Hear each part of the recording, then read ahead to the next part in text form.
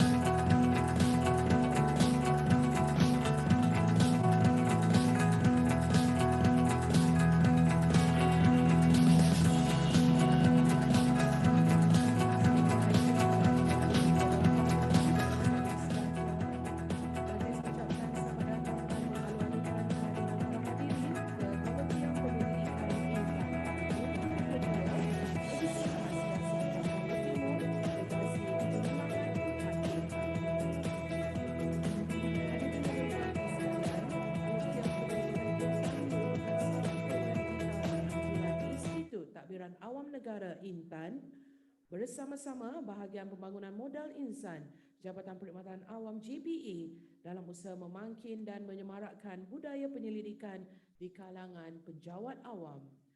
Kolokium Penyelidikan INTAN juga merupakan satu wadah perkongsian mengenai kajian-kajian yang telah dilaksanakan oleh penjawat awam di bawah tajan latihan bagi pengajian di peringkat ijazah kedoktoran PhD dan sarjana. Seramai 12 orang pembentang akan membentangkan kertas kajian dan penyelidikan yang dilihat akan membawa manfaat kepada penjawat awam yang terlibat dengan perancangan dan pelaksanaan dasar. Hadirin sekalian, majlis akan dimulakan dengan sesi pembentangan oleh pembentang-pembentang yang didatangkan khas untuk Kolokium Penyelidikan INTAN pada hari ini. Terdapat 4 sesi pembentangan yang akan berlangsung sepanjang hari ini dan kepada peserta yang mengikuti secara fizikal di Dewan Sri Baiduri, sebarang soalan yang ingin diajukan boleh dikemukakan melalui ruangan chat Zoom atau Facebook Live INTAN. Untuk itu, majlis dengan sukacitanya menjemput Yang Berusaha Dr. Catherine Ann Francis selaku moderator bagi memulakan sesi pada pagi ini. Dipersilakan. Selamat pagi. Boleh dengar saya? Selamat pagi tuan-puan. Okey. Alright.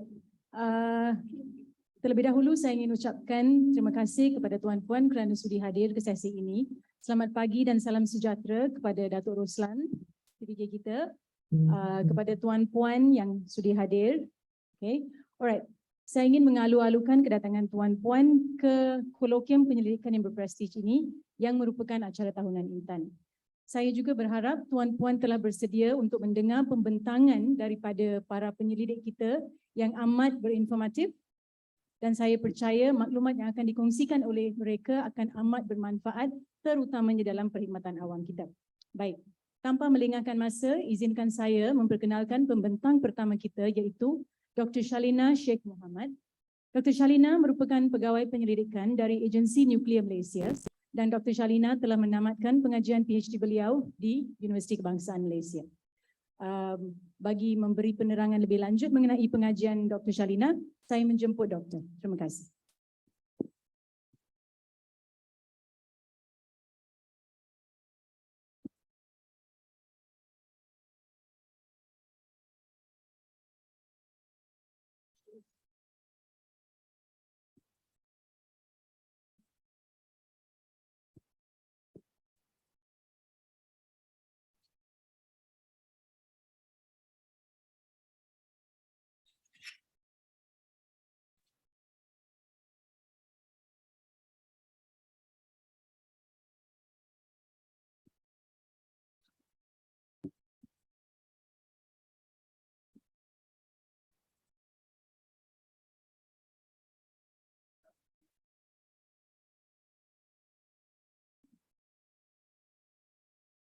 Assalamualaikum, saya Shalina, bertugas di Agensi Nuklear Malaysia.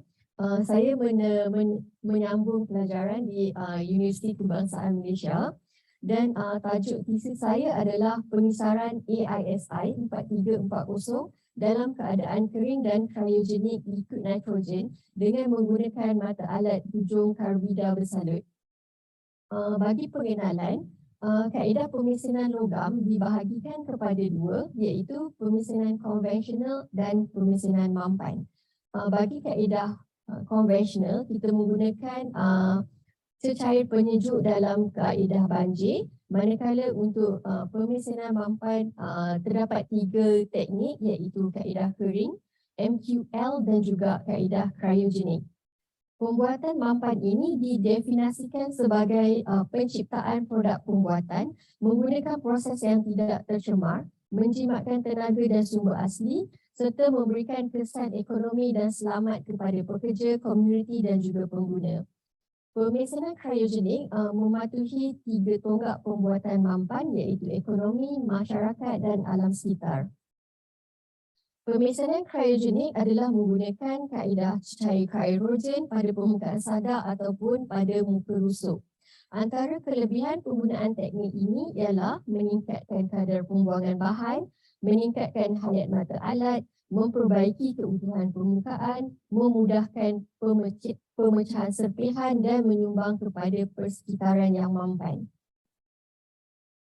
Untuk penyataan masalah, komponen otomotif, aeroangkasa dan acuan memerlukan permukaan tinggi, berkualiti tinggi dengan kekuatan mekanikal yang sangat baik dan rintangan tinggi kepada ubah bentuk. Ini memerlukan proses rawatan haba tambahan seperti penitridaan dan penyusup karbonan. Pengerasan permukaan konvensional memerlukan banyak masa, ruang dan sumber. Ia juga mempengaruhi isu kualiti seperti herutan pada komponen dan perubahan isi padu disebabkan oleh tekanan dalaman yang tinggi semasa proses tersebut. Proses pemesinan dicadangkan oleh penyelidik bagi meningkatkan kekerasan permukaan. Kaedah kriogenik ini mesra alam serta mengurangkan haus mata alat, mengurangkan pembentukan pinggir terbina dan mengurangkan suhu yang terjana pada zon pemesinan. Selain itu, kaedah ini juga memperbaiki keutuhan permukaan dan meningkatkan kekerasan serta mikrostruktur yang lebih halus berbanding dengan pemesinan yang kering. Oleh itu, fokus kajian ini adalah mendapatkan kekerasan yang tinggi sekaligus memenuhi kriteria kebolehmesinan iaitu prestasi mata alat yang maksimum, kekasaran permukaan yang rendah dan daya pemotongan yang minimum. Bagi kajian kepustakaan, banyak kajian dilakukan terhadap bahan ini, contohnya haus mata alat, suhu, pembentukan chip, tegasan baki, mikrostruktur, daya pemotongan, perubahan fasa, kekerasan permukaan, tenaga dan juga kekasaran permukaan.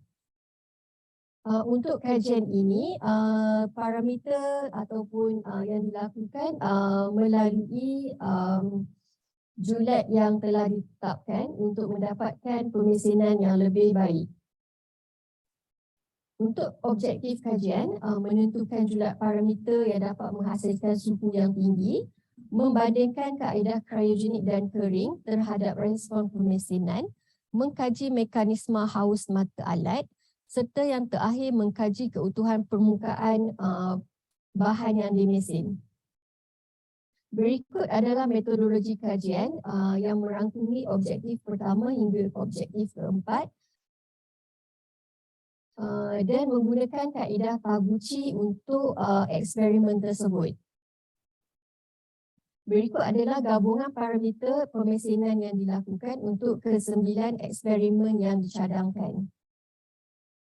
Ini adalah simulasi untuk kaedah unsur terhingga menggunakan perisian third wave advantage. Dan ini merupakan peralatan dan pengukuran yang digunakan untuk proses ini. Seperti dinamometer, mikroskop, alat pengukur kekasaran. Untuk analisis sampel pula menggunakan XRD, VSAM dan pengukur kekerasan nano. Untuk perbincangan, bagi simulasi suhu yang terjana adalah dari 600 hingga 1059 darjah Celsius. Suhu yang tertinggi berlaku pada permukaan pertengahan sentuhan mata alat dan juga serpihan, iaitu pada zon ubah bentuk sekunda. Faktor ini dipengaruhi oleh kedalaman jejari, hal laju pemesinan dan juga kadar suapan.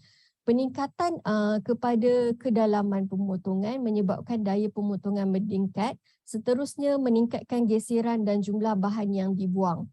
Apabila daya pemotongan meningkat, kekuatan receh di zon meningkat dan menyebabkan suhu pemotongan meningkat. Bagi daya pemotongan, daya yang terjana adalah dari 204 ke 407 Newton. Faktor yang mempengaruhi daya paduan adalah kedalaman jejari, hal laju dan kadar suapan. Ini menunjuk penggunaan liquid nitrogen dapat mengurangkan daya paduan pemotongan di mana dapat mengurangkan jarak sentuhan mata alat dengan serpihan, seterusnya mengurangkan haus yang berlaku pada permukaan mata alat, dan ia juga mempengaruhi aliran serpihan dan mengurangkan pekali geseran. Ini menyebabkan daya paduan pemotongan yang terjana juga lebih rendah. Bagi kekasaran permukaan, nilai yang terhasil adalah 0.1 hingga 0.3 mikron. Faktor yang signifikan untuk kekasaran permukaan adalah kadar suapan. Penggunaan kriogenik ini dapat mengurangkan kecenderungan serpihan melekat pada pinggir mata alat, seterusnya mengurangkan geseran. Ia juga menjana filem pelincir hidrodinamik antara benda kerja dan mata alat dan mengurangkan pekali geseran.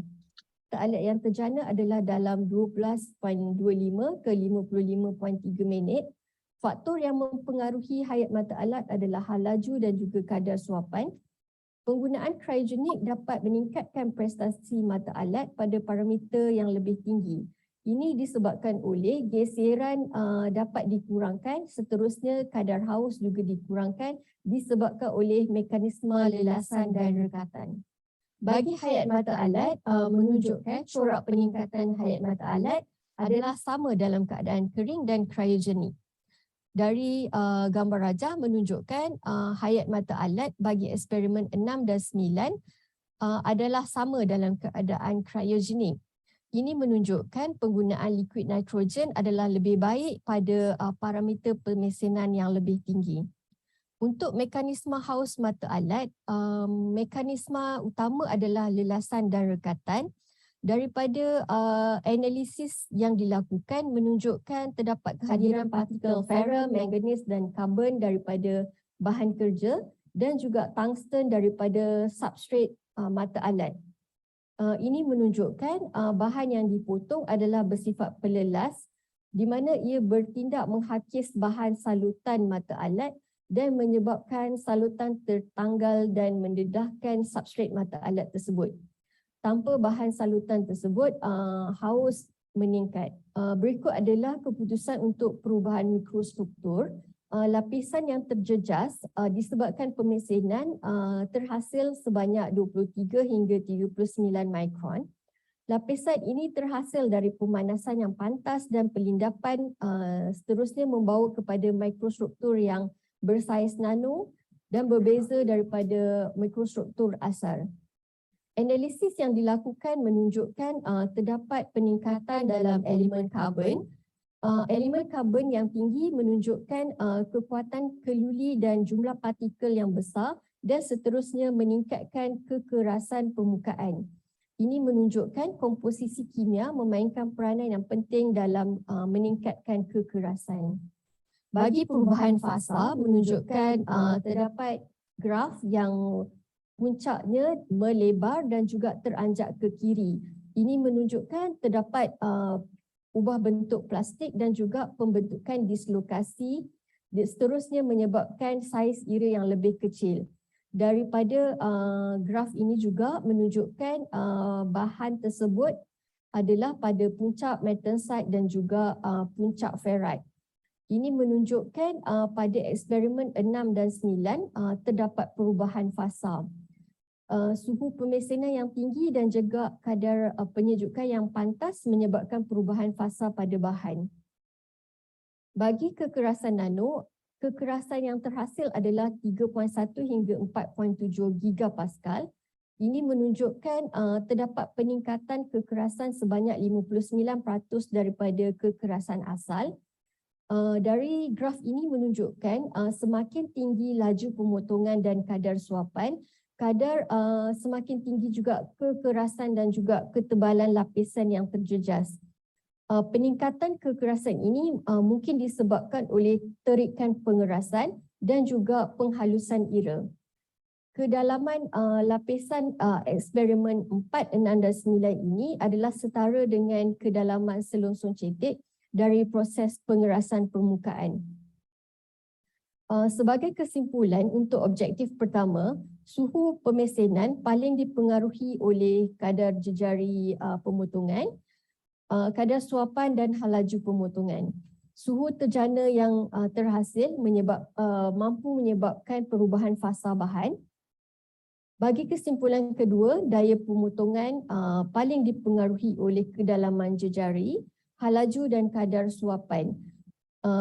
Keputusan juga menunjukkan penggunaan liquid nitrogen dapat mengurangkan 39% daya paduan pemotongan dari keadaan kering. Untuk kekasaran permukaan, kadar suapan adalah paling signifikan bagi kedua-dua keadaan, dan juga keputusan menunjukkan penggunaan liquid nitrogen dapat mengurangkan 43.9% kekasaran permukaan. Selain itu, hayat mata alat, dia dapat meningkatkan prestasi mata alat sehingga 41.7% pada parameter pemesanan yang lebih tinggi. Ini menunjukkan penggunaan kriogenik dapat mengurangkan suhu dan seterusnya dapat melambatkan kadar haus. Untuk kesimpulan ketiga, lelasan dan rekatan merupakan mekanisme haus yang berlaku pada rusuk mata alat.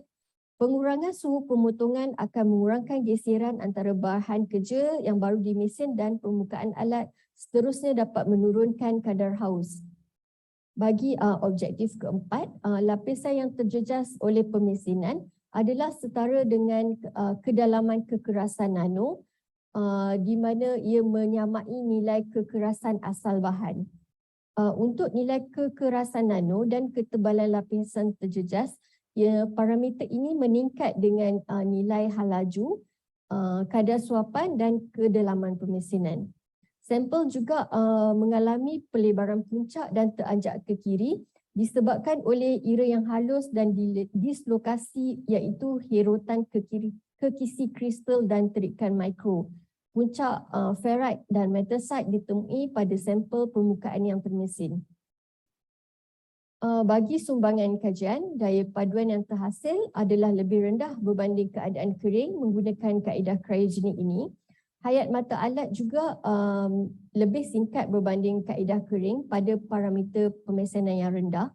Kaedah kriogenik dapat menghasilkan nilai kemasan permukaan ultra yang menyamai proses canai. Partikel karbida pada permukaan termesin merupakan salah satu faktor yang menyumbang kepada peningkatan kekerasan di permukaan termesin. Nilai kedalaman kekerasan adalah setara dengan selongsong cetek dari pengerasan permukaan konvensional. Kedalaman lapisan yang terjejas adalah berkedaran dengan kekerasan nano kembali kepada kekerasan asal, iaitu pada jarak 22 hingga 40 mikron dari permukaan. Berdasarkan kajian yang dilakukan, menggalakkan penggunaan sains dan teknologi untuk ekonomi, fizikal dan kesejahteraan rakyat. Mungkin kajian ini terlalu awal untuk dikomersialkan, tetapi pada masa hadapan kajian ini boleh dikembangkan lagi dengan insentif dan juga human resource untuk meningkatkan lagi penggunaan sains dan teknologi serta pengkomersialan teknik yang kajian yang dilakukan. Dan ini boleh dikembangkan lagi kepada industri pembuatan tempatan dan juga industri hiliran, contohnya untuk setup dan fabrikasi mesin untuk penggunaan teknik ini pada mesin yang digunakan. Itu saja persembahan saya. Terima kasih. Terima kasih Dr. Shalina. Baik. Tidak dapat dinafikan pembentangan Dr. Shalina tadi amat teknikal, tapi daripada kesimpulan Dr. Shalina dapat diputuskan bahawa ia boleh menyumbang ke arah pembangunan mapan di Malaysia dan juga di dunia. Baik, tanpa melengahkan masa lagi, sekarang kita akan mendengar pembentangan daripada penyelidik kedua kita, pembentang kedua kita. Dr. Nurliza mendapat ijazah kedoktoran beliau dari Universiti Teknologi Tenaga Nasional dan kini beliau bertugas di Mampu sebagai penolong pengarah kami. Baik, dipersilakan Dr. Nurliza, please. Assalamualaikum warahmatullahi wabarakatuh. Saya Nurliza binti Siddiq dari Mampu dan hari ini saya akan membentangkan hasil kajian saya mengenai faktor yang mempengaruhi kejayaan pelaksanaan IoT-based services dalam pengurusan fasiliti di sektor awam. Ini adalah topik pembentangan saya yang merangkumi 6 topik kesemuanya. Sebagai pengenalan, ingin saya jelaskan mengenai konsep IoT-based services dalam pengurusan fasiliti. IoT-based services dalam pengurusan fasiliti sebenarnya bertujuan memastikan aplikasi yang berasaskan IoT dibangunkan memudahkan pemantauan perkhidmatan dilakukan secara real time dan juga secara remote. IoT-based services dalam pengurusan fasiliti juga dijangka akan memberi manfaat yang lebih banyak kepada agensi yang melaksanakannya, terutama sekali bagi pihak berkuasa tempatan. Ini kerana di Malaysia kebanyakan pengurusan fasiliti adalah diuruskan oleh PBT. Namun pada masa hadapan mungkin pengurusan fasiliti ini akan diuruskan oleh mana-mana agensi di sektor awam. Untuk makluman semua, terdapat 2 soalan kajian bagi memenuhi ataupun menjawab soalan kajian tersebut disetkan ataupun ditetapkan 2 objektif kajian. Yang pertama adalah untuk mengenal pasti faktor yang mempengaruhi tingkah laku pekerja untuk menggunakan IoT-based services. Dan yang kedua adalah untuk menganalisa kesan technology readiness dan juga subjective norm ke atas pelaksanaan kejayaan IoT-based services. Subjective norm ini adalah dalam bahasa Melayunya mungkin kita boleh nyatakan pengaruh rakan sekerja. Bagi mencapai objektif tersebut, kajian ini telah memberi fokus kepada pelaksanaan IoT-based services dalam pengurusan fasiliti dan juga kajian ini mendapat respon daripada pekerja yang berdaftar menggunakan IoT-based services. Hasil kajian saya sebenarnya telah mengenal pasti 4 masalah utama dalam pelaksanaan IoT-based services. Yang pertama sekali, banyak organisasi gagal mencapai benefit menggunakan IoT dan juga gagal mendapatkan pulangan balik daripada investment yang telah dilakukan kerana pekerja mereka kurang menggunakan atau menggunakan IoT-based services tapi tidak secara optimum. Dan seterusnya, masalah yang dihadapi semasa pelaksanaan IoT-based services ini adalah kajian lalu menunjukkan dalam sektor awam kebanyakan halangan yang dihadapi halangan daripada dalaman iaitu daripada employee itu sendiri, daripada pekerja itu sendiri. Seterusnya, masalah yang ketika kita melaksanakan IoT-based services ini adalah dari segi technology readiness ataupun kesediaan teknologi oleh employee itu sendiri. Ianya menjadi satu halangan yang besar apabila kerajaan melaksanakan smart initiative ataupun aplikasi pintar. Research problem yang ketiga adalah kesediaan teknologi. Kesediaan teknologi merupakan halangan dalam melaksanakan inisiatif smart initiative dalam public sector.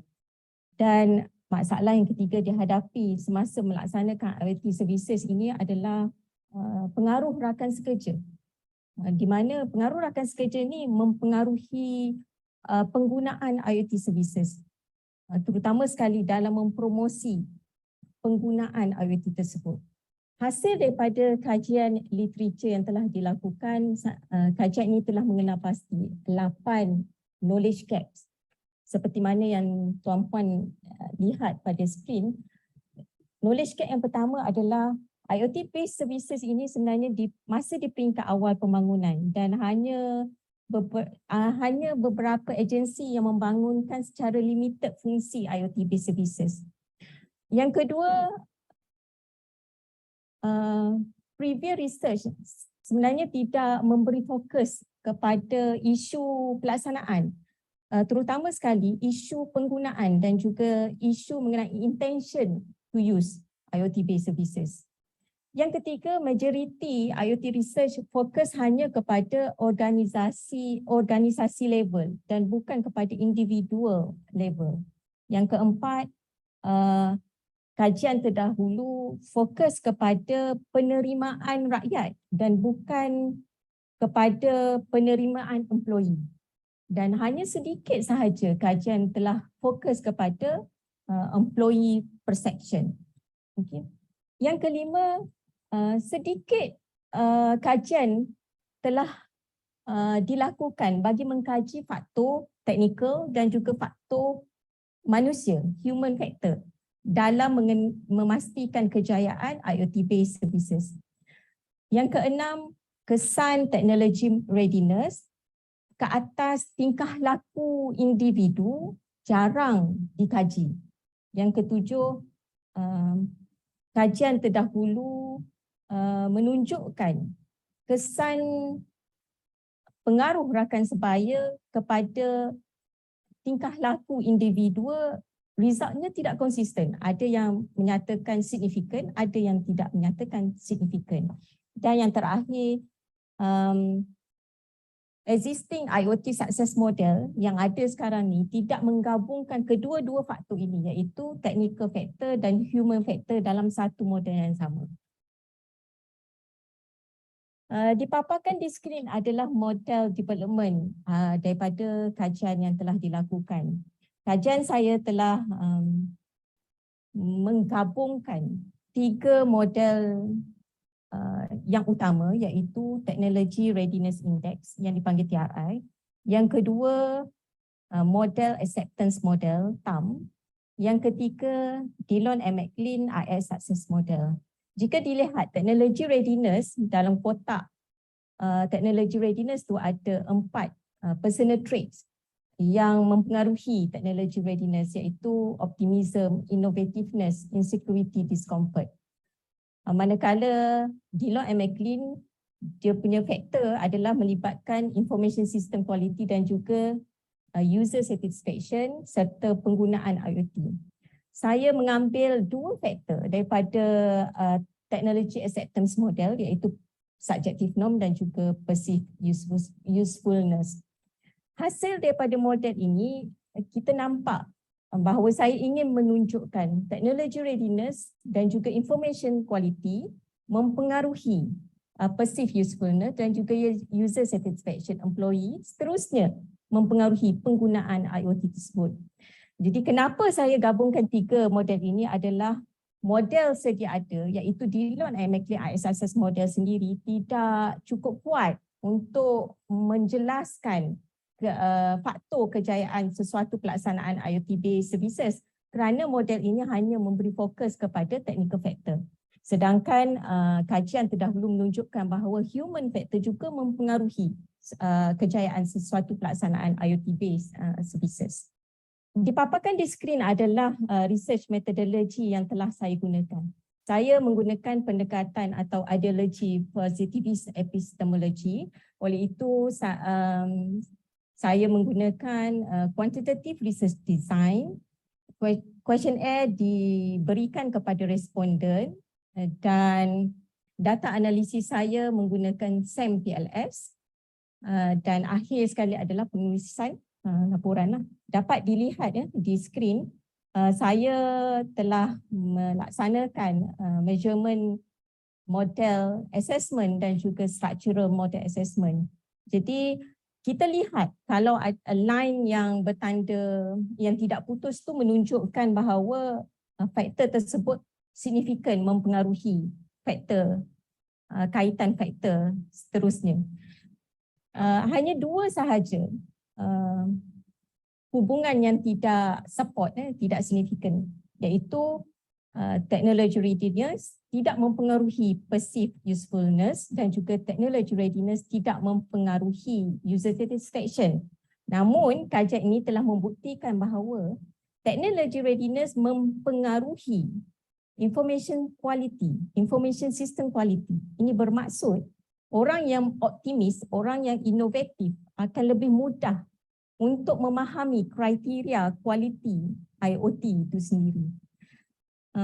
Selain daripada itu, data analisis ini juga menerangkan pentingnya pengaruh rakan sebaya mempengaruhi perceived usefulness sesuatu produk ataupun sesuatu IoT-based services. Perceived usefulness juga mempengaruhi user satisfaction level seseorang employee. Dan perceived usefulness dan user satisfaction ini, kedua faktor ini mempengaruhi tahap penggunaan IoT. Jadi gabungan model yang telah digunakan telah menunjukkan bahawa technical factor dan juga human factor sebenarnya kedua-dua faktor ini mempengaruhi tahap penggunaan IoT dan juga mempengaruhi kejayaan pelaksanaan IoT based services. Jika saya mapkan balik objektif kajian saya dengan finding yang telah diperolehi,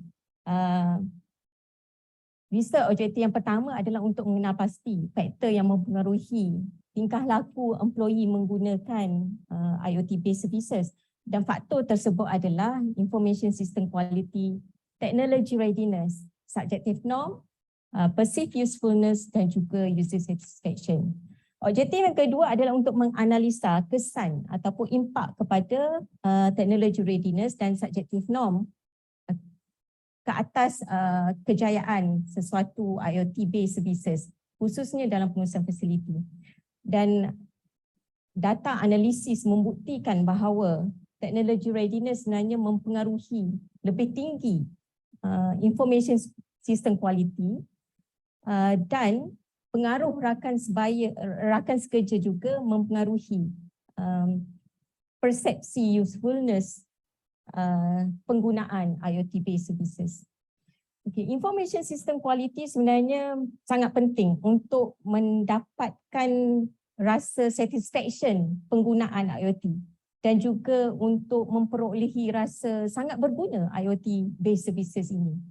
Technology readiness dia sebenarnya menggambarkan personal trait seseorang, iaitu secara generalnya technology readiness ni seseorang yang mempunyai tahap technology readiness yang tinggi akan mempengaruhi tahap kualiti penggunaan IoT based services tersebut. Dan pengaruh rakan sekerja akan mempengaruhi perceived usefulness individu tersebut untuk menggunakan facilities IoT based services dalam pengurusan fasiliti. Okay. Perceived usefulness, orang yang selalu guna dan rasa berguna sesuatu IoT based services tu, mereka akan rasa nak guna lagi dan akan merasakan IoT based services itu berguna bagi dia, sebab dia perceive tu maksudnya mula-mula dia guna tapi dia rasa, tapi once dia dah guna memang betul. Jadi itu maksud perceived usefulness. User satisfaction pula adalah menunjukkan orang yang berpuas hati menggunakan IoT based services akan terus menggunakan IoT based services tersebut. Sebenarnya dalam kajian saya, dalam tesis saya telah menerangkan banyak contribution yang telah diperolehi daripada hasil kajian ini. Selain daripada theoretical contribution, saya rasa inilah peluang yang terbaik untuk saya menjelaskan mengenai practical contribution yang boleh diberikan kepada kerajaan hasil daripada kajian telah dilakukan.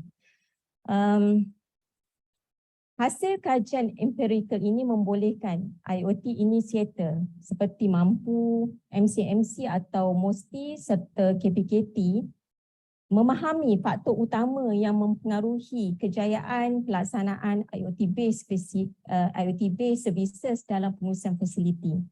Faktor-faktor ini perlu diambil kira dalam menambah baik polisi IoT sedia ada bagi mempromosikan penggunaan aplikasi IoT dalam pelbagai domain.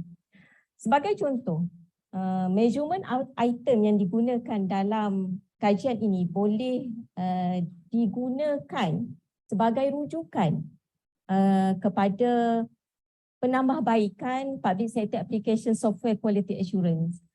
Dalam kajian ini telah dibuktikan bahawa beberapa item kualiti yang berkaitan dengan IoT sebagai contoh security, accuracy, performance, itu adalah antara measurement item yang perlu diberi penekanan dalam guideline ini untuk ditambah baik, khususnya bagi evaluate atau menilai sesuatu kualiti aplikasi yang berasaskan IoT.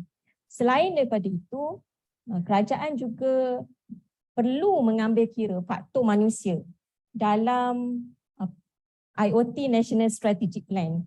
Ini kerana kajian ini telah membuktikan bahawa individu yang mempunyai teknologi readiness yang rendah, iaitu yang selalu rasa tidak selamat, insecure, ataupun yang selalu rasa discomfort, perlu diberi penekanan melalui pelaksanaan aktiviti change management. Jadi kerajaan perlu sebelum melakukan sesuatu pelaksanaan IoT based services, mungkin kajian survey perlu dilakukan terlebih dahulu kepada pengguna IoT based services ini untuk mengetahui tahap teknologi readiness mereka. Sekiranya tahap teknologi readiness mereka rendah, maka aktiviti change management perlu diberi dengan lebih agresif supaya mereka lebih ready menerima IoT based services ini. Sebagai penutup, tertera di skrin adalah limitasi kajian saya, namun diharap future research dapat menggunakan mixed method approach untuk mendapatkan hasil yang lebih komprehensif selain daripada hanya melalui survey. Mixed method ini sebenarnya akan mendapatkan input yang lebih mendalam mengenai faktor kejayaan penggunaan IoT based services dalam pengurusan fasiliti.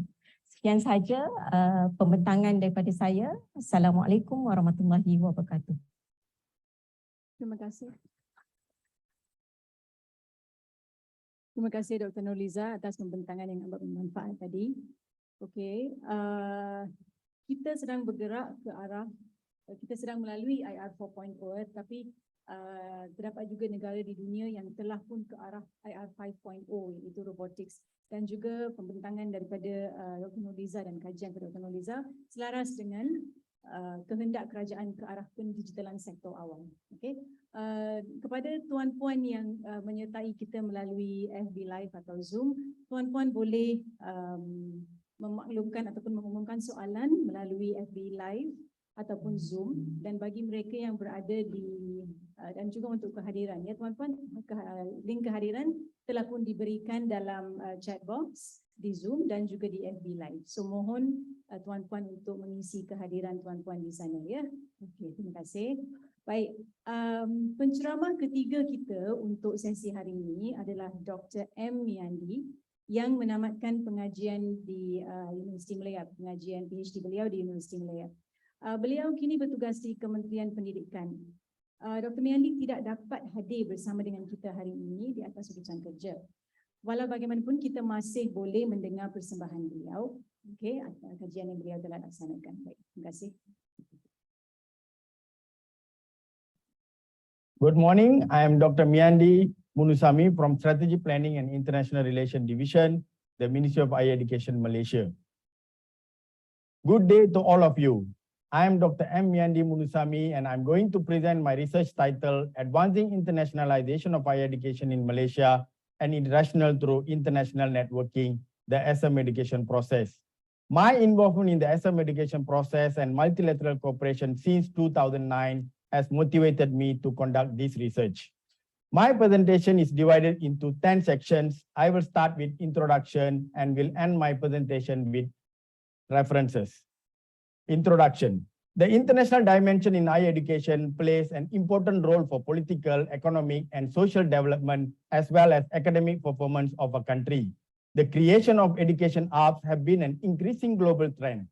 Malaysia aims to become an international education hub by 2025 through the launching of new higher education blueprint 2015 to 2025. UNESCO, CMO, IHED, ASEAN, SM, EAS, APEC are the organizations vigorously involved in higher education activities.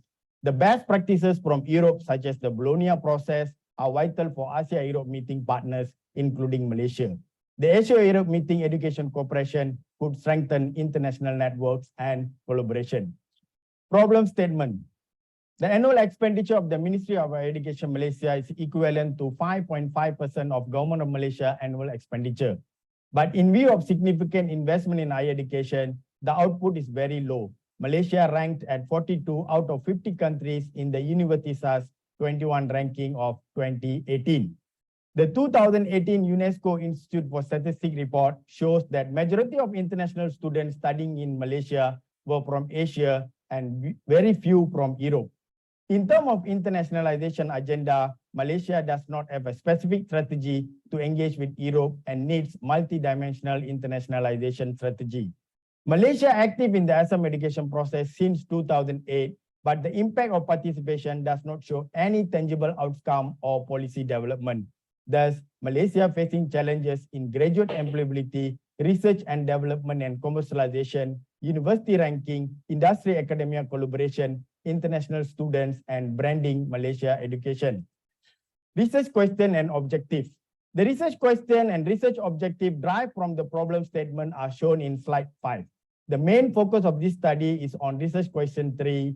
What are the strategies through the Assam education process can be used to strengthen international cooperation in the internationalization of higher education in Malaysia? Literature review. Rationale for internationalization. One day suggested a rational model. Jiang stated rationale referred to motivation for integrating an international dimension into higher education. Knight and DeWitt underlines the social, cultural, political, academic, and economic rationale are driving internationalization. Internationalization through Assam education process. Assam process understood as a multidimensional dialogue and cooperation process. Assam is a platform for involvement of various networks, includes the education element to foster networking and mutual learning. The Assam education process has 5 characteristics, and the conclusion by the chair is the key Assam education policy document.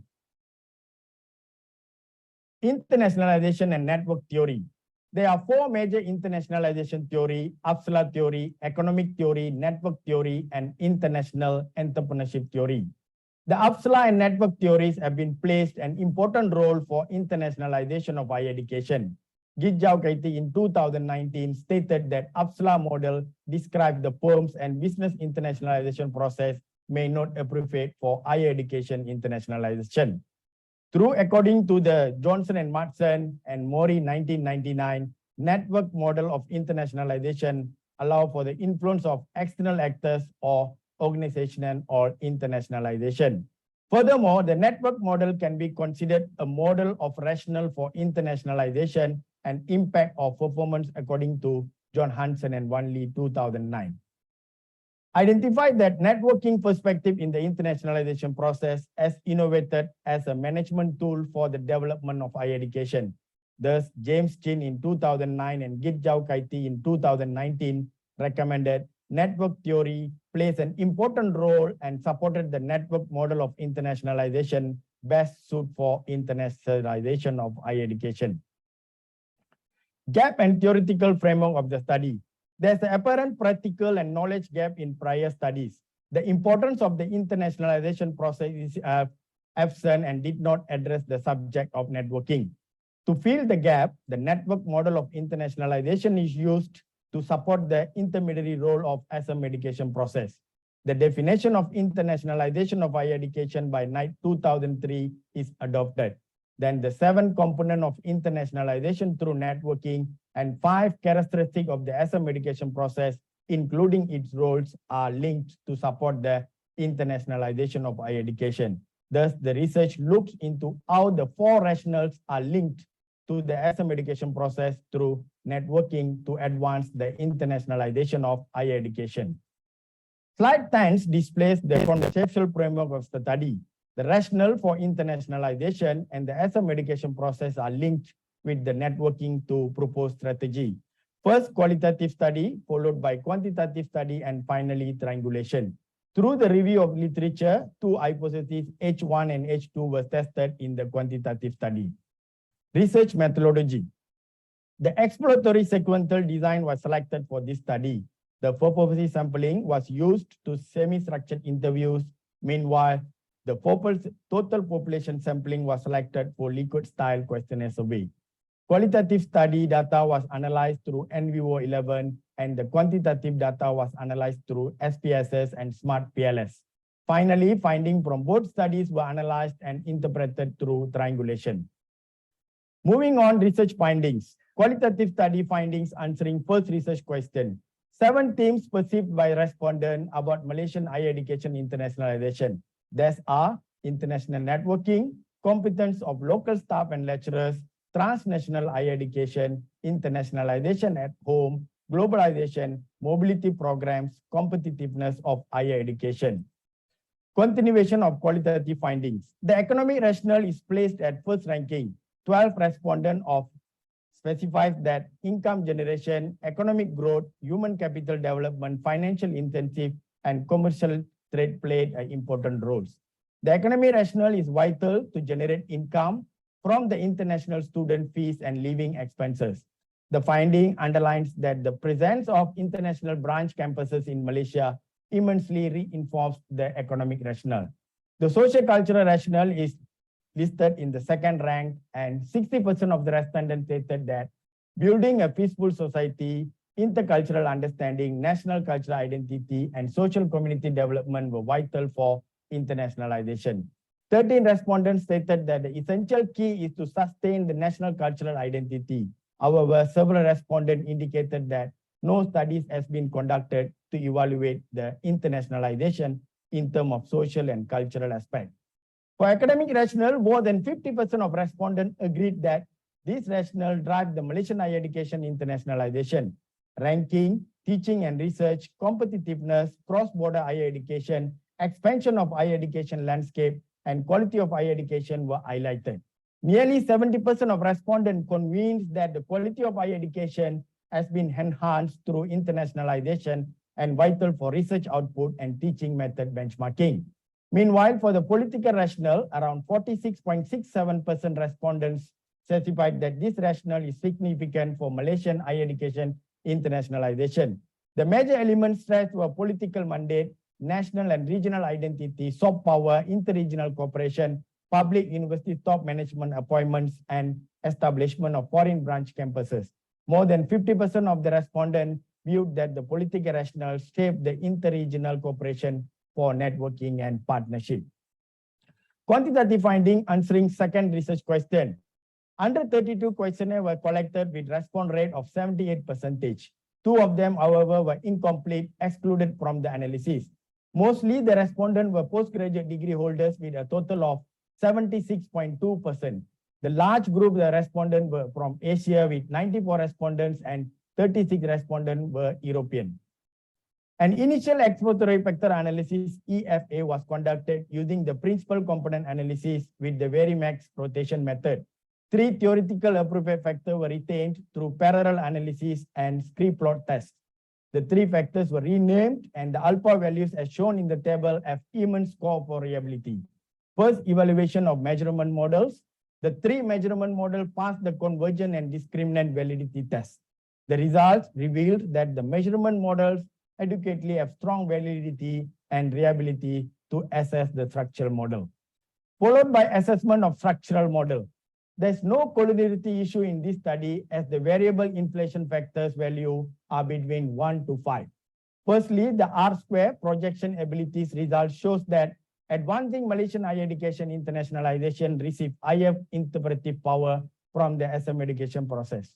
Firstly, the R2 projection abilities result shows that advancing Malaysian higher education internationalization receive higher interpretive power from the SM education process. Secondly, the effect size F2 values evidence that the SM education process has a significant effect on advancing Malaysian higher education internationalization and networking in internationalization. Thirdly, the ability to forecast Q2 result affirms that advancing Malaysian higher education internationalization has a larger predictive relevance and proof that is the main target variable of the study. Finally, the T value greater than 1.96 and statistically significant confirm that there is a positive relationship between the support of the SM education process and advancing Malaysian higher education internationalization, and the hypothesis 1 is supported. Mediation analysis. The result shows that the direct effect and indirect effect are statistically significant. There is a partial mediation effect in this study. Thus, networking and internationalization positively mediate the relationship between the support of the SM education process and advancing Malaysian higher education internationalization, and hypothesis 2 of the study is also supported. The important performance metric analysis result shows that the networking and internationalization is highest performance construct and the SM education process is the highest important construct. The direct effect result indicate that the SM education process plays a more important roles to advance Malaysian higher education. The most impactful indicators are sharing and learning best practices from Europe and Asia, build informal networks to seek new partners for international expansion, and enhance multi-layer partnership for international cooperation. Discussion. My study specified that the 4 rationales introduced by Knight and David play a major role in Malaysian higher education internationalization. Firstly, income generation becomes an important motivation under the economic rationale. TAM 2019 supported that internationalization effort in Malaysian higher education was primarily motivated by economic rationale. Secondly, Malaysia gives priority to sustaining and maintaining the national cultural identity under social cultural rationale. Thirdly, under academic rationale, teaching and research become a major focus of Malaysia. Finally, under the political rationale, strategic alliances through networking were observed. The international cooperation and exchange program are important elements for the agreement between nations, and it's solely driven by political rationale. The discussion of qualitative findings shows that Malaysian higher education system requires connection to enrich internationalization through networking and collaboration. Discussion on empirical study. The empirical analysis of my study reveals that SM education process has a substantial relationship and impact on advancing Malaysian higher education internationalization through partial mediation of networking and internationalization. Thus, the 2 hypotheses of the study were supported.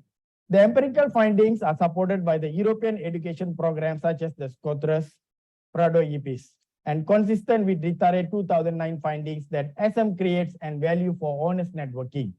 The empirical result of this study reveals that the 3 SM education characteristics have a significant impact on advancing Malaysian higher education internationalization. For instance, the agenda setting process encourages interaction among ministers and stakeholders to enhance the visibility of the higher education, Ritare 2009. The mediation analysis finding of the study also are in line with the new higher education blueprint that underlines the importance of networking and close cooperation with foreign higher education institutions. Triangulation answering third research question. The triangulation of the qualitative and quantitative finding of my study offered a summary of strategy as shown in slide 20. The study result revealed that there are 3 roles and 2 characteristics of the SM education process able to support the rationale for Malaysian higher education internationalization, and it could become a framework for international cooperation to advance the internationalization of higher education in Malaysia.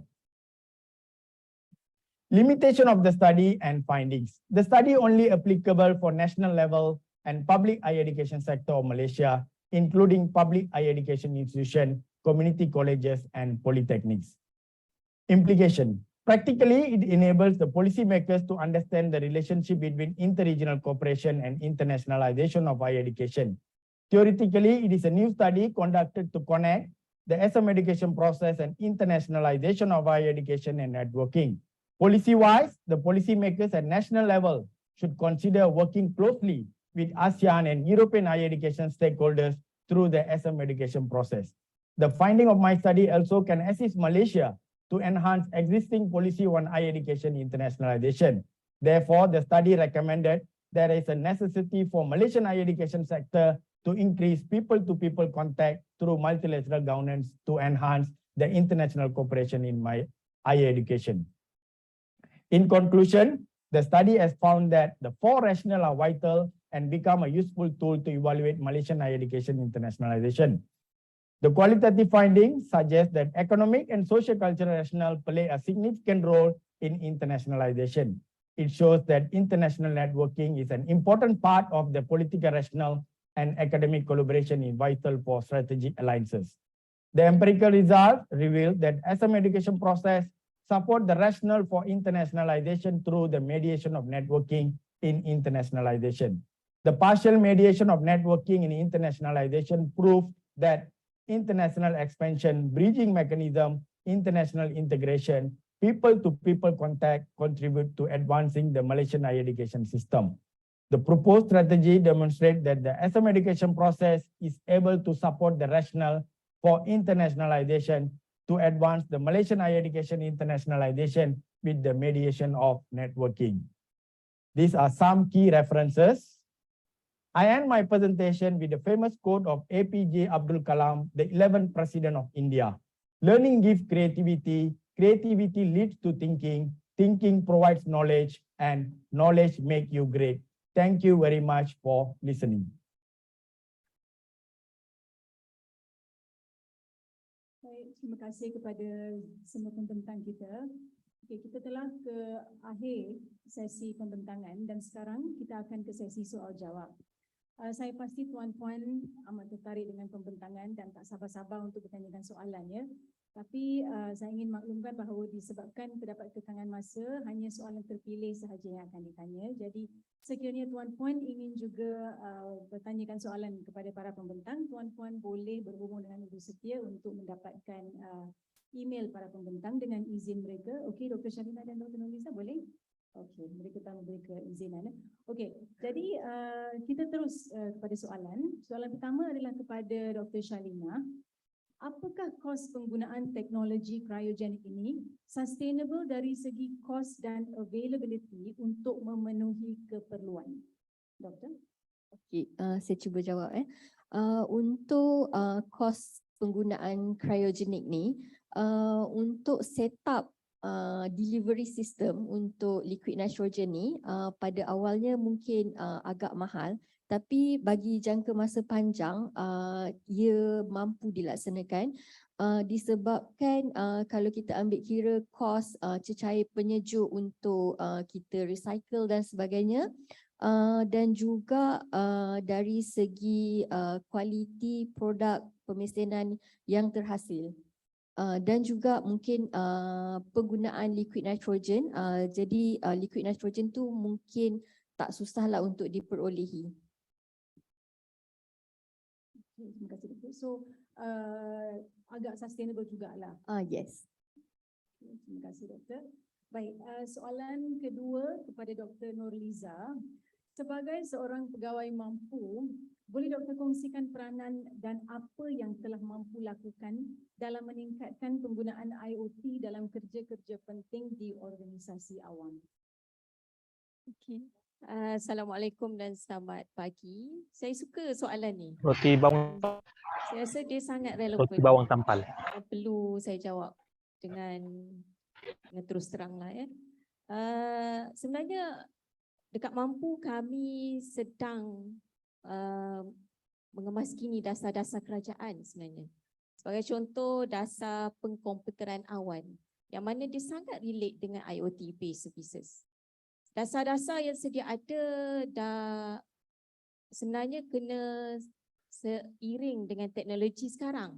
Macam contoh saya sendiri, saya di seksyen pembangunan perkhidmatan guna sama.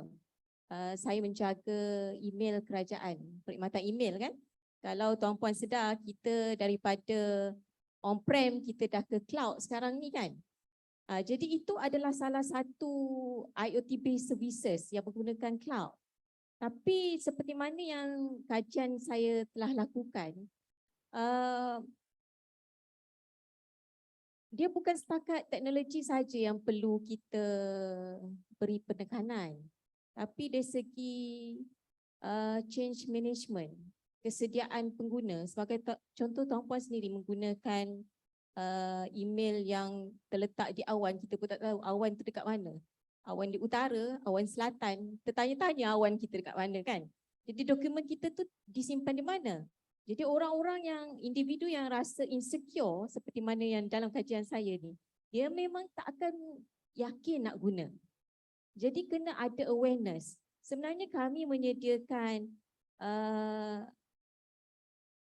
menyediakan platform untuk menggunakan sekiranya tuan-puan perlu mengemailkan dokumen terperingkat yang berkategori terhad dan sulit. Kita ada platform on-prem iaitu menggunakan MySUC sebagai contoh. Dan juga confidential mode. Jadi dengan adanya awareness, individu yang rasa tak selesa, yang rasa tak selamat ni, dia akan lebih terbuka untuk menerima IoT-based services.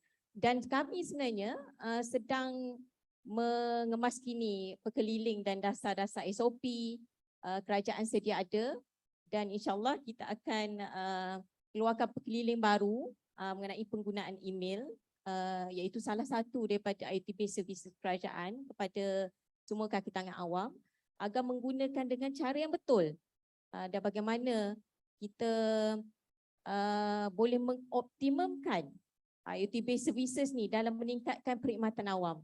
Sebagai contoh, dan selepas kita COVID ni kan, dalam situasi kita COVID, kita melalui fasa yang selalu bekerja di mana-mana dan tak kira masa, betul? Jadi norma tu dah berubah. Kalau dulu kena pergi ke office untuk capai dokumen, tapi sekarang semua dokumen kita di cloud. Tapi kena ingat, dokumen terbuka saja dibenarkan di cloud. Dan kita ada sebenarnya dasar perkomputeran awan yang telah dikeluarkan pada tahun 2022, yang mana dia menjelaskan kategori dokumen yang mana yang kita boleh letak di cloud, yang mana kita kena letak di on-prem. Jadi awareness perlu diberikan kepada kaki tangan awam supaya lebih alert, dan ianya akan meningkatkan penggunaan IoT-based services. Itu kalau dimampu. Tapi secara generalnya kita nampak banyak agensi yang mula menyediakan IoT-based services. Jadi satu panduan ataupun guideline perlu dikeluarkan bagi membantu agensi menyediakan perkhidmatan yang lebih berkualiti. Jadi hasil kajian saya seperti mana yang saya bentangkan tadi, item-item kualiti yang perlu ada dalam IoT-based services perlu dimasukkan sebagai satu item atau faktor yang perlu diuji, sebagai contoh ketepatan data, maklumat yang bermanfaat in useful format, easy to access. Selain daripada itu, bukan setakat saja dari segi information dan juga information dan juga service quality, faktor proses dan juga faktor individu ataupun penyedia perkhidmatan juga perlu diambil kira.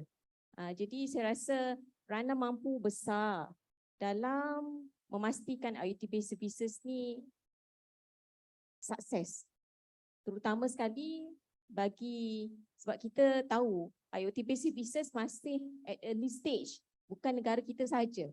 Negara lain pun maksud saya negara membangun pun masih at early stage. Jadi kita kena ada satu guideline panduan yang jelas macam mana nak menggunakan sebaiknya dan macam mana untuk menyediakan perkhidmatan IoT-based services yang berkualiti. Okay, harap saya menjawablah soalan tersebut. Terima kasih. Terima kasih Doktor. So kesedaran merupakan salah satu faktor utama lah. Okay, terima kasih Doktor. Baik, Dr. Shalina, kita masih mempunyai masa lagi. Okay. Berkaitan dengan slide pembentangan ketiga Doktor, ya, berkaitan dengan pemesinan kriogenik yang boleh menyumbang kepada persekitaran yang mampan. Boleh Doktor jelaskan dengan lebih lanjut sedikit mengenai itu? Okey, untuk persekitaran yang lebih mampan, dia sebenarnya lebih bersih kepada alam sekitar. Maksudnya macam sebelum ni kalau kita guna cecair penyejuk biasa, kita perlu fikirkan macam mana kita perlu nak melupuskan cecair tu. So macam costing dia dan efek kepada alam sekitar, dan juga penggunaan liquid nitrogen ni dia tak ada efek pada alam sekitar sebab dia akan release to environment macam tu saja. Jadi in terms of alam sekitar dia lebih bersih lah. So bila release pada alam sekitar maksudnya dia tidak akan mencemarkan? Tidak akan mencemarkan alam sekitar. Alright. Adakah kita mempunyai masa lagi ataupun? Alright. Dr. Nurliza, satu lagi soalan ya. Daripada kajian yang telah Doktor laksanakan, apa pendapat Doktor mengenai ketersediaan sektor awam, semua perkhidmatannya untuk menerima penggunaan IoT based services ini? Okey, sebenarnya kalau kita lihat IoT based services ni dia memberi banyak benefit. Sebagai contoh perasan tak waktu kita lepas PKP kan pekerja asing tak dapat masuk negara kita dan kita kekurangan tenaga kerja dan sampai ada restoran yang terutama kedai mamak kan dia robot kan sebagai contoh dia sediakan robot sebab dia nak menjimatkan tenaga manusia dan bila dia invest robot tu dia akan meningkatkan dia punya investment return of investment. Begitu juga kalau kerajaan. Sebagai contoh, kalau kerajaan yang saya nampak kalau dari segi facilities management, contoh saya bagi, kalau misalnya kita letak sensor dekat tong sampah depan rumah kita, lori sampah tu, dia kalau tak ada sensor, dia akan lalu ikut rutin jalan dia. Tapi kalau ada sensor, dia hanya akan pergi pada tong sampah yang penuh saja untuk dikutip. Jadi apa yang dia dapat jimat? Tenaga dia, wang duit minyak nak pergi dekat tempat laluan yang tong sampah dia tak penuh kan. Jadi kerajaan akan dapat jimat. Itu adalah antara return of investment bila kita melaksanakan IoT based services. Tapi kita kena mengambil kira juga kalau misalnya IoT based services ni diperluaskan penggunaannya, sebagai contoh kalau digunakan untuk menyelamatkan nyawa, sebagai contoh kita letak sensor dekat jambatan. Kalau ada crack, dan sensor tu akan bagi notifikasi message kepada jabatan yang membaiki ataupun buat inspection ataupun pada bomba ke. Jadi dia boleh menyelamatkan nyawa. Kalau misalnya tempat-tempat banjir, kita ni kan hujung tahun kan banyak banjir kan, tanah runtuh sebagainya. Kalau misalnya kita letak sensor pada lereng-lereng bukit ataupun sensor pada tahap takungan air, jika capai, sensor akan bagi notification kepada agensi-agensi yang bertanggungjawab. Dia akan menyelamatkan nyawa. Jadi dia bukan setakat kita kos pada duit minyak kan, tapi lebih penting adalah menyelamatkan nyawa rakyat. Jadi dari segi ketersediaan sebenarnya kita memang ke arah tu. Dan kita punya dasar pun ke arah IoT. Cuma yang saya concern adalah research saya punya concern, kajian saya, bila kita sediakan orang tak nak guna, kita penjawat awam ni sendiri kena bagi sokongan penuh pada perkhidmatan yang dah disediakan. Jadi tanggungjawab employee, saya punya research adalah skop saya tak boleh nak cerita lebih sebab saya expert bahagian saya punya research saja. Jadi employee kita ni, kita kena ready, kita kena bersedia. Jadi kita kena support kita punya inisiatif, kerajaan punya inisiatif. Dan kita kena lebih inovatif apa yang perlu kita sediakan kepada rakyat. Jadi dari segi readiness, soalan doktor, memang kita sedia dari segi infrastruktur, tapi kesediaan dalaman diri kita tu kena juga bersedia. Jadi manusia ni subjektif. Kesediaan tu kita tak boleh nak ukur. Jadi apa yang penting kita buat awareness kepada kaki tangan kerajaan. Terima kasih doktor. Terima kasih Dr. Nurliza. Jadi kita kena bersedia untuk menerima perubahan ya. So the change management adalah penting. Baik, satu lagi soalan kepada Dr. Nurliza daripada Afaf Afifah iaitu daripada FB Live. Baik, adakah doktor bersetuju dengan pandangan saya bahawa jika perkhidmatan awam ke arah digitalisasi, kerajaan wajib memperuntukkan sejumlah besar bajet bagi penyediaan infrastruktur. Tetapi bila kita fight bajet yang dapat, akhirnya tidaklah sepenuhnya. Ada kalanya tak dapat langsung. Kita nak ke depan selari dengan IR 4.0 sebagainya, tapi prasarana tak dapat disediakan sepenuhnya. Pendapat doktor? Terima kasih atas soalan ni. Saya rasa sangat bernas soalan dia. Saya suka nak menjawab. Memang kalau kita tak ada duit, tak boleh nak buat rumah kan. Macam itulah bajet tu penting. Tapi sebenarnya kerajaan lebih mengutamakan infrastruktur yang guna sama, yang boleh menjimatkan. Maknanya banyak agensi boleh guna. Bukan kita bagi bajet pada satu agensi, sedangkan infrastruktur tu boleh digunakan oleh agensi lain. Itu sebabnya mampu menyediakan inisiatif. Mampu menyediakan inisiatif sebagai contoh,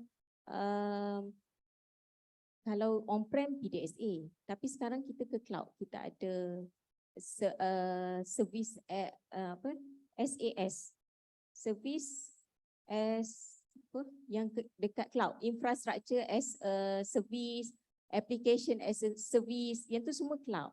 Jadi bila kita menyediakan infrastruktur yang boleh dikongsi dengan agensi, maka kita dapat menjimatkan duit kerajaan.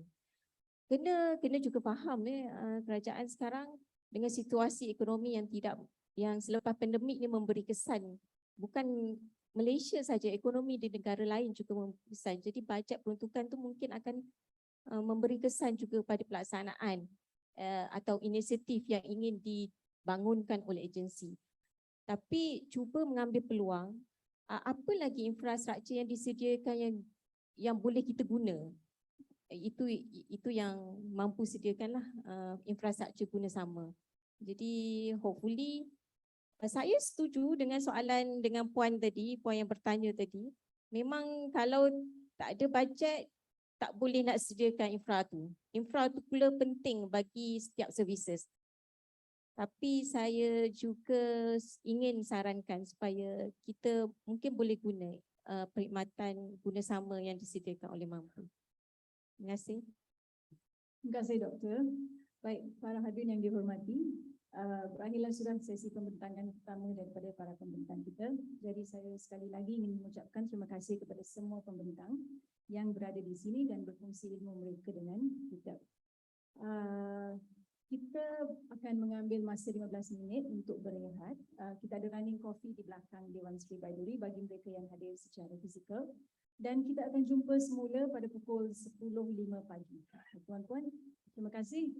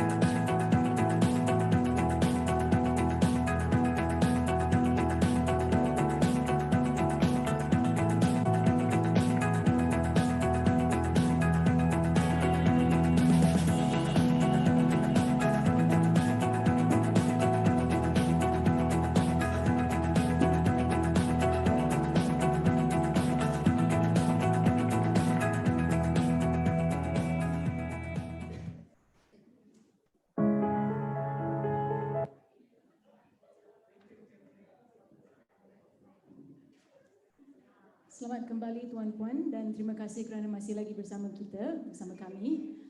Dalam sesi ini, kita akan mendengar pembentangan daripada 3 lagi pembentang yang pakar dalam bidang penyelidikan mereka.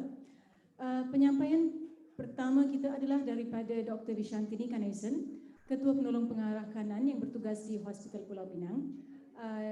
Beliau telah menamatkan pengajian kedoktoran di USM dan pakar dalam bidang perubahan iklim. Jadi tanpa melengahkan masa, mari kita mendengar pembentangan daripada Dr. Vishantini. Dr. persilakan.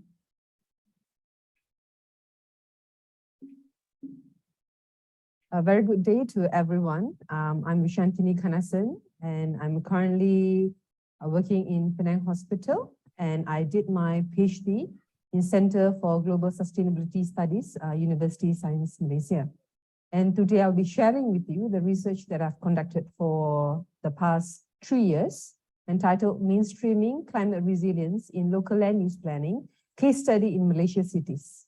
So my research journey towards climate resilient cities will be presented in 4 stages. So let me share with you my research overview, starting with the research question, the big question: how can Malaysian cities mainstream climate resilience in land use planning? So the funnel approach was employed in the exploration of this research due to its similarity to a bird's eye scanning, the process before identifying the particular information about the research. Therefore, I used qualitative method to conduct this research. It implies interpretation as a philosophy and theoretical underpinning with the main aim to develop a framework in enabling local government to adapt to climate change resilience within the context of local planning. So 2 important research principles were referred to for this research. As this research does not try to observe changes and looks into development of a phenomenon over a period of time from the time horizon perspective, it is accordingly considered as a cross-sectional study, and it is indeed a multidisciplinary study. In this case, the selection of an area of research that is compatible with my interests and strength as a researcher was very important to me. To focus and refocus to enhance the knowledge domain. Therefore, the subject area of interest for my research originated from my work experience in Malaysian local government and strong interest in environmental issues. As an example, if you look at it, from year 2015 and 2017, you are able to see the increase of flooding incidents in Penang. And the philosophy that actually encouraged me to look into the research was the total planning doctrine of Malaysia, where a new approach to the planning and design, which is expected to guide the physical planning system, focusing on sustainable development. And also the total planning and development policy that looks into relationship between men and relationship between men and its environment. So from there, I looked into the research aim, questions, and objectives. Local land use planning encompasses locality physical planning within the city parameters, which is significant in reflecting the local community's needs. Hence, mainstreaming climate resilience into local land use planning addresses the demand and supply of space issue, as it is the key strategy to efficiently use limited resources amid climate changes. While most of the discourse in this disciplinary either focus on human having caused or influenced destruction on the global climate, I find that few studies recognize the role of an institution in reference to local government in addressing climate impact.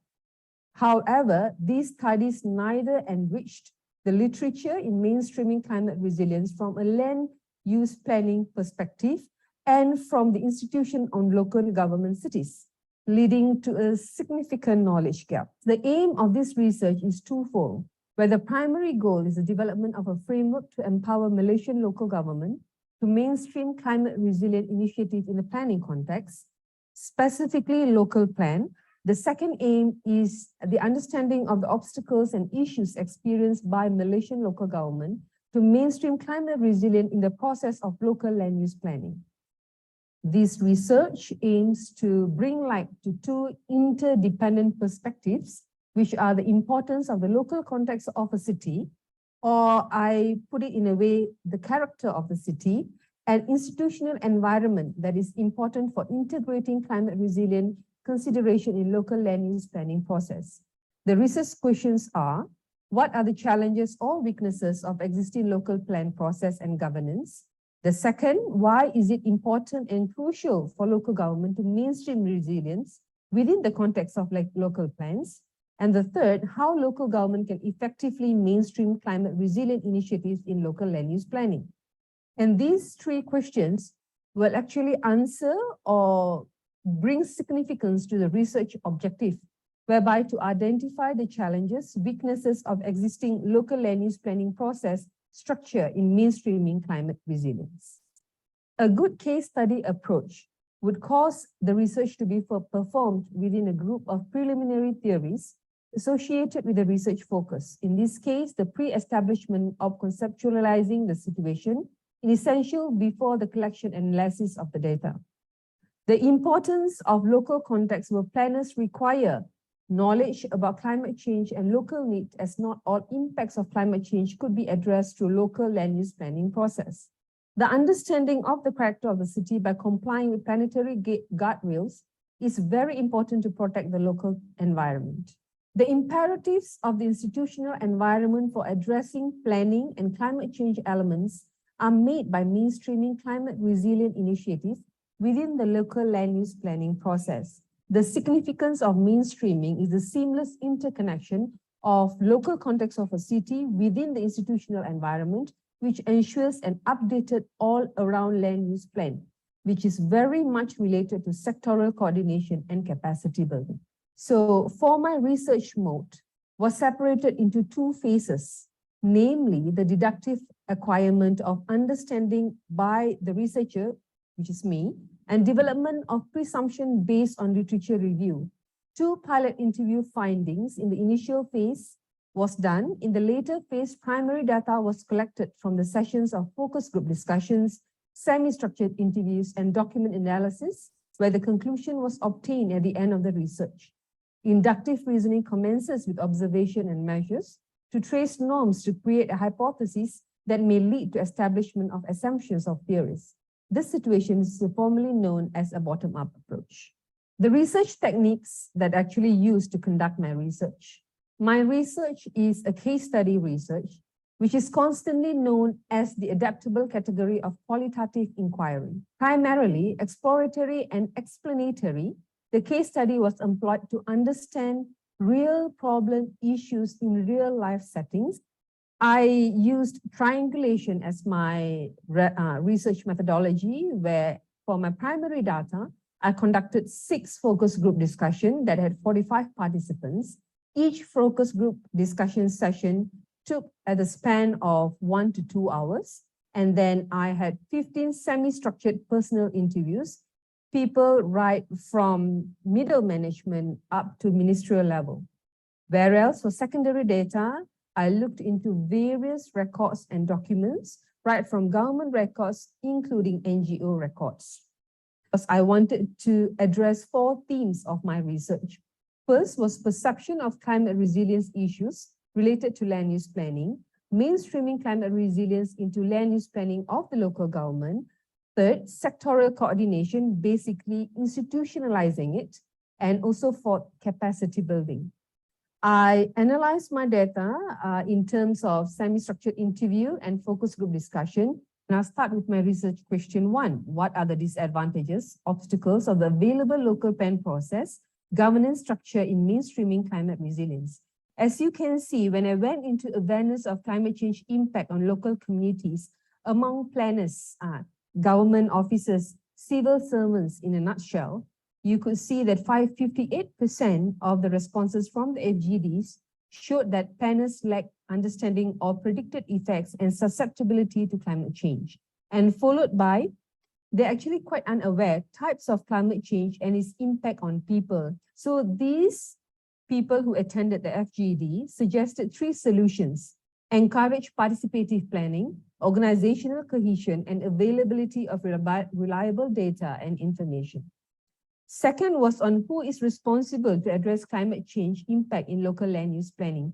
It was very surprising that all those who attended the focus group discussion informed that responsible organizations and institutions, regardless of level in government, should be held responsible to address climate change. And followed by establishing of empowering coordination within and outside of agencies. And agencies that are most affected by climate change should have a higher involvement in terms of institutionalizing the narratives of impact of climate change in local land use planning. It was also surprising to me that two sectors mostly affected by climate change shared by these people were actually on paddy production and fisheries. That is very important to food security. My second research question, many people don't seem to realize the local land use planning is the basis of foundation of planning of a city, planning of a town, or even planning of a rural area. Thus, integrating knowledge is very essential. As such, the narratives of the focus group discussion showed that 85% of those who attended it said that it is attaining credible real-time local information and participatory planning very much important together with proactive decision-making. And how can actually local communities enable mainstreaming? So we're looking at a bottom-up approach. And they're looking at 100% of them agree the potential roles that can be performed by local communities or entrusted to them could bring the change in terms of encouraging and supporting local community initiatives. You need a balance where you need data, you need local culture, and also affordable local need to come together with institutional environment, where you need a proper base data from EIA, local plan, local government empowerment, and political will. This is similar for both sectoral coordination and capacity building. Whereas in capacity building, you're looking again, data-driven capacity building, and institutional memory is very much stressed over and over again to have effective and strong local capacity building and sectoral coordination. In my research, there were very clear 5 contributions. The first was the importance of mainstreaming climate resilience in local government, especially in cities. And it's related to how it was systematically presented and identified, where challenges were addressed according to localities, connected to where it provided awareness and understanding of the climate change impact, to institutionalizing it in the government sector, specifically to city local government. And it was linked to coming up with a conceptual framework that is very much bottom-up approach that can be practically accepted, adapted, and done at a local government level. And this framework was established, especially in terms of mainstreaming, an integrated approach from various disciplinary, various background in the government service. A successful local land use planning that can address climate resilience is very much held together by sectoral coordination and capacity building. But in order to have a very strong sectoral coordination and effective capacity building, we need to have a bottom-up approach, whereby on my left-hand side is the character of the city, where you use local knowledge, participative planning, and data information to bring all in together. And on my right-hand side would be knowledge sharing, governance, and institutional environment. These two coming together will actually give a very strong basis for a climate resilient local land use planning. As a civil servant, this particular framework can actually be used for other instances, not only for local land use planning. Example, if you are looking into economic development in a certain place, it is very much important to address local knowledge, having participative local gathering of data, and sharing of this knowledge in terms of governance, and you're creating an institutional environment. That's how when you bring this together, you incorporate capacity building, sectoral coordination, and you will be having intellectual memory being retained in the government institution. Let me share with you how Plan Malaysia actually mainstream climate resilience via sustainable development goals into the Malaysian Special Development context. If you look at it, from a Malaysian Special Development context, they have addressed mainstreaming climate resilience via NPP3 and UP2 and NRPP within SDG 11, Sustainable Cities and Communities. And then again, you're seeing how they mainstream climate resilience via spatial development context in Climate Action SDG 13. The other very clear successful mainstreaming by Plan Malaysia that was done was actually the new urban agenda. You're looking at thrust 3, where environmentally sustainable and resilient urban development was very much the cruise of the planning research and guidelines for implementation actions. And in looking at an NPP3, they have 3 implementation actions. This is how they actually mainstreamed it into policies.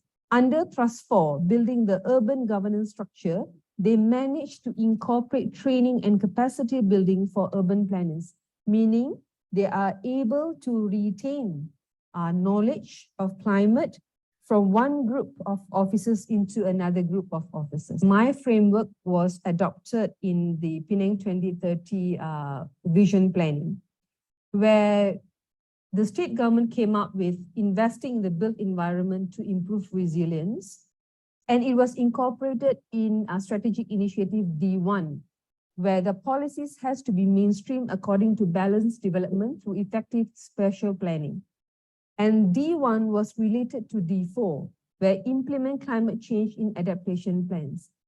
Again, you are seeing the relation of planning in empowering people to strengthen civic participation.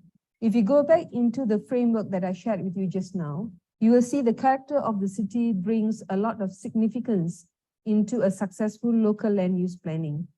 The government agency needs to be more open to accepting local memory, in accepting ideas, because as government officers change, but local people in that particular area will not change. And their experience and their knowledge in certain area will help and benefit the government, especially in climate-based decisions in spatial planning. I would like to end my presentation with sharing with you the strong significance of the word resilience. The oak fought the wind and was broken, but the willow bent when it was must and survived, meaning that climate change is not something new, but in order to be resilient to climate change, we should be able to bend and to adapt to the changes.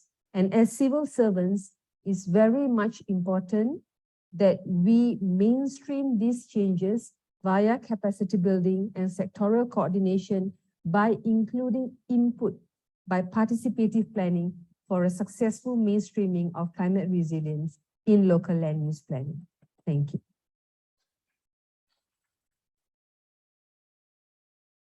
Terima kasih atas penyampaian Dr. tersebut tadi. Ya tuan-tuan, kita sering mendengar mengenai perubahan iklim ya. Tapi kajian doktor telah satu step higher, iaitu mengenai ketahanan terhadap perubahan iklim yang melanda dunia kita sekarang. Okey. Baik, seterusnya izinkan saya perkenalkan pembentang kedua kita, iaitu Dr. Nur Aisyah Haji Hassan. Dr. Nur Aisyah adalah pengurus kanan yang bertugas di Perbadanan Produktiviti Malaysia MPC dan akan membentangkan kajian beliau. Doktor, dipersilakan.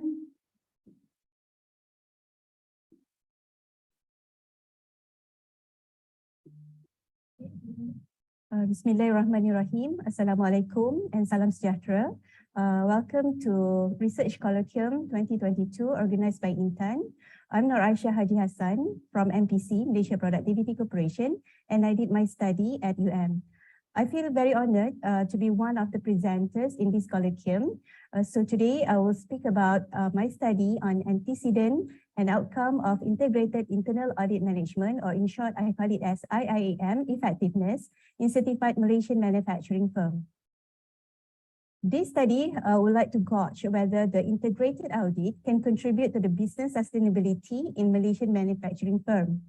If you look at our government policy back in year 2009, Malaysia formulated the new economic model, which further cemented Malaysia's commitment to pursue sustainable development based on 3 pillars, namely high income, inclusivity, and sustainability, which mirrors the 3 elements of sustainable development goal, namely economy, social, and environment. Let me begin. This is my table of content. Okay, let me start with chapter 1 on introduction. According to Karapetrovic and Wilburn 1998, integrated management system, or IMS, can be referred as the interconnected processes which present more effective management system. And according to Abad and all 2014, through integrated audit, it also can save time, reduce bureaucracy, and save human, technical, and financial resources as well. If you look at this diagram, according to Kimmel 2015, integrated audit is fall under integrated management system. So what is the problem? In this problem statement, I would like to highlight 4 justifications why I'm choosing this topic to be studied. First, there are many studies about MS audit, management system audit. However, studies about audit integration, be whether it's internal or external, are much sparse, and contribution in this direction are very much needed. Second, internal audit effectiveness can be seen through the coverage audit area, auditor capabilities, and audit frequency. Third, in Malaysian context, a critical success factor of IMS, or in my study, I call it as IIAM, has been studied. However, these factors are not related to any theories govern that whole IMS initiative. And last but not least, the integration of sustainability and IMS approach is inadequate, not much study to adapt current MS practices and tools to better align with business sustainability. That's why in my study, I would like to further deep dive on these variables. Okay, based on the problem statement that I mentioned just now, I have come up with the RQ and RO. Okay, among my RO is first to examine the relationship between antecedent factors and IIM effectiveness. Other than that, to examine the relationship between IIM effectiveness and business sustainability. And also, I would like to investigate the mediating role of internal audit process in the relationship between antecedent factors and IIM effectiveness in Malaysian manufacturing firm. Okay, now let me move to chapter 2 on literature review. Okay, in literature review, I will discuss one by one what are the antecedent factors that can affect the outcome. There consist of internal and external factors, and in general, internal factors consist of resource and resources expertise. Meanwhile, for external factors, focusing on stakeholder involvement and coordination. In this study, I also conducted content analysis based on 37 main articles related to my study. So from content analysis, I have identified the high-cited factors for internal and external respectively. The top 3 of internal factors of human resources, technology, and quality capabilities.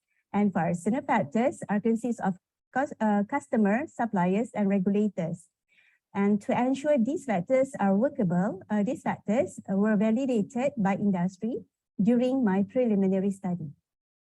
Okay, since my study on integrated internal audit, let's look on the audit process where it can be defined as planning, conducting, report writing, and following up the action.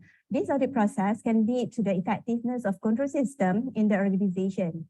According to Michael and all 2017, integration of quality management system QMS, environmental management system EMS, and OSHA's occupational health and safety could minimize the firm performance, could maximize the firm performance such as business sustainability and effectiveness.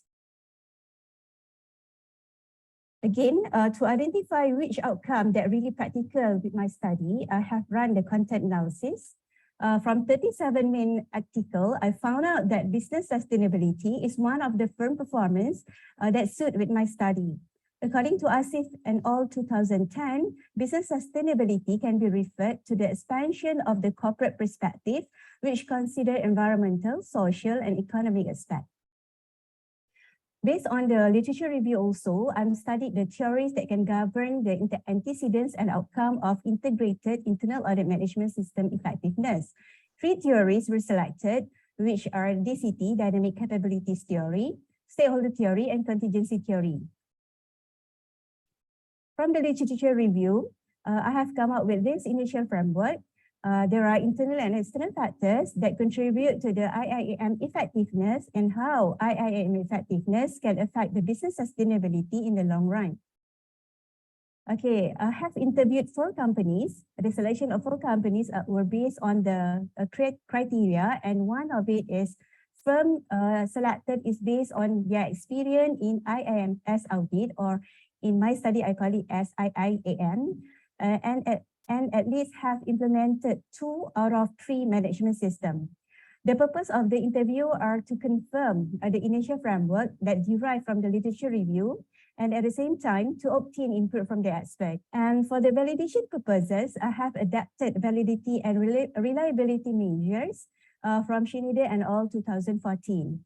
And the findings, and among the findings are, first, all firms agree that internal factors can influence IIEM effectiveness. Second, all firms agree that external factors can be one of the motivation factors. And the third one, integrated internal audit has identified as initiative to improve business sustainability. Okay, based on that, I have developed this research framework. In my research framework, it can be divided into 2 phases. If you look at here, internal factors governed by DCT, dynamic capabilities theory, external factors governed by stakeholder theory, and the relationship between antecedents and outcome will carry out by contingency theory. Okay, based on the research framework that I have developed just now, I have come up with 5 main hypotheses. Okay, now let me move to the research methodology. Okay, for my study, I have adapted quantitative research. The total population of my study is around 456 companies who actually integrated 2 and 3 management systems. Since the number of population very small, I'm used sensor sampling, which cover about 439 companies. From the same organization, I required 2 respondents to answer on manager level and also internal auditors. And for data analysis, I use SPSS and Smart PLS 3.0. Okay, the questionnaire developed based on these internal and external instruments. Okay, same goes to the internal audit process and the outcome. And to ensure my questionnaire is understood by the respondent, I have conducted phase validity with 2 groups of people, which are from academia and the industry. Okay, for my pilot study, the number of questionnaire that I developed is about 123 items. Number of pilot study that I conducted 13, and from 13 respondents, I ran the reliability test and the result as stated here. And I also used G-power to identify my sample size. And with 80% of power, the total number of samples should be required is 92. Okay, now let me look on the analysis and the findings. Okay, I also conducted non-response biotest for late versus early, and also manual versus online. I would say that there is no significant difference between these 2 groups. Okay, by using ANOVA, these are the descriptive analysis for antecedents, which consists of internal antecedent factors, internal audit process, IIEM effectiveness, and business sustainability. Okay, as mentioned before, in my study, I use Smart PLS 3.0. This is the first assessment of reflective measurement for first order construct. Okay, second assessment is on reflective measurement for second order construct. For second assessment is on reflective measurement for second order construct.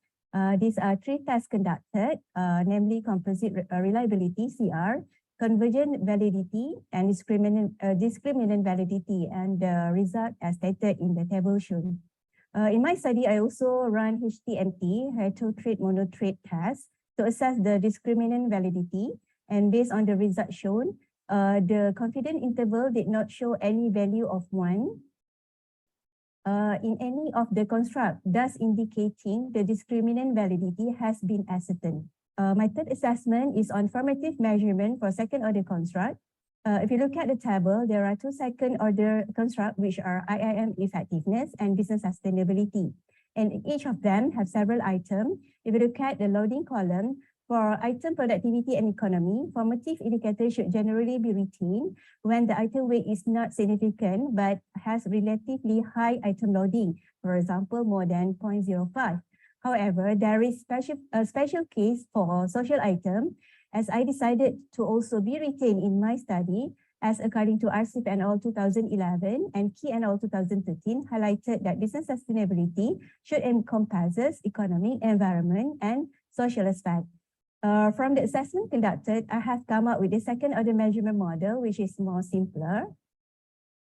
And based on the thorough analysis, the hypothesis testing, I would like to summarize that only H1A, H1C, and H1C, H2, and H3 are supported.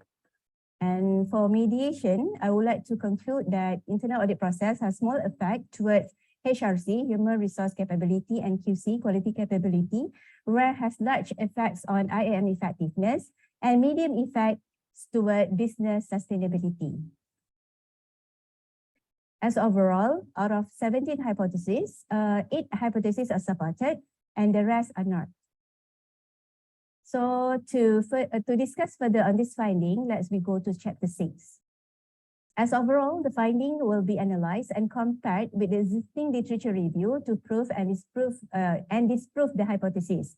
For this chapter, the discussion highlights the relationship between antecedent factors and IIAM effectiveness, as well as the relationship between IIAM effectiveness and business sustainability performance.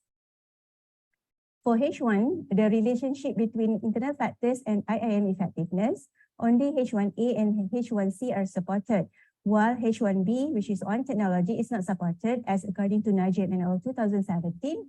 Further describe that technological capability does not verify the significant role of technology in increasing organizational performance. For the relationship between external factors and IIM effectiveness, both are not supported.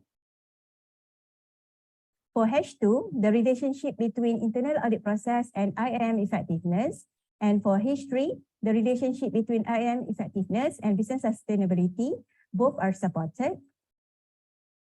For H4, internal factors, only HB is not supported, as knowledge on IT usage, which is technology, and IT audit have no significant impacts on the rate of integration in company implementing the partially integrated approach. For H4 external factors, both are not supported. As stated by Petroni 2001, many companies are still doubtful whether certification will be realized into improved process and increased performance. As for H5 on mediating effect, I would say that the internal audit process has significant effect on the relationship between internal factors, specifically on human resource and quality capability, and IIAM effectiveness. Whereas external factors, which consider environmental pressure and the system characteristic, have no statistically significant influence on internal matters, including the effectiveness of ISO management system. On theoretical contribution, for DCT, there are significant link between HRC and QC, which is this is a new contribution to the theory itself. And for stakeholder theory, this finding actually contradicts with the past study finding on the positive relationship. And for practical contribution under Industrial 4.0, policymaker can use this study to determine sustainable manufacturing practices and how it can contribute to national SDG. And contribution to policy, I would say that during my study, only a small number of companies have implemented the IMS or IAM effectiveness, mainly due to the lack of intention of the company towards sustainability. And as policymaker, we have to investigate why not many companies are willing to adopt the SDG program. And policymaker also should also consider to provide some incentive in order to encourage a company to get certification on IMS, which actually related to economy, social, and environment, and at the same time to create conducive environment in the long run for a more sustainable Malaysia. Okay, last but not least, as a conclusion, all my study has some limitation. All study has some limitations, same goes to my study. Okay, this study has small number of population and no database on the company that implemented IMS, and also limited to perception study only and difficult to get feedback as this study adopted multiple respondent approach.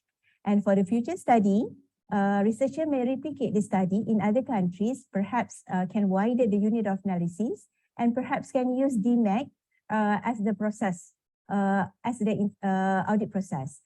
And to summarize and conclude my presentation, this study found out that internal factors, specifically on HRC, human resource capability, and quality capability have significant relationship between IIAM, Integrated Internal Audit Management, and two indicators of IIAM effectiveness, which is quality and efficiency, created substantial impact on business sustainability, and internal audit process strongly mediates the relationship between internal factors and IIAM effectiveness.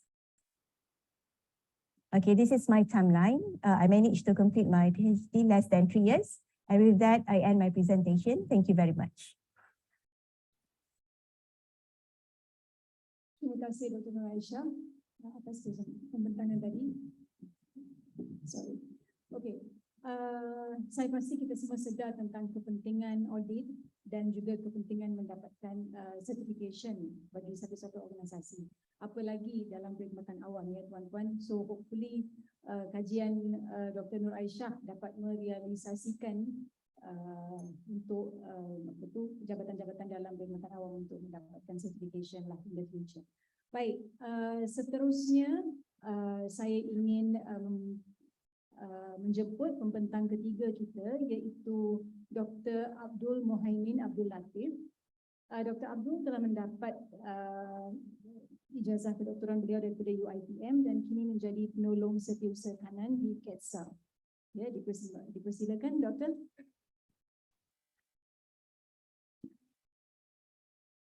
Assalamualaikum warahmatullahi wabarakatuh and very good afternoon. My name is Abdul Muhaimin bin Abdul Latif, currently attached to the Ministry of Energy and Natural Resources. I started my PhD journey back in March 2018 and completed in October 2021. My research topic is Project Governance Framework for Public Poverty Alleviation Projects in Malaysia. So today I would like to share my outcome of the research. So this is my presentation outline. Also, okay, basically I will start with the research background. We have started our National Development Plan back in 1957 through First Malaya Plan, and now we are in the 12th Malaysian Plan. A lot of projects and programs related to the poverty alleviation have been conducted by the government, which cost more than RM 120 billion. However, related to the poverty alleviation projects or program success, there are issues encountered throughout the development journey. The main thing is that on how the public projects or program are managed. This is where project governance comes into the picture, where project governance practice is identified as a critical success factor for the delivery of the project. So consequently, the motivation of this research, if you can see that the poverty incident has declined back from 1970 until now 2020, where we have recorded around 8.4% of poverty incident. And also, if you can see that the poverty alleviation project budget also has increased from years to years. The research background has set the context of the research, where the statement of the problem basically start where evidence suggests that there are emerging challenges in poverty alleviation, and also governance practices in poverty alleviation projects are poorly understood, as well as the issues in linking the project governance and poverty alleviation. These three issues has led to the many poverty alleviation projects fail to meet the expectations due to the governance issues, which lead to the failure of project attainment, and the target groups will not be benefited from the project. So there are pressing needs to address a better understanding of project governance practices. Obviously, the problem statement become the basis of the development of research questions and research objective. For example, lack of knowledge and understanding of project governance lead to the first RQ, which is how project governance is practiced. New elements needed to address the weaknesses in the system, which lead to the second RQ, what are the embedded project governance elements that have been practiced. And number three, strict transfer of a framework from one country or industry to another will not work. which lead to the third RQ, how the project governance elements found in the investigation could be formalized into a comprehensive project governance framework, or PGF. The research design. This research is basically a qualitative in nature, where there are 4 pillars of the research design. Of course, a review of literature is a must, whereby the outcome of the review of literature, I have developed the theoretical framework of the research. Next, I conducted exploratory study, which lead to the development of the conceptual framework. Case study is the main data collection strategy, where 5 case studies have been conducted to answer RQ1 and RQ2, which lead to the development of project governance framework draft. And the draft has been validated through focus group discussion, which answer RQ3 and lead to the development of final project governance framework. Basically, the review of the literature is about 2 main streams, which are governance and poverty. Subsequently, the link between project governance and poverty elevation program was established through the derivation of project governance in poverty elevation program. The theoretical framework. The development of theoretical framework, which is based on theoretical notion of this research, which is stewardship theory, has allowed to the establishment of 5 initial research propositions. First, the intrinsic motivation, which consists of trust and collaboration. Values are shared at the organization and project level. Collectivist culture, which puts the needs of the poor people ahead of their own needs. Stakeholder orientation, which emphasizes the effective delivery to the poor people. Empowerment, which provides flexibility to the projects to be carried effectively. For exploratory study, the purpose is to determine the current state of project governance practices. And basically, the results of exploratory study have contributed to the development of conceptual framework. The conceptual framework basically started from intrinsic motivation, again, which consists of element trust and collaboration, where element trust and collaboration influence the project governance elements as well as the project governance components.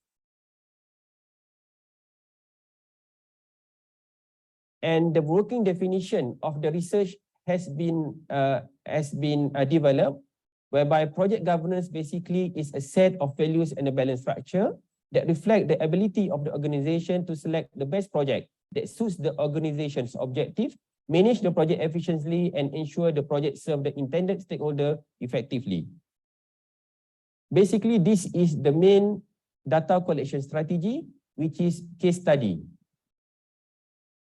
To answer the RQ1 and RQ2, the data collection has been conducted from May 2019 until January 2020. It started with the data collection entry interview to help for better design of case study protocol, input of cases selection, as well as serve as validation for interview questions.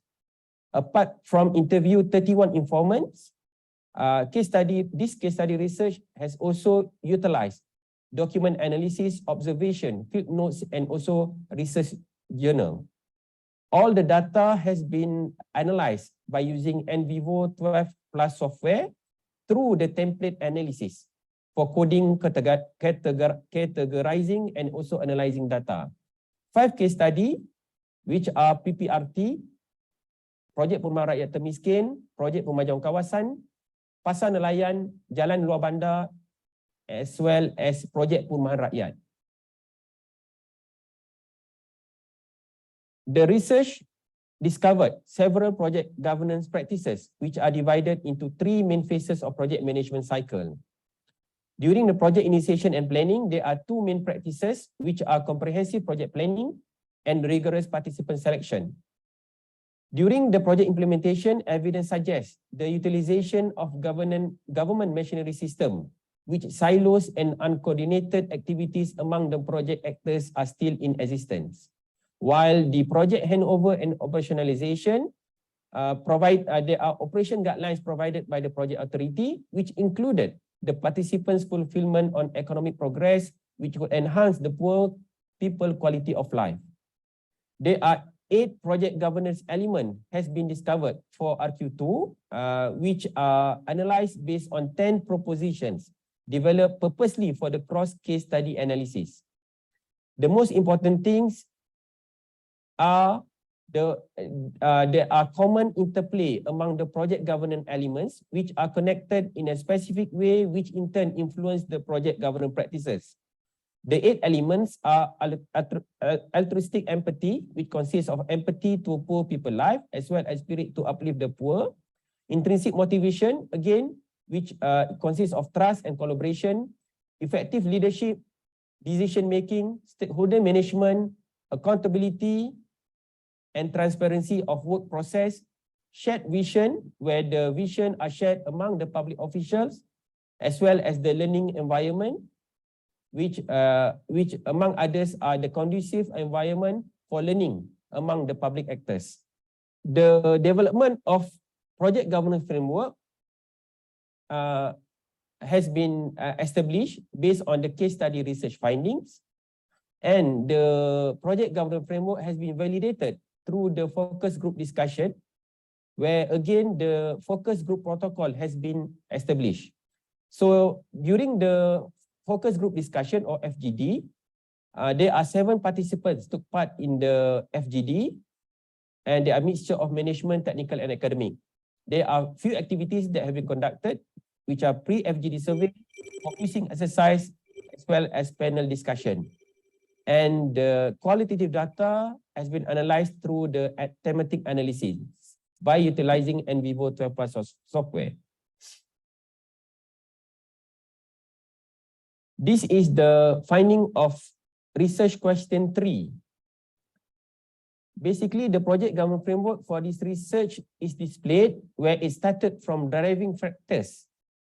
The driving factors consist of altruistic empathy and intrinsic motivation. So the driving factors basically drive 4 other main cluster, which are competency catalyst, stewardship oriented, governance principles, and supporting conditions. So all elements created a value system which reflect the working definition of project governance in poverty alleviation projects. And the project cycles, the value system influence the project cycle, which again consists of 3 main phases of project cycle: project initiation and planning, project implementation, and also project handover and operationalization. So this framework basically contribute to the good project governance practices and subsequently lead to the project outcome achievement. For conclusion, to sum up, this is basically a relational base of governance where it leans towards underlying patterns of human behavior, where project governance is informally practiced in the poverty alleviation projects. Altruistic empathy and intrinsic motivation as 2 main elements, they are significantly practiced and positively interplayed with 6 other elements, and also comprehensive project governance framework has been developed, which integrate between project governance practices and elements. The novelty of the research includes establishing the connection between project governance and poverty alleviation projects. I have expanded the list of elements that influence the practices of project governance, which is altruistic empathy. Recognize that poverty alleviation projects have different setup and motivation compared to other public projects, which are altruistic empathy and intrinsic motivation. And also, the project governance framework was designed to be generic in nature to enable easy applicable in the related public organization. Research contribution. So basically, in terms of body of knowledge, this research contribute to the research area, frameworks, and also methodology. So this is an important part to highlight in terms of practical application in the Malaysian public sector. In terms of public policy, this research basically established further integration of project governance within the public governance substance, where it could be embraced widely during the National Development Plan, including the 12th Malaysia Plan, especially in the area of poverty rural and regional development, affordable housing, education, and also health. In terms of public policy also, this research contribute to offer policy makers to iron out specific guidelines to guide ministries, departments, and agencies in terms of poverty alleviation projects and program. And there are also needs to establish of Dasar anti-kemiskinan negara, which could include on how public projects related to the poverty alleviation could be managed by the public officials. In terms of delivery system, this research contribute to the utilization for better decision making across the project organization, whereby in public sector, the project could cut across around many organizations and agencies. Secondly, positive interplay is significant in adding value and guiding public officials to deliver the project effectively, whereby this is important to reduce the fragmentation, bureaucracy, and also silo mentality, which are still in existence. Number three, to reinforce underlying project governance elements towards strengthening the delivery system. This research is important as an input for program Pembasmian Kemiskinan Tegar Keluarga Malaysia or BMTKM, which is currently being implemented by the government. So there are also needs for the government to ensure the machinery system, especially on the ground, are effectively managed to ensure that the plan or the objective of the projects could be achieved by the government, as well as to ensure that there are no more hardcore poverty among Malaysian. In terms of research limitation and recommendation, basically the context of project governance framework could be explored in more wide area. Number two, public officials as the project actors is the limitation, whereby there should be consideration to include other significant stakeholders. This research is unrelated with the project outcome, whereby this research only study on the governance aspect. Next research could establish the connection between project governance practices and the outcome of the project, and the utilization of stewardship theory. This research limit on the stewardship theory, where further research could explore other theoretical lenses. This is my list of publication. There are 5 Scopus Index Journal and 1 article still under consideration. So basically, this is emotional stages of doing a PhD or running a marathon, whereby at the start or the beginning of the research, you have a quite adrenaline rush, and you are quite high spirit to complete your study. But along the way, when you start to develop your literature review, your framework, there will be time of doubt and anger, and you have to accept that you have to do something to ensure that you could climb back to ensure that at the end of the day you could deliver or you could complete your research successfully. Thank you. And last but not least, financial support received from JPA throughout my PhD journey is gratefully acknowledged.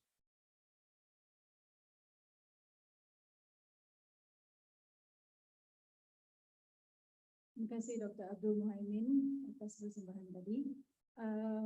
Baik, saya amat tertarik dengan hubungan yang doktor telah buat di antara projek pembasmian kemiskinan yang dikaitkan dengan tata urus yang baik, ya. At the same time, kita juga perlu ingat bahawa tata urus yang baik perlulah dipraktikkan dalam semua aspek, terutamanya dalam perkhidmatan awam, supaya perkhidmatan yang kita sampaikan kepada rakyat sampai sebaik-baiknya. Baik, sekarang kita akan ke sesi soal jawab, dan seperti dalam sesi pertama, disebabkan ketekangan masa, kita mungkin hanya dapat bersoalan jawab beberapa soalan saja. Jadi sekiranya tuan-puan mempunyai lebih banyak soalan kepada pembentang, mohon berhubung dengan harus dia untuk mendapatkan email membentang dengan izin mereka, ya. Alright, okay. Soalan pertama kita adalah kepada Dr. Vishantini, kalau tak silap saya. Okay. Land use planning helps the local government to make decisions. How do we empower the local government to execute those decisions? What is the gap between finding what to do and actually able to do it? Doctor? Thank you, Dr. Kat. In order for me to answer the first question, I have to address the second question first. All of us are aware about federal government, state government, but many of us aren't aware of the crucial role that is played by the local government. And local government actually comes under the purview of the state government. The federal government has very much limited control over the local government. Unfortunately, a lot of resources is not being flowed to the local government. As an example, if you look back 10 to 20 years behind, the number of headcounts in the local government is still similar to what we have now.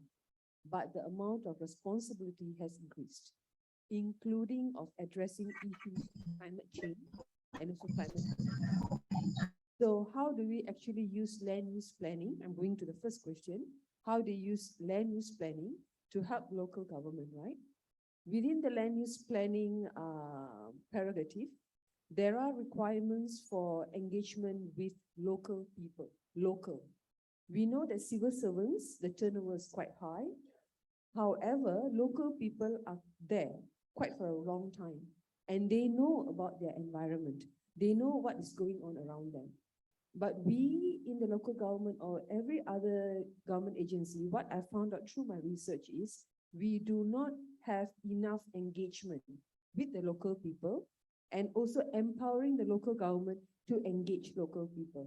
As an example, yeah, when we come out with a local plan or state structure plan, usually we as civil servants have an idea what we want for a locality.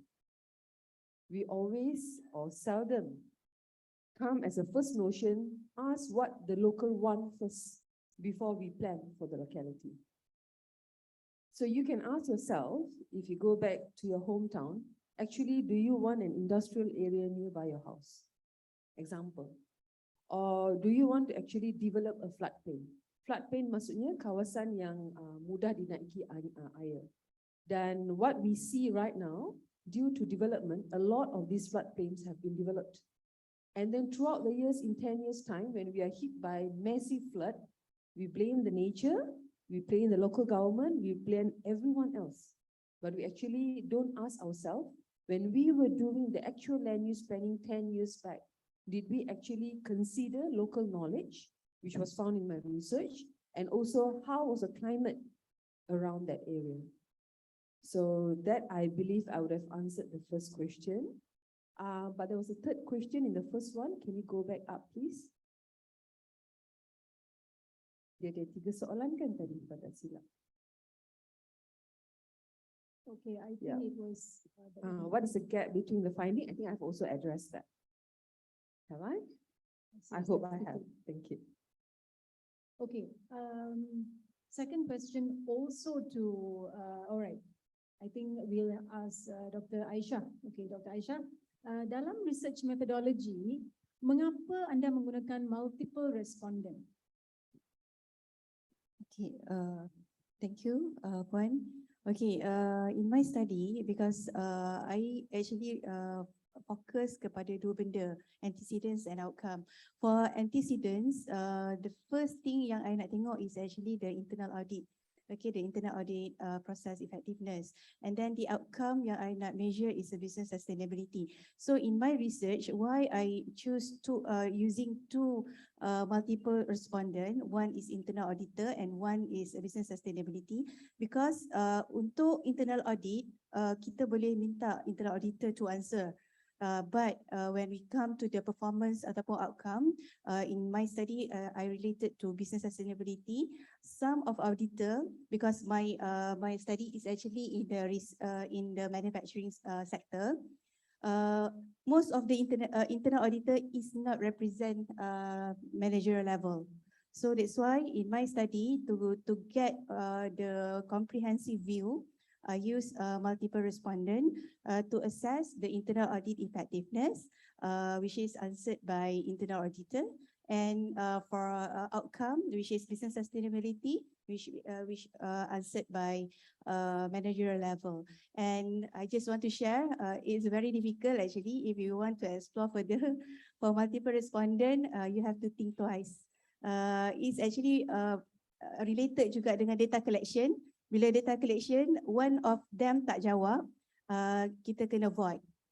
So it's very challenges, but I think it's good experience for me. Tapi itulah susah sikit lah untuk multiple respondent. If you want to explore on that, I welcome lah. Tapi ada I have to think twice. Thank you. So doktor mencapai juga ya kajian doktor ni. Okey, terima kasih doktor. Alright, soalan ketiga kita adalah kepada Dr. Mohaimin. Bagaimana kita hendak mewujudkan sikap altruistik empati di kalangan penjawat awam dalam melakukan tugasan mereka, terutama dalam menangani isu sosial seperti pembasmian kemiskinan?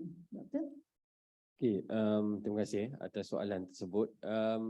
Saya rasa kita balik kepada basic balik, bahawa penjawat awam sebenarnya kita perlu berorientasikan kepada rakyat.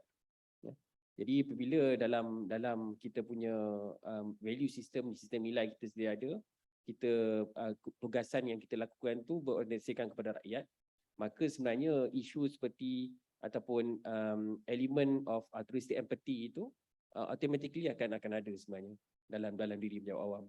Jadi apatah lagi kalau penjawat awam yang memang berhadapan dengan tugasan-tugasan berkaitan dengan kemiskinan, ya, apabila mereka turun padang, melawat keluarga-keluarga miskin, memberikan bantuan, merancang bantuan. Jadi bermaksud bahawa bila berorientasikan kepada rakyat, kita bukan sahaja berada di pejabat, ya, kita juga sepatutnya berada di lapangan. Jadi bagi saya itulah kita balik kepada basic, bahawa apa-apa pun kita berorientasi kepada rakyat, maka elemen of altruistic empathy itu sebenarnya akan datang. So nilai empati yang perlu ada di dalam penjawat awam itulah. It's not something yang boleh dibina or something like that. So, okay. Baik, Dr. Vishantini, one more question for you. In your study, what is your suggestion for further research?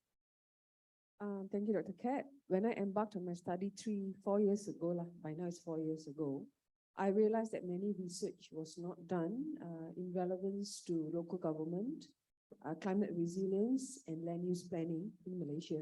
Many was done in other ASEAN countries, developing ASEAN countries, but very limited to Malaysia. I focused on city-state, which was island city-state. That was my limitation due to time and resources. I would really encourage if research could be expanded to other local government, Majlis Perbandaran or Majlis Daerah, they're still pihak berkuasa tempatan. And also if people can focus from a gender perspective. I realize when women are empowered, the reaction is much better. That would be my suggestion. Thank you. Thank you very much, Doktor.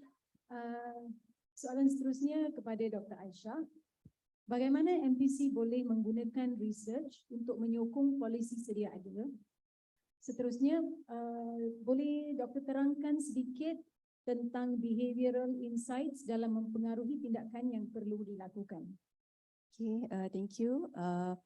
Okay, soalan ni agak mencabar sebab dia ada dua benda. Yang pertama berkaitan dengan bagaimana research saya ni on integration audit ni boleh support polisi sedia ada. So macam kami MPC, kita di bawah MITI. So di bawah MITI kita ada satu national plan, we call it as National Plan on Industrial Forward. So one of the criteria that we assess under national plan, national policy on industrial forward tu adalah integration, one of the element. So kalau kita lihat balik dalam study saya, macam mana kita nak integrate, kita nak lihat the integration of internal audit ni, situasi ni di Malaysia. So masa study, masa research yang saya buat tu, feedback yang kami dapat masa saya buat data collection, observation semua tu, kita nampak di Malaysia in term of dia punya awareness ataupun kebanyakan company memang tak banyak yang ada IMS, Integrated Management System. Some of it ada integrate 2, tapi the best is actually 3 lah kan, ada ISO 9001, EMS, Environmental Management System, and OSHA, Occupational Safety and Health. Tapi di Malaysia around dalam 18% sahaja yang ada. Itu pun company-company besar saja. So apa yang kita nampak dekat situ, Malaysia kalau kita nak relate balik dengan business sustainability is actually orang kata jauh lagi. We have to work hard lah untuk ni. So bila kaitkan balik dengan behavioral insight, macam mana kita nak nak nudge this company kan dekat Malaysia, sebab kita tahu about 90% of company in Malaysia ni SME. Okay, yang macam saya cakap tadi, dalam 18% yang kita kata ada IMS tu semua yang big company, yang GLC, multinational. So macam mana kita nak nudge behavioral insight ni, about macam mana kita nak pinch this company untuk dia sedar, oh business sustainability is orang kata good for them kan, untuk diorang nak sustain dalam this business. So perhaps macam kita mungkin this is my suggestion lah, if we can have some incentive. Okay, insentif tu kita galakkan diorang kan untuk diorang melaksanakan integration audit ni. Sebab kita kena tahu why we need integration audit, sebab ultimate goal dia adalah untuk kita nak save time, save resources kan, untuk integrated audit. So mungkin salah satunya kita provide insentif ataupun awareness lah. Sometimes kalau awareness ni rasanya dah banyak government buat kan, kalau through MPC, through MITI dan MPC pun kita banyak dah buat. Tapi the take up rate, the readiness tu tidak menggambarkan ataupun tidak menepati apa yang kita nak. So perhaps kita boleh explore further lah untuk yang behavioral insight ni kan, macam mana kita nak nudge company ni towards business sustainability. I hope saya menjawab soalan. Terima kasih Doktor. Okey, kita ke soalan terakhir kepada Dr. Mohaimin ya. Okey Doktor, dalam slide kesimpulan Doktor telah memaklumkan bahawa tadbir urus projek telah dipraktikkan secara tidak formal dalam projek pembasmian kemiskinan. So soalan saya, mengapa tidak formal Doktor? Kenapa tidak diformalkan? Okay, terima kasih Doktor. Okay, basically sebenarnya memang dari segi tadbir urus governance dalam projek ni memang secara formalnya memang telah dipraktiskan selama ini. Kita ada banyak garis panduan, keliling dan sebagainya yang memang kita bersandarkan kepada panduan dan perkeliling itu adalah part of governance lah, bagaimana kita mentadbir urus sebuah projek. Tetapi dalam konteks projek-projek kemiskinan, selain daripada guidelines ataupun perkeliling tersebut, ada aspek-aspek lain yang perlu dipraktiskan secara informal. Jadi itulah maksudnya bahawa value system yang terdiri daripada mainnya adalah atas empathy and intrinsic motivation, which is dari segi trust and collaboration, itu juga adalah satu aspek yang memang perlu ditekankan dalam konteks pembasmian kemiskinan. Jadi secara keseluruhannya begitulah maknanya research yang telah saya laksanakan itu, findingsnya adalah selain daripada all the elements yang informally practice, ada elemen informally practice ini juga yang perlu kita tekankan, which is banyaklah main pillar of bagaimana menentukan kejayaan sesebuah projek berkaitan kemiskinan. Itu saja, terima kasih. So in other words, trust and collaboration akan menyumbang kepada kita mempraktikkan dan tadbir urus yang baik. It will also contribute. Okay. Terima kasih Doktor. Baik tuan-puan, kita telah pun ke akhir sesi kedua dan sekali lagi saya mengucapkan terima kasih kepada semua pembentang kita yang telah sudi hadir untuk berkongsi ilmu dengan kita. Semoga hasil penyelidikan mereka dapat dijadikan langkah pertama ke arah kemakmuran negara kita. Dan terima kasih juga kepada para penonton atas penyertaan dan perhatian anda semua. Jadi saya menyerahkan kembali majlis kepada saudari pengacara majlis. Terima kasih. Terima kasih Yang Berusaha, Dr. Catherine N. Francis, moderator bagi pembentangan slot pertama dan kedua pada pagi ini. Hadirin sekalian, kita akan berhenti rehat selama 15 minit sebelum meneruskan sesi pembentangan berikutnya. Mohon para hadirin untuk berada di tempat masing-masing sebelum sesi bermula pada pukul 11.30 pagi. Terima kasih.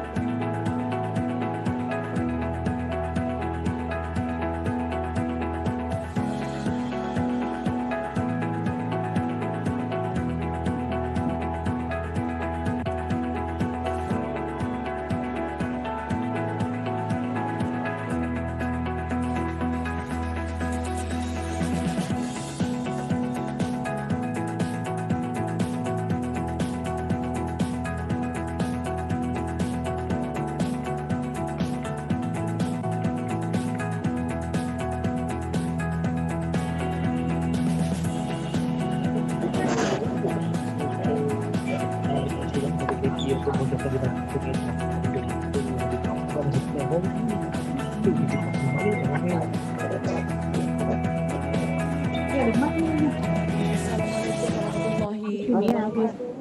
sejahtera. Hadirin sekalian, sesi pembentangan slot ketiga diteruskan lagi dengan sesi pembentangan oleh pembentang yang merupakan graduan dari universiti di Jepun. Slot ini akan dikendalikan oleh Yang Berusaha Dr. Razul Ikmal bin Ramli sebagai moderator. Dengan sukacitanya, majlis mempersilakan Yang Berusaha Dr. Assalamualaikum warahmatullahi wabarakatuh dan salam sejahtera. Terima kasih diucapkan kepada pengacara majlis dan salam memartabatkan ilmu dan pendidikan saya zahirkan kepada hadirin yang mengikuti Kolokium Penyelidikan 2022 secara fizikal maupun secara talian. Hadirin yang saya hormati, inisiatif untuk menyebar luas kajian dalam disiplin penyelidikan dan proses ini memberikan ruang supaya hasil kajian yang dilaksanakan dikongsikan kepada pihak yang berkepentingan bagi membolehkan ia diterjemahkan dalam bentuk dasar-dasar untuk membaik perkhidmatan awam. Dan menerusi manfaat ini, kajian itu dapat ditemukan dan hasil dapat dirahsiai oleh kita semua. Dan untuk sesi ketiga ini, selama 3 orang dari pembentang akan mengambil bahagian dalam membentangkan hasil kajian mereka. 2 daripada pembentang ada bersama-sama kita di dewan ini, walaupun seorang lagi pembentang tidak dapat hadir atas komitmen rasmi yang telah ditetapkan lebih awal. Sungguh pun kedua-dua mereka ini berbeza daripada pengajian, namun mereka mempunyai kesamaan yang amat penting, iaitu mereka adalah ketiganya yang merupakan graduan daripada universiti daripada negara Jepun. Pembentang kita yang pertama adalah Yang Berusaha Dr. Syahrim Azlan Ibrahim. Apa khabar doktor? Beliau merupakan pegawai penyelidik di Agensi Angkasa Malaysia dan telah menamatkan pengajian di Kyushu Institute of Technology. Tanpa melengahkan masa, kita ikuti pembentangan daripada Yang Berusaha Dr. Syahrim dengan segala hormatnya dipersilakan. Ambil tekor. Assalamualaikum and good day everybody. It is a pleasure to be here at the Kolokium Penyelidikan 2022. My name is Syahrim Azlan bin Ibrahim from Malaysia Space Agency or MISA. I will be presenting a part of my PhD study which is entitled Solar Radiation Disturbance on Deployable Solar Panels of Nanosatellite. The study was done in Kyushu Institute of Technology or QTech under supervision of Professor Eki Yamaguchi. The outline of my presentation is as shown in this slide. Firstly, I will introduce you to nanosatellite. As is known, an artificial satellite is an object that is intentionally placed into an orbit or circle around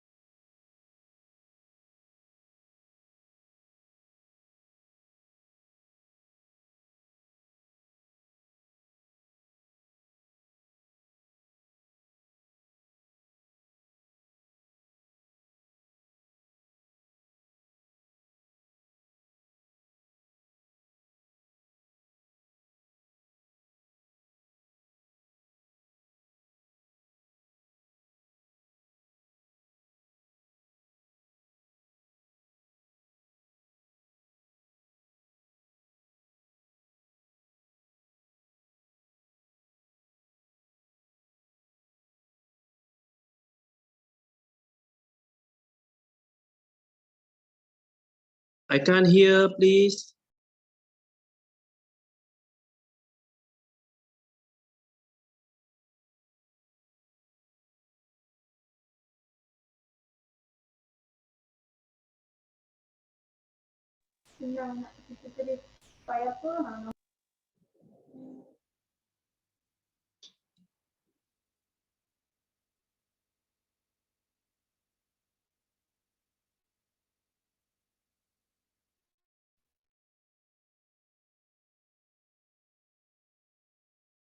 on each individual satellite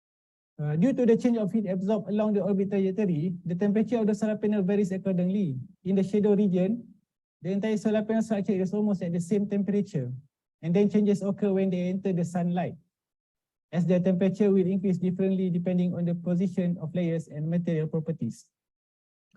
The temperature results that we obtain are then used in the thermal structural analysis, which is used to classify the types of TID disturbances that may occur on the current CubeSat model and quantify their levels.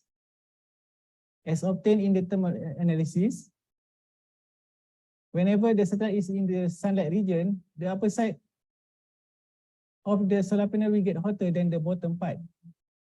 This causes the solar panel to deform downward or bending, which is one type of TID phenomenon we name as quasi-static deformation.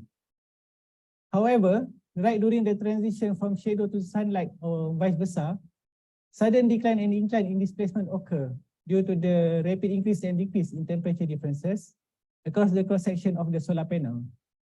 For example, due to the sudden displacement when the satellite is in transition from shadow to sunlight region, the solar panel will experience velocity and acceleration transients that will impose a dynamic response from the solar panel.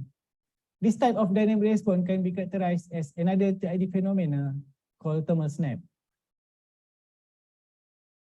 The final analysis is the pointing displacement analysis that is used to quantify the change in the orientation of the satellite body due to disturbance torque produced by the acceleration motion of the solar panels.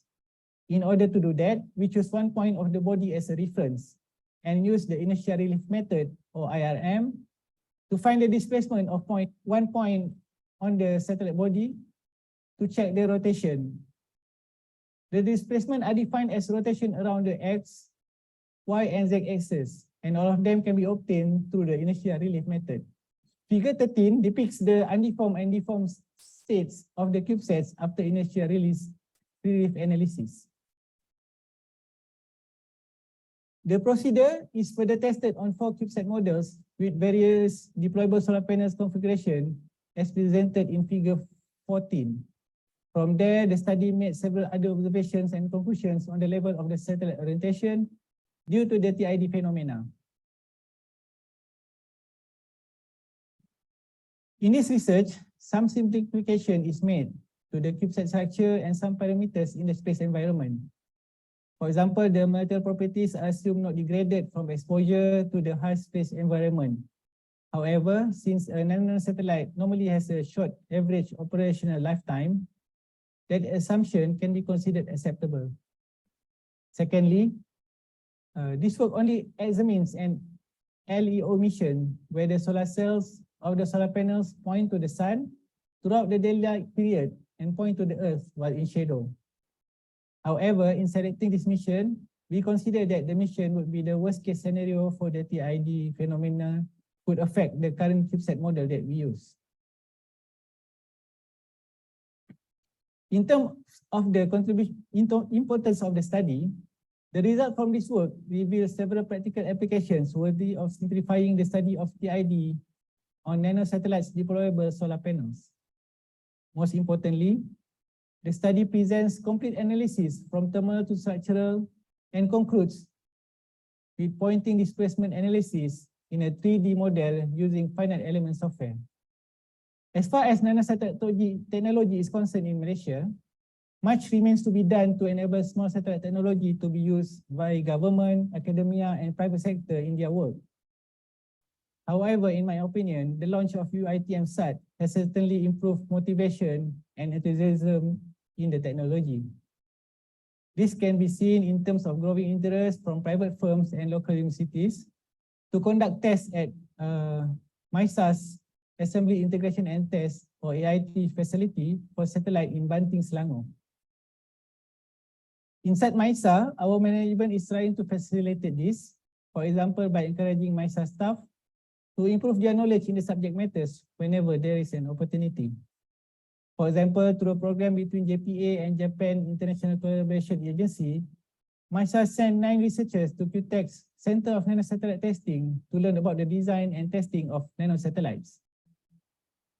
When it comes to relevant government policies, this effort is part of the strategic thrust contained in the National Science, Technology and Innovation Policy that is to advance scientific research in government agencies, as well as Thrust 3 in the National Space Policy 2030, that is to drive the development of space science, technology, and increase expertise.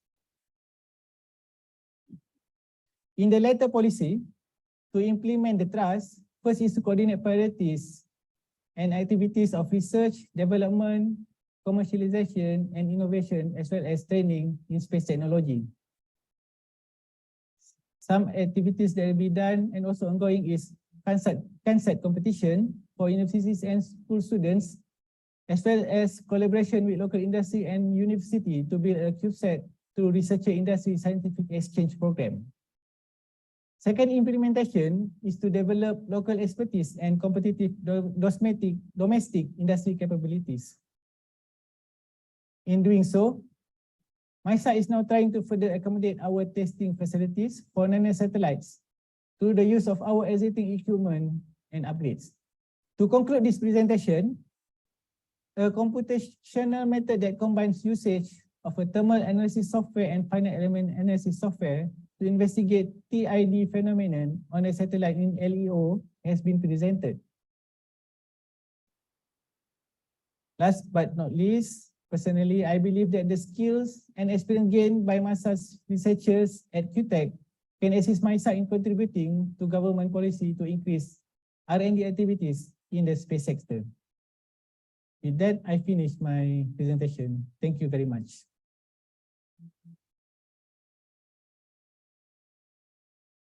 Terima kasih Dr. Syahrim atas pembentangan yang disampaikan. Daripada pembentangan tadi, saya fikir kita amat jelas untuk melihat bahawa sungguh pun ruangan ataupun peluang yang kita cakap dalam bidang satelit ini adalah merupakan ruang yang sangat besar, memerlukan capital expenditure yang besar, tetapi kita ada ruang dalam konteks nano satelit untuk kita menimba ilmu dan membina kapasiti tempatan dalam bidang ini. Terima kasih atas pembentangan yang disampaikan. Hadirin sekalian, untuk pembentangan yang seterusnya, kita ada bersama-sama kita yang berusaha Dr. Pon Sakon, anak lelaki Praktom. Beliau merupakan graduan Nagoka University of Technology yang kini bertugas sebagai pegawai penyelidik di Agensi Nuklear Malaysia. Jadi daripada tadi kita cakap tentang angkasa, sekarang kita cakap tentang nuklear pula. Dan kita sama-sama saksikan pembentangan daripada beliau. Dipersilakan.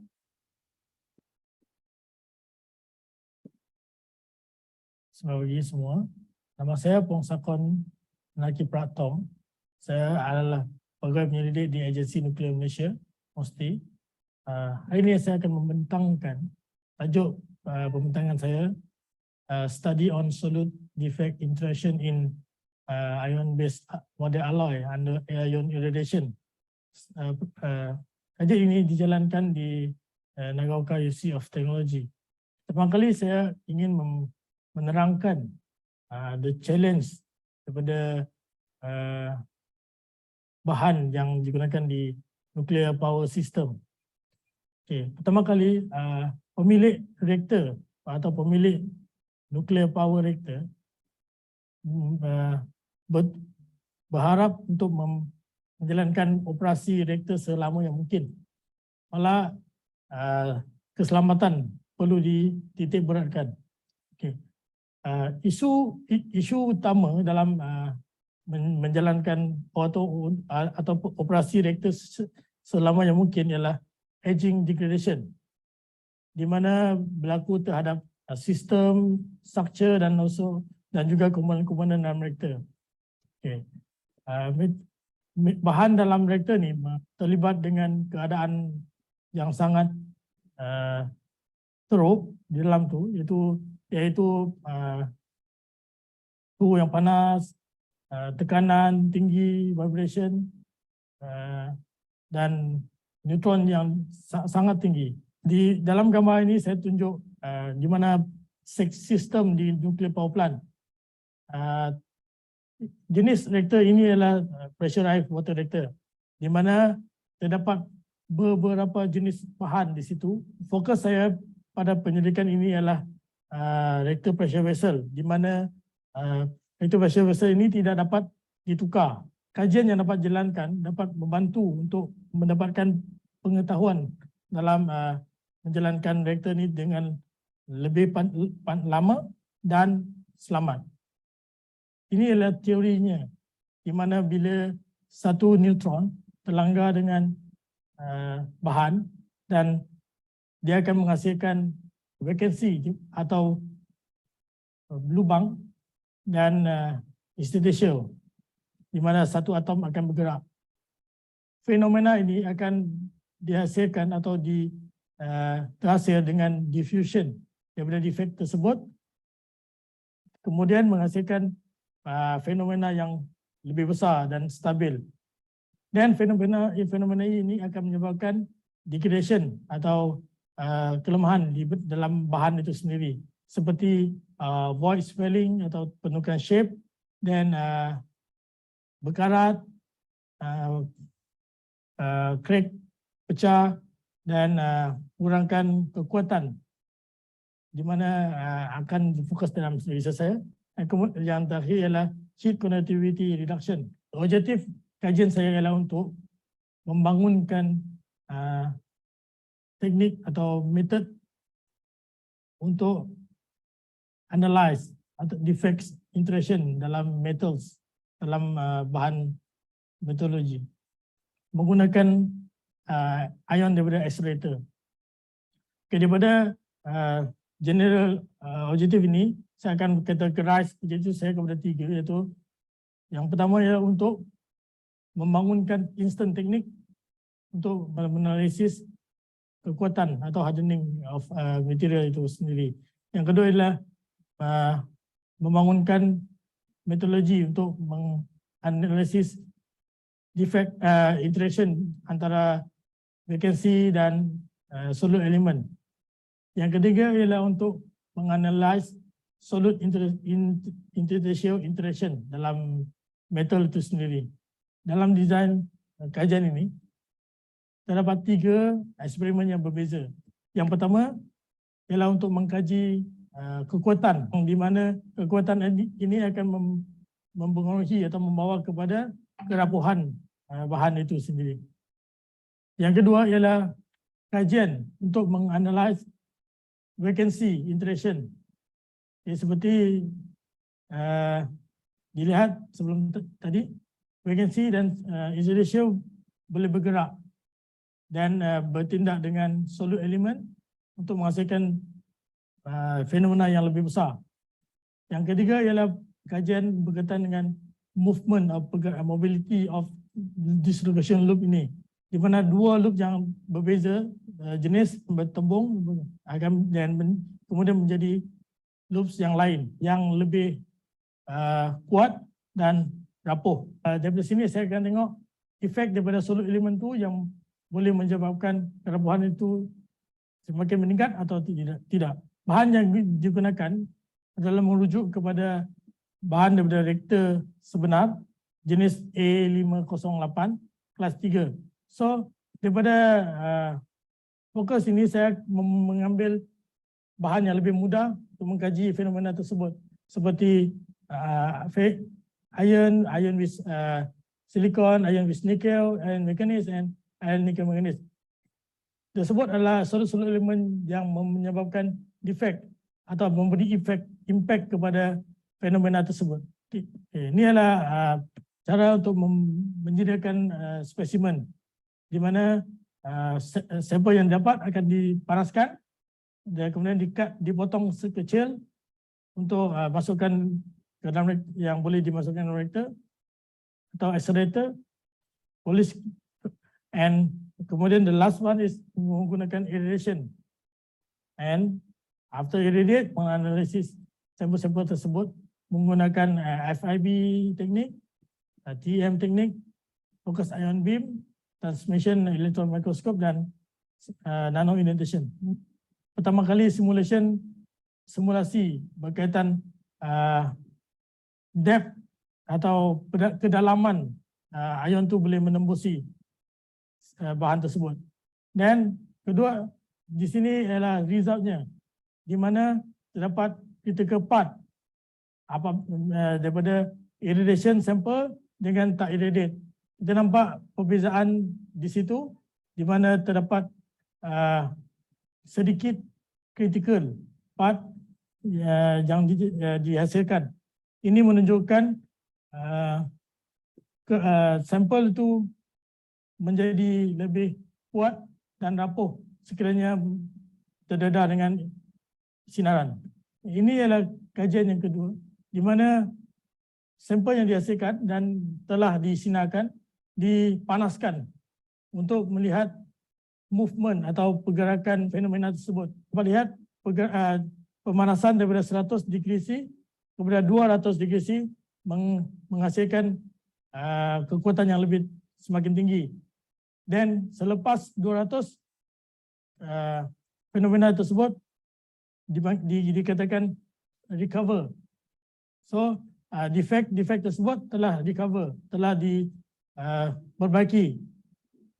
Oleh itu kekuatan bahan itu menjadi semakin kurang. Yang ini adalah gambar daripada TEM untuk melihat fenomena secara lebih detail di dalam. Kita lihat tiada void yang dihasilkan dan kawasan yang terdedah atau menghasilkan defect adalah kawasan yang telah disimulate sebelum ini. Okay, untuk eksperimen yang ketiga, pergerakan dua jenis loop ini telah dikurangkan dengan penambahan solid element, iaitu nikel dan manganis ini. Okay, daripada sini kita dapat lihat perbezaan di graf yang menunjukkan dua jenis loop yang berbeza, di mana loop 111 akan menjadi semakin tinggi dengan penambahan solid element. Daripada analisis tadi, saya simpulkan dalam satu jadual di mana size loop akan menjadi semakin rendah, semakin kecil dengan penambahan solid element, tetapi density-nya akan bertambah bila ditambah dengan solid element. Satu loop 100 bertambah disebabkan oleh segregation of precipitation. Yang kedua adalah suppression of daripada grow 100 loop 100. Yang ketiga ialah large 100 loop dalam pure iron boleh collide untuk menghasilkan loop yang lain. Di lab di Nagaoka University, accelerator yang digunakan tidak mempunyai pemanas di dalamnya. Oleh itu, kajian berkaitan dengan helium bubble menggunakan accelerator itu adalah terhad. Dan oleh itu, kajian yang seterusnya iaitu kajian berkaitan dengan ion Fe dijalankan di lab di Tokyo University. Benefit pada diri saya ialah knowledge atau pengetahuan ini adalah baru bagi saya, di mana tidak ada di Malaysia. Oleh itu saya pergi ke Jepun untuk mempelajari kajian teknik-teknik ini. Kedua ialah membangunkan atau develop skill saya dalam menggunakan peralatan yang lebih canggih, di mana tidak ada di Agensi Nuklear Malaysia atau di universiti-universiti di Malaysia. Seperti penggunaan accelerator dan transmission elektron mikroskop pada satu masa yang sama, menganalisis in situ perubahan in situ dengan loop-loop tersebut. Bagi agensi, kajian ini dapat membantu agensi dalam pelbagai aspek. Yang pertama ialah analisis atau kajian saya boleh diteruskan di Malaysia, di reaktor yang sedia ada, untuk mengkaji reaktor yang salah satunya di Malaysia telah mencapai umur 40 tahun, di mana kajian ini boleh mengkaji sekiranya reaktor ini atau bahan dalam reaktor itu boleh dioperasi berapa lama lagi. Daripada analisis ini, saya boleh memberi pendapat kepada pengurusan di manakah perlu di upgrade atau di maintain disebabkan kajian ini adalah baru di Malaysia. Kerjasama di antara agensi nuklear dan universiti-universiti dapat dijalankan. Terutamanya Universiti Teknologi Malaysia yang mana mereka mempunyai khusus kejuruteraan nuklear. Dan bukan saja Universiti Malaysia, kita boleh bekerjasama dengan universiti di luar seperti Indonesia, Vietnam, Thailand dan sebagainya. Ini dengan tidak langsungnya akan memberi manfaat kepada negara itu kita sendiri, di mana untuk memperkukuhkan lagi kompetensi atau capability dalam bidang nuklear teknologi. Kajian ini memberi implikasi yang sangat tinggi kepada polisi kerajaan seperti Dasar Sains, Teknologi dan Inovasi Negara, di mana strategik pertama ialah memajukan bidang-bidang penyelidikan, pembangunan saintifik dan sosial dan pengusilan. Apabila saya menjalankan kajian ini di Jepun, saya mendapati beberapa limitation atau dalam reaktor kita yang boleh diangkat untuk menambah baik. Salah satunya ialah penggunaan neutron itu sendiri yang sekarang ini digunakan untuk neutron attenuation analysis yang diberi fokus. Malah boleh di-expand untuk penggunaan lain seperti penggunaan untuk agriculture, untuk kejuruteraan pembuatan, untuk perubatan dan lain-lain lagi. Dengan itu kajian ini dapat memberi atau memperkukuhkan lagi perkhidmatan dan kebudayaan kapasiti dalam sains, teknologi dan inovasi. Kajian yang dijalankan juga berkaitan dengan metodologi atau bahan atau besi. Di sini bukan saja akan memberi benefit kepada agensi nuklear sendiri atau nuklear teknologi sendiri, tapi boleh di-expand atau diperkembangkan lagi kepada teknologi, metodologi atau industri energi di Malaysia, di mana kerjasama boleh dijalankan dan boleh memberi improvement atau memperkenalkan kepada mereka penggunaan teknologi nuklear untuk bahan tersebut. Yang seterusnya ialah strategi kedua, iaitu membangun, memupuk dan menggilap bakat. Seperti yang saya terangkan tadi, kerjasama dengan universiti dalam dan luar negara dapat dijalankan. Oleh itu, bidang tenaga kerja teknikal mahir dapat ditingkatkan. So, saya boleh memberi training atau bagi khusus kepada pelajar-pelajar yang akan tamat tidak lama lagi di UTM atau UNITES dan atau Sains Nuklear UKM itu sendiri. Apabila mereka keluar ke alam pekerjaan, mereka dapat tahu apa yang boleh digunakan di industri luar dengan reaktor atau teknologi yang kita ada sekarang. Daripada pengetahuan atau pengalaman ini juga, pembangunan fasiliti atau penambahan infrastruktur yang ada boleh dijalankan dan ditambah baik.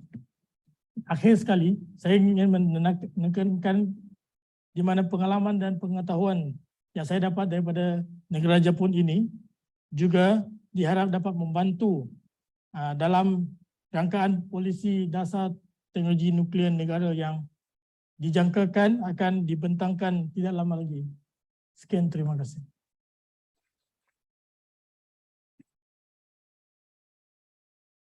Terima kasih Doktor atas pembentangan yang disampaikan. Sementara saya fikir jelas kepada kita bahawa dalam kita nak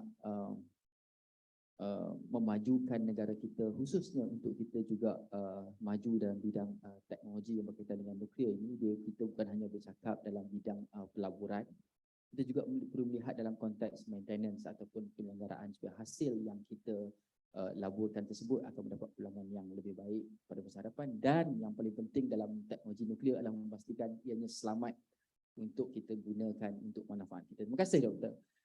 Seterusnya kita akan beralih kepada pembentang yang ketiga, iaitu Encik Nasrul bin Nashahar. Beliau adalah merupakan seorang penolong pengarah kanan di Seksyen Operasi Agensi Penguatkuasaan Maritim Negeri Terengganu. Beliau sebelum ini mengikuti pengajian di peringkat sarjana di National University Graduate Institute of Policy Studies, Tokyo, dan kita ikuti pembentangan beliau. Persilakan.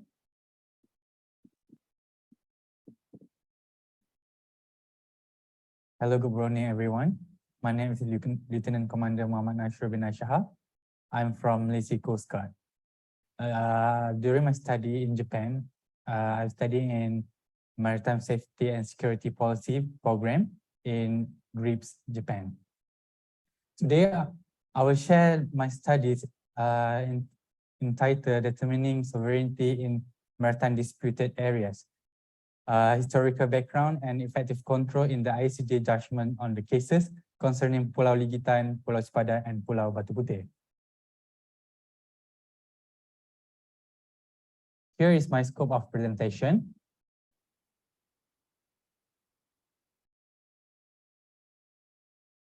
We start with the problem statements. In this modern era, how and why the territorial disputes may occur. In this study, I identified 4 important factors may lead to the territorial dispute. First, there's unclear boundary limitation between one country and another. In this case of the maritime disputes area, there is no single line or clear line that can divide from one country to another country. From the understanding of both countries and then from the treaty itself may not give a clear delimitation between these two countries. And second, there is no clear definition of the country's sovereignty. Secondly, according to the international law itself, there is no clear definition of the country's sovereignty. And then, during the colonial era, there is an unclear language used in developing the agreements or treaty between one country to another country or one colonial to the other colonial. So, because of the hard to understand of this language, maybe the treaty or the agreement must be misunderstood or misinterpreted. And then last but not least, the territorial dispute may arise because of the related to the culture, religion, ethnicity, and also the nationalism of the people itself. The objective of this study is to examine between historical background and effective control. And we try to answer what is the element of effective control itself. And then third, we try to identify the role of Malaysian Coast Guard, especially in order to perform the effective control. Here I shared briefly about the methodology. This is the quality paper, which is derived from the 2 ICJ's judgment in 2002 and 2008, which is Pulau Ligitan and Pulau Sepadan, and second, the Pulau Batu Putih. For the Pulau Ligitan and Pulau Sepadan, there is 2 countries involved in these cases, which is Malaysia versus Indonesia, and then Pulau Batu Putih for Malaysia versus Singapore. In order to complete the methodology itself, the timeline tracing is very important to understand how this case developed between Malaysia, Indonesia, and Malaysia, Singapore for the case of Pulau Sepadan and Pulau Ligitan. Okay, here we can see for the timeline tracing how these 2 cases develop between Malaysia, Indonesia, and Singapore. However, we have to assume that because there's only a ruling government, which is Barisan Nasional. So we assume that there is no policy changes from the early of the case up to the end of the cases. In the end of the study, we get to know that effective control is a deciding factor especially in the maritime disputes cases. However, to elaborate what is effective control, we found that there's two important elements, which is a legitimization of the law and then the implementation of the law itself. And then to carry out the element of the effective control, we found that there is a single agency in Malaysia, which is a Malaysian Coast Guard. And thirdly, Malaysian Coast Guard have a role in managing dispute in a maritime area. Because if we are referring to the MMA Act 633, there's a set of legal instruments they can carry out at the maritime dispute area. When we study about the historical background and effective control, I divided the case into two, which is A1, A2, A1 for Batu Putih, A2 for Middle Rock, and separately Pulau Sipadan and Pulau Ligitan, namely B. For the Batu Putih and Middle Rock, we can see there's two counterparts, which is Malaysia versus Singapore. In Batu Putih, Malaysia really rely and depending on the historical title only. However, effective control has been carried out by Singapore. I will discuss further what is effective control has been done by Singapore. And then the ICJ decided that Singapore win the Batu Putih. However, this is a slightly different cases on the Middle Rock, which is a A2 case. For the Middle Rock, Malaysia has carried out the effective control as well as historical background. However, from the Singapore perspective, they already carry out the effective control on the Batu Putih, so that they assume that Batu Putih is connected to the Middle Rock. However, ICJ has decided that Malaysia won over the Middle Rocks. Moving on to the Pulau Sipadan and Pulau Ligitan cases. From here, we can see that Malaysia has carried out both effective control and depend on the historical background. But for Indonesia, they only depending on the historical background solely. So the ICJ has decided that Malaysia won over Pulau Sipadan as well as Pulau Ligitan. Next, we will evaluate what is the effective control elements has been carried out for the three cases. In case of the Pulau Batu Putih, for Singapore, they carry out the effective control by issuing permit for the Malaysian officer to enter the Batu Putih. Moreover, they also implement the law by maintaining the houseboat lighthouse, investigated shipwrecks at the area, as well as posted the Singapore flag. Unluckily, Malaysia relying on the historical background, that there is no effort to show their control over the Batu Putih. As we discussed earlier, ICJ has decided that Singapore won over the Pulau Batu Putih. It's slightly different when we discuss about Middle Rocks. In the Middle Rocks, as I mentioned before, Singapore already conducted effective control on the Batu Putih, and they also believe that Batu Putih is connected to the Middle Rocks, so that they assume that they already put effective control on the Middle Rock. On the other hand, Malaysia enforced Fisheries Act 1985, and as well as I'll give a patrolling concession at the Middle Rock area. Court decided that the Middle Rock given to Malaysia. For the Pulau Sipadan and Pulau Ligitan, Malaysia continues carry out from British to enforce the Turtle Conservation Ordinance as well as the bird sanctuary. For the implementation of the law, they are maintained the lighthouse islands. Tower. For Indonesia, they're only relying on the original title of Pulau Sipadan and Pulau Ligitan. As I told earlier, ICJ decided to award Malaysia for Pulau Sipadan and Pulau Ligitan. Next, we will examine why Coast Guard is important in order to exercise the effective control at the maritime dispute area. Malaysian Coast Guard has empowered with the MMEA Act, Malaysian Maritime Enforcement Agency Act at 663. There are several provisions that give power for Coast Guard to exercise the effective control at the Malaysian Maritime Zone. We can see the function of the agency at Section 6.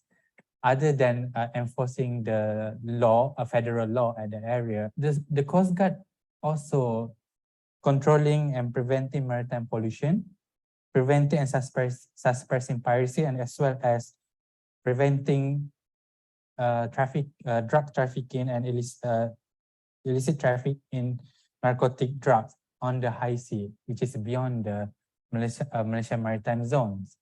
The power agency is set to seize, to inspect, and also to stop, enter, board, inspect, and search of any vessel at the sea.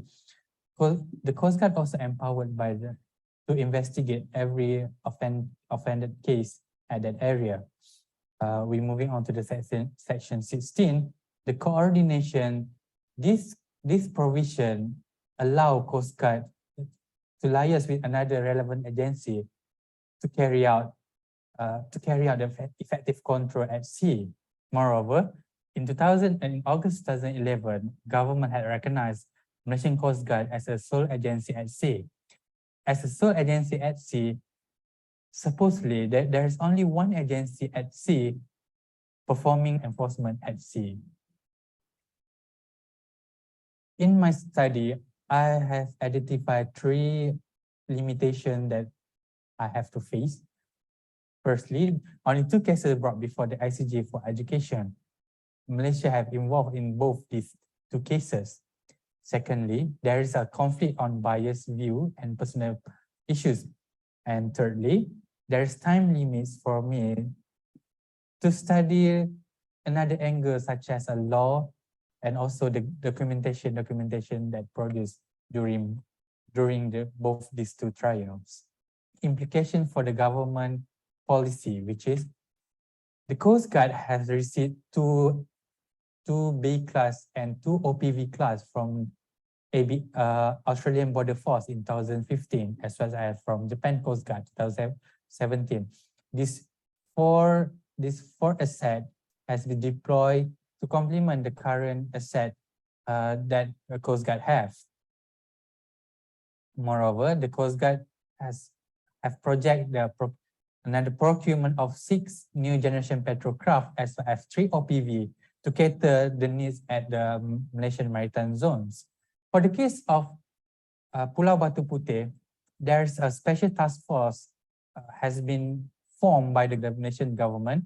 The government of Malaysia in 2019 has agreed and launched a new structure on the Middle Rock known as Abu Bakar Maritime Base, and learn from the mistake on the Pulau Batu Putih.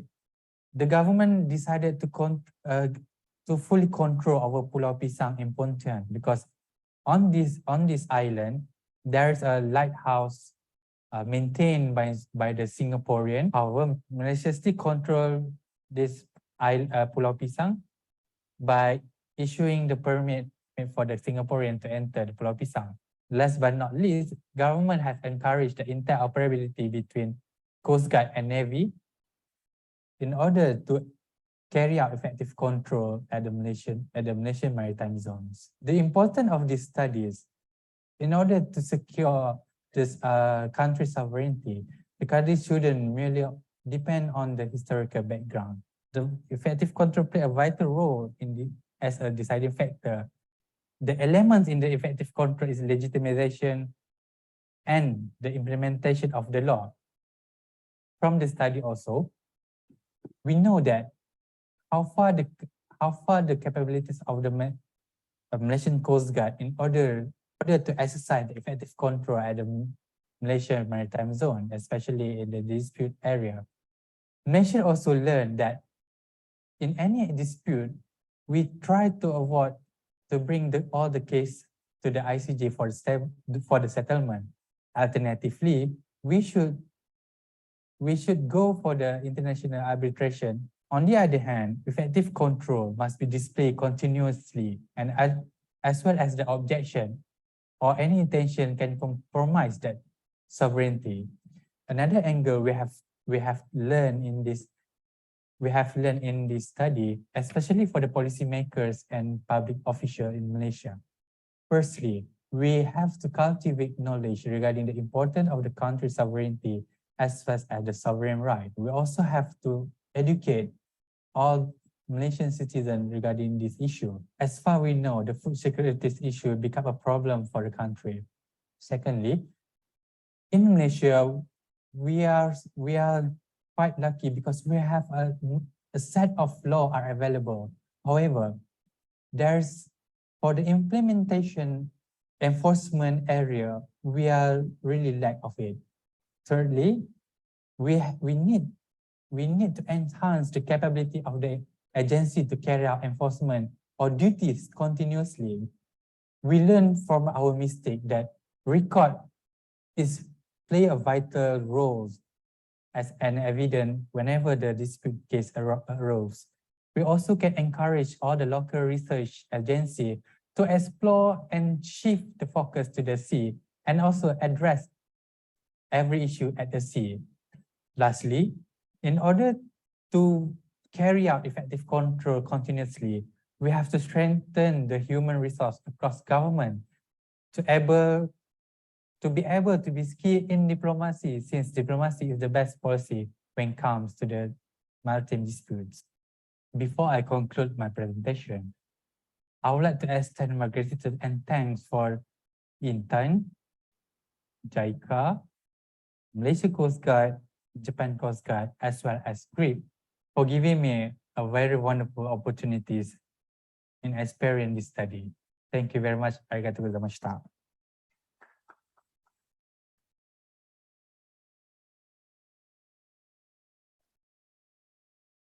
Terima kasih Lieutenant Commander Nasrul atas pembentangan yang diberikan. Sungguh pun beliau tidak dapat bersama dengan kita pada hari ini. Saya atas tugasan rasmi, saya percaya banyak yang kita peroleh daripada pembentangan yang telah disampaikan, khususnya dalam konteks untuk kita melihat bagaimana efektif control boleh dijadikan sebagai salah satu instrumen penting dalam untuk kita menjaga kedaulatan tanah air kita. Dan untuk itu, saudara-saudari sekalian, kita teruskan kita punya acara dengan sesi soal jawab, dan saya memberi peluang kepada Udustia untuk mengemukakan soalan-soalan terpilih yang mana kita kumpul bagi saya ajukan kepada pembentang kita. Dan saya tengok di sini kita telah ada satu soalan.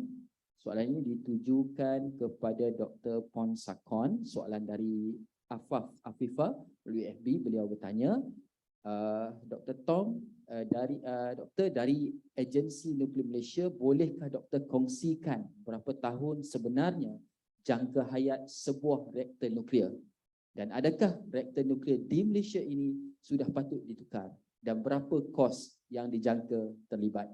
Silakan Doktor. Terima kasih, Pengurusi Majlis. Soalan pertama, dari banyak soalan. Soalan pertama, berapa jangka hayat reaktor?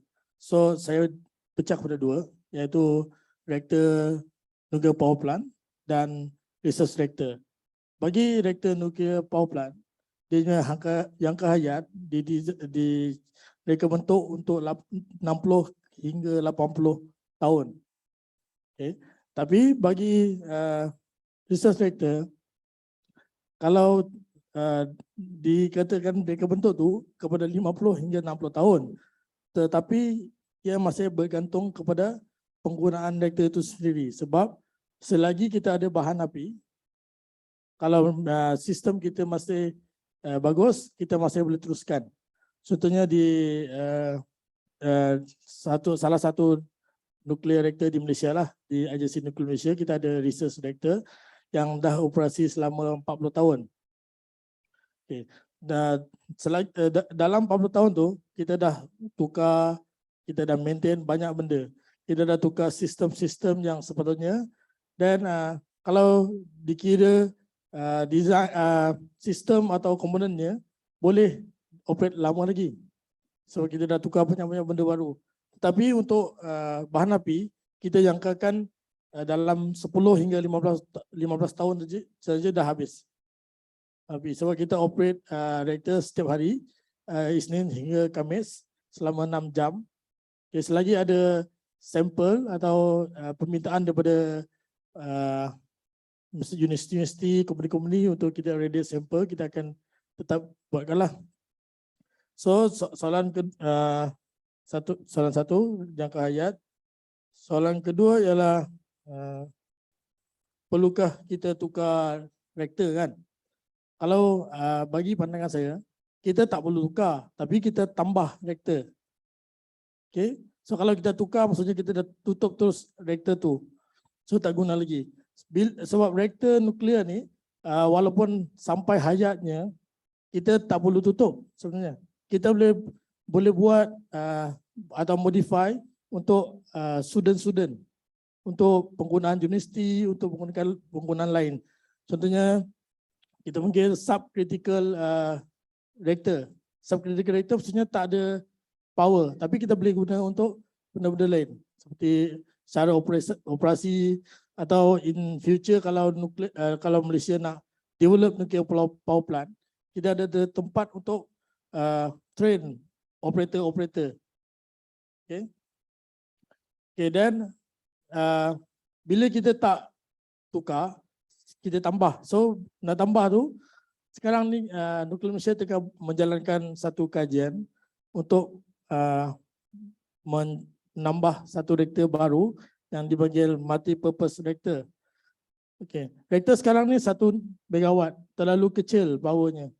Kita boleh guna kajian yang limited, hanya untuk NAA, Neutron Activation Analysis Research, untuk apa lagi? Isotope production yang sedikit kecil-kecil je lah. Okay. Untuk new reactor, kita nak proposekan multi-purpose reactor di mana reaktor dalam power 15 hingga 20 megawatt. Okay. Kalau reaktor ni dapat dibuka di Malaysia, kita akan dapat menggunakan reaktor untuk menghasilkan isotope production. Isotope untuk kajian, untuk mamal-mamal di hospital lah. Seperti penggunaan teknisium untuk penyakit-penyakit kanser. Sebab sekarang ni Malaysia import isotope tu daripada luar negara. Kalau saya daripada Indonesia lah paling banyak. Kan? Kalau in future, kalau kita boleh develop sendiri, kita mungkin boleh ekspor ke negara-negara yang berdekatan. Dan selain isotop boleh guna untuk kajian, untuk penggunaan silicon doping untuk industri seperti industri semiconductor. Dan sekarang ni banyak negara tengah bincang pasal fusion reactor buat hidrogen, reaktor daripada hidrogen. Okay. Tapi untuk develop reaktor tu, kita perlukan kajian bahan reaktor, ketahanan reaktor semua tu, perlukan research reactor. Dia tak boleh terus buat fusion reactor tanpa research reactor. So harap-harap bolehlah jadi reaktor baru kita MPR in future lah. Okay. Ketiga, cost. Okay, cost. Kalau reaktor baru ni, kos yang daripada kajian kita tengok Jordan buat reaktor tu pada tahun 2016 dengan kos lebih kurang 600 juta. Kalau sekarang dah 2022, boleh time 10% lah. Mungkin dalam 1 million lebih, 1,5 million juta ringgit Malaysia. Terima kasih. Terima kasih Doktor atas penjelasan yang diberikan dan kesudian untuk menjawab soalan yang diutarakan oleh kita punya peserta. Untuk soalan terusnya, saya nak tujukan kepada Dr. Syarim. Ini berkaitan dengan kajian yang Doktor laksanakan. Adakah solar irradiation effect yang mana diguna pakai dalam penggunaan, boleh kita gunakan dalam teknologi solar lain selain pada nano satellite? Itu soalan yang pertama. Yang keduanya, sekiranya sambutan generasi muda kita dapati bahawa terhadap teknologi satellite ni kita dapati tidak memperangsangkan, bagaimana langkah-langkah boleh kita lakukan untuk memastikan bidang ini terus mapan di Malaysia? Saya jemput Doktor. Terima kasih atas soalan yang diberikan. Untuk soalan pertama, adakah studi tentang radiation effect ni boleh diaplikasi kepada teknologi lain? Baik saya terangkan sedikit lah. Sebenarnya di angkasa tu sebab dia dalam vacuum, tak ada apa-apa objek, contohnya udara atau apa-apa objek kan. Jadi sebenarnya kalau kita apply daya yang sangat rendah pun dia akan menyebabkan satelit tu bergerak lah. Contohnya range dia kalau dalam 10 kuasa negatif 6 pun boleh akan menyebabkan sesebuah satelit tu bergerak.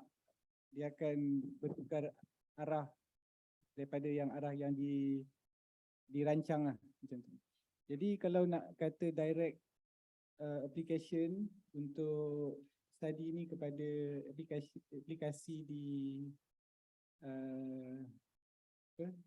aplikasi di muka bumi ni boleh kata tiada lah. Tapi kalau kata untuk procedure wise lah yang macam saya buat tu, kalau kata nak apply untuk mana-mana satellite pun kita boleh guna prosedur tu. Itu jawapan saya untuk soalan pertama. Untuk yang kedua pula, sambutan ni berkenaan sambutan generasi muda terhadap teknologi satelit. Ni bagi saya satu, kita perlu leader lah untuk membuat projek-projek berkaitan angkasa ni kan. Jadi kalau tak ada lead tu susah juga kita nak buat projek-projek ni kan. Jadi sepatutnya agensi angkasa Malaysia salah satu fungsinya ialah buat program ataupun buat collaboration dengan university atau private company untuk memulakan projek-projek satelit ni. Contohnya seperti yang saya mention tadi, kita ada buat satu collaboration actually dengan UiTM juga untuk launch mereka punya second satellite. Dan juga ada satu lagi pun kita buat juga untuk kita punya penggunaan dalaman. Tapi dalam masa yang sama perancangannya ialah untuk ni juga, untuk kita guna untuk practical student kan. Setiap tahun kita akan ambil practical student lah untuk buat industrial experience di agensi angkasa. Itu jawapan saya. Terima kasih.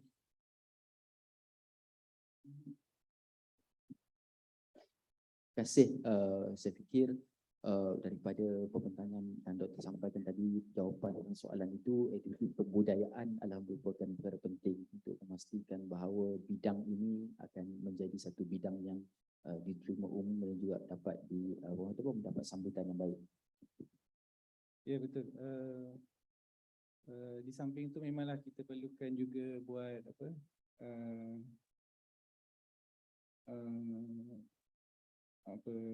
kita publish dan juga kita iklankan melalui media sosial. Di agensi angkasa Malaysia pun kita biasalah akan salurkan kepada kita punya media sosial, contohnya di Facebook lah dan juga Instagram. Terima kasih Doktor. Hadirin sekalian, dengan sesi soal jawab berkenaan, maka sesi ketiga ini telah sampai ke penghujungnya. Dan saya ingin memaklumkan bahawa kesemua rakaman Kolokium Penyelidikan ini boleh kita dapati di YouTube dan juga Facebook INTAN. Saya sekali lagi merakamkan ucapan terima kasih di atas penglibatan semua hadirin pada sesi ini dan kesudian ketiga pembentang untuk mengambil bahagian dalam Kolokium Penyelidikan tahun 2022 edisi khas Dasar Pandang ke Timur. Sesama kita berikan tepukan gemuruh kepada pembentang kita. Dengan itu saya serahkan kepada pengurusi majlis untuk acara selanjutnya. Sekian wabillahi taufiq wal hidayah. Assalamualaikum warahmatullahi wabarakatuh. Terima kasih diucapkan kepada Yang Berusaha Dr. Razul Iqbal bin Ramli selaku moderator bagi slot pembentangan ketiga pada hari ini. Para hadirin sekalian, kita akan berhenti rehat untuk jamuan makan tengah hari. Sesi pembentangan seterusnya akan bersambung semula pada pukul 2 petang dan dimohon para hadirin yang hadir secara fizikal untuk berada di Dewan Seri Baiduri tepat pada masa yang telah ditetapkan. Terima kasih.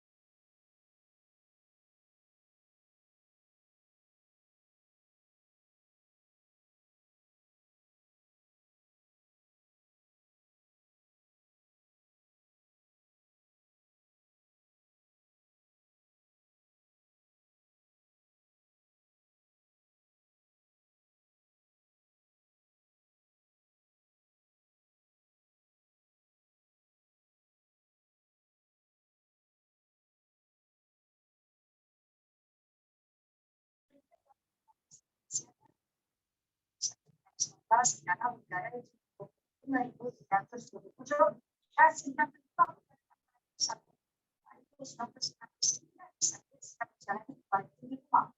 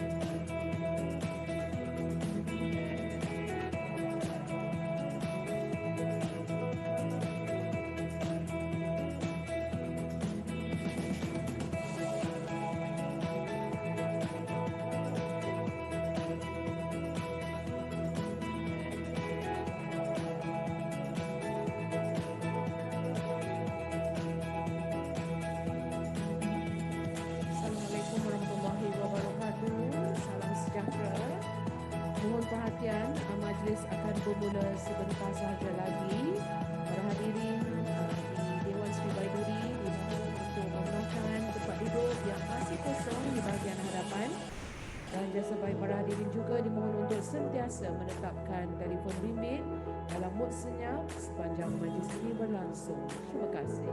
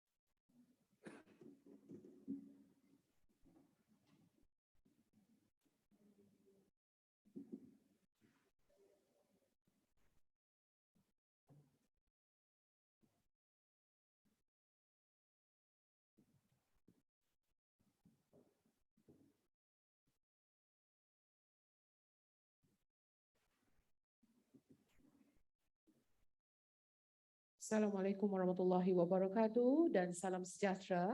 Selamat kembali ke Kolokium Penyelidikan tahun 2022.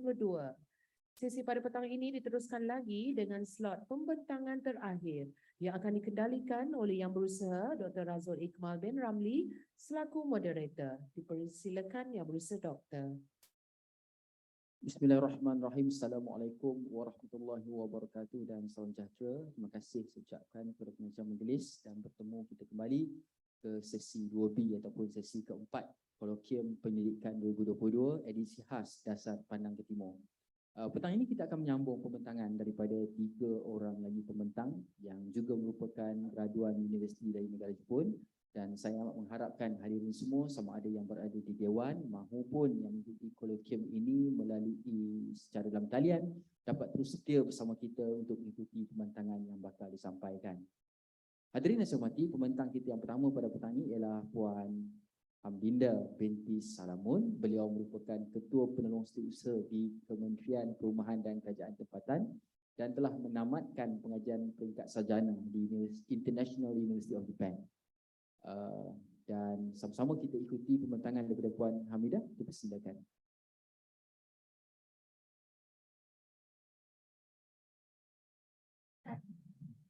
Assalamualaikum warahmatullahi wabarakatuh. Good morning and konnichiwa.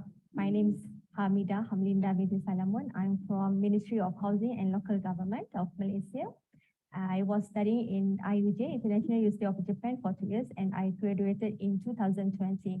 And my topic is focusing on profiling systems, the potential threats to consumer privacy in the digital age in Malaysia. Ladies and gentlemen, we have seen how technology manipulates our data. The advice given was the best way is not to use the mobile devices. Anyway, is it possible in this digital world? For information, I do respect how Japanese keep their privacy while I was staying at International University of Japan, IUJ, Niigata, for 2 years.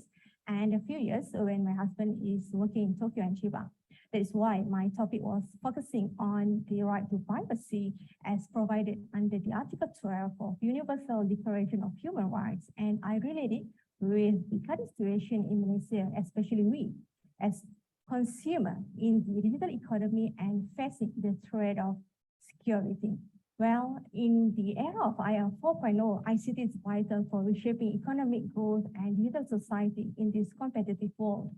The Malaysian Communication and Multimedia Commission reported that 88.7% of the Malaysian population were internet users in 2020, or 1.3% increase from 87.4% in 2018. Unfortunately, in many cases, consumers engaging with technologies do not know what data are being collected, how they are being used, and with whom they are being shared.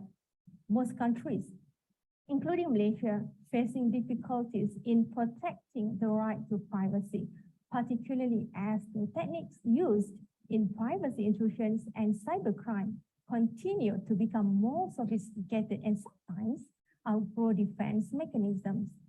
In this situation, Malaysia somehow has taken a significant step by passing the Personal Data Protection Act 2010 or the PDPA to protect consumer data while enhancing socioeconomic development.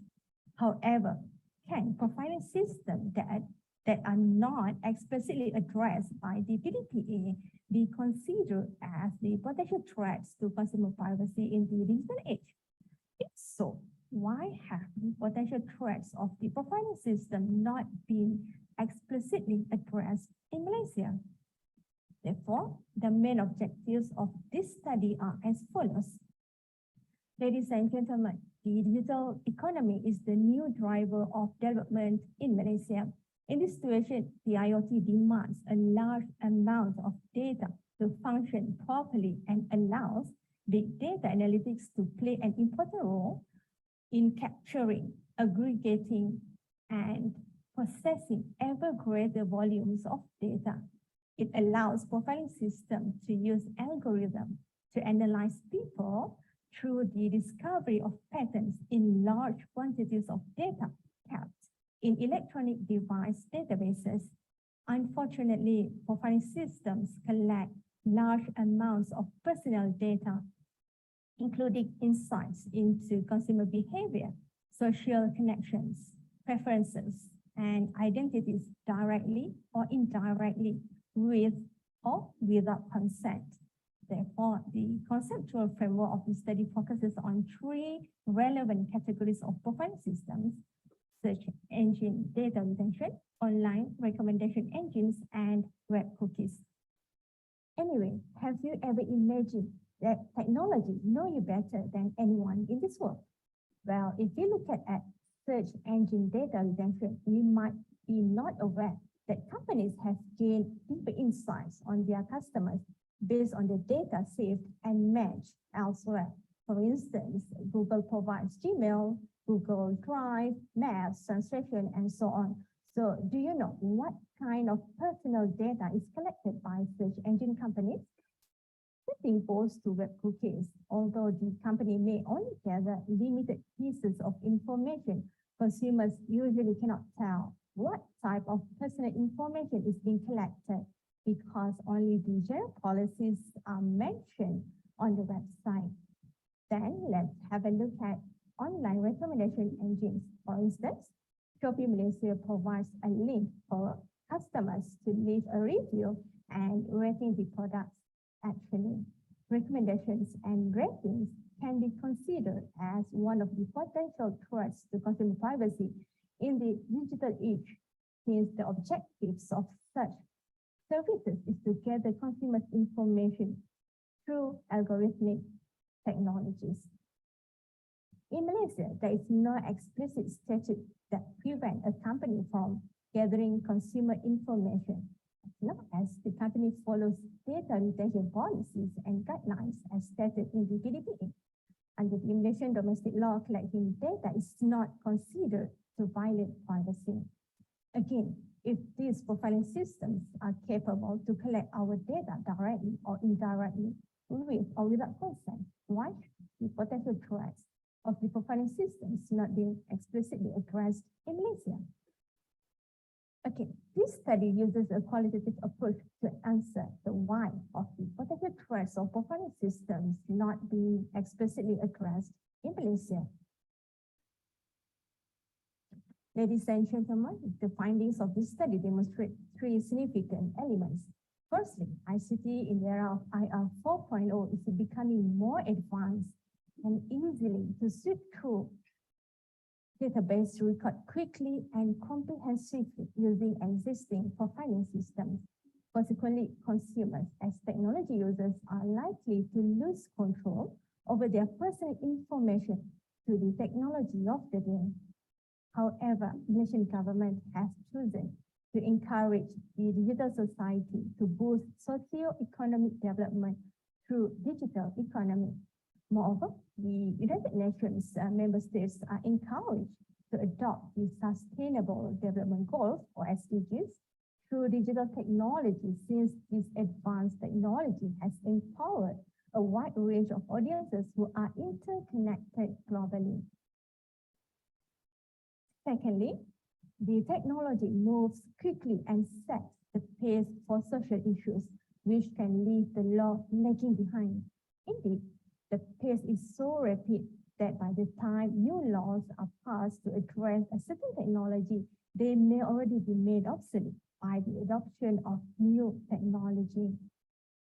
Privacy legislation has also been difficult to enact in the digital age because the damage from the loss of privacy is not clearly understood, as well as the consequences and the long-term impact are not directly apparent.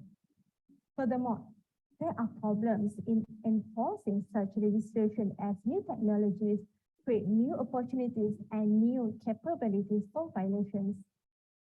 Anyway, the only solution is to help the legislature a better understanding to design the design of technology.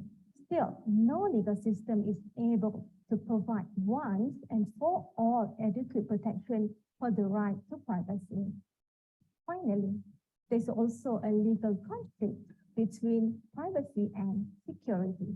The ways in which the internet connects people and devices at all times creates various challenges for determining an appropriate balance between privacy and security. As a result, there's a need to trade off privacy for security purposes.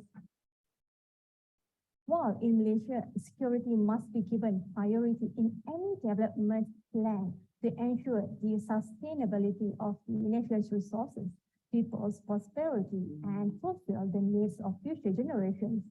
Furthermore, the right to privacy is only a qualified right and not an absolute right.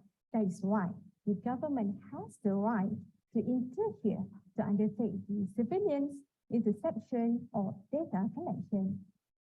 Ladies and gentlemen, this paper focuses on Malaysian consumer privacy in the digital age through the IoT and big data analytics. Other relevant issues related to the advancements of technologies in the era of IR 4.0 and other legal issues related to the personal data in Malaysia are beyond the scope of the research questions and objectives of the study. Although this discussion in this paper analyzed the issue of cybersecurity and national security, the discussion only elaborates in general and within the scope of research questions and objectives of the study.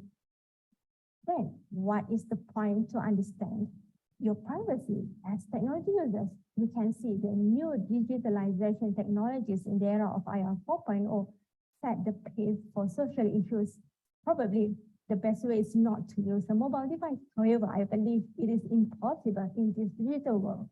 Therefore, recognizing opportunities and challenges is needed to create sufficient protection for consumer privacy and security. Ladies and gentlemen, despite this struggle, technologies are still tools made by people for people. Everyone must continuously adapt to a new, fast-changing environment and reinvent yourself so you can properly shape your sustainable future in the digital age. Anyway, please remember one thing. Once data is produced virtually, it rarely disappears. That is why, while data lasts forever, privacy doesn't. 最後になりましたら、この場をお借りして、お世話になった皆様にお礼を申し上げたいと思います。JICA の皆様、JPI の皆様、新潟の国際大学の皆様、日本への留学の機会をいただき、誠にありがとうございました。日本とマレーシアの架け橋になれるよう頑張ってまいります。皆様、本当にありがとうございました。Thank you.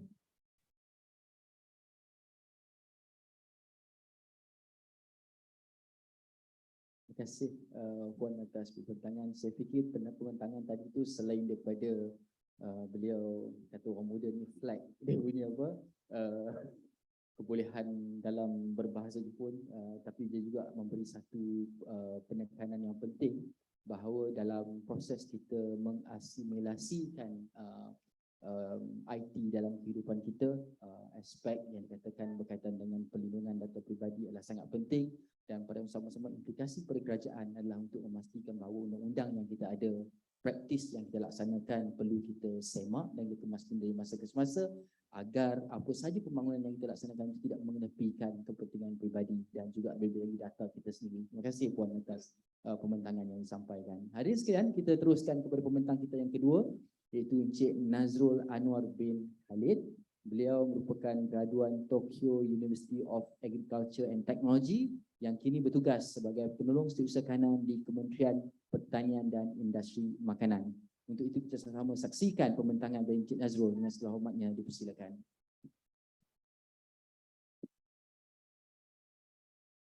Minasan konnichiwa.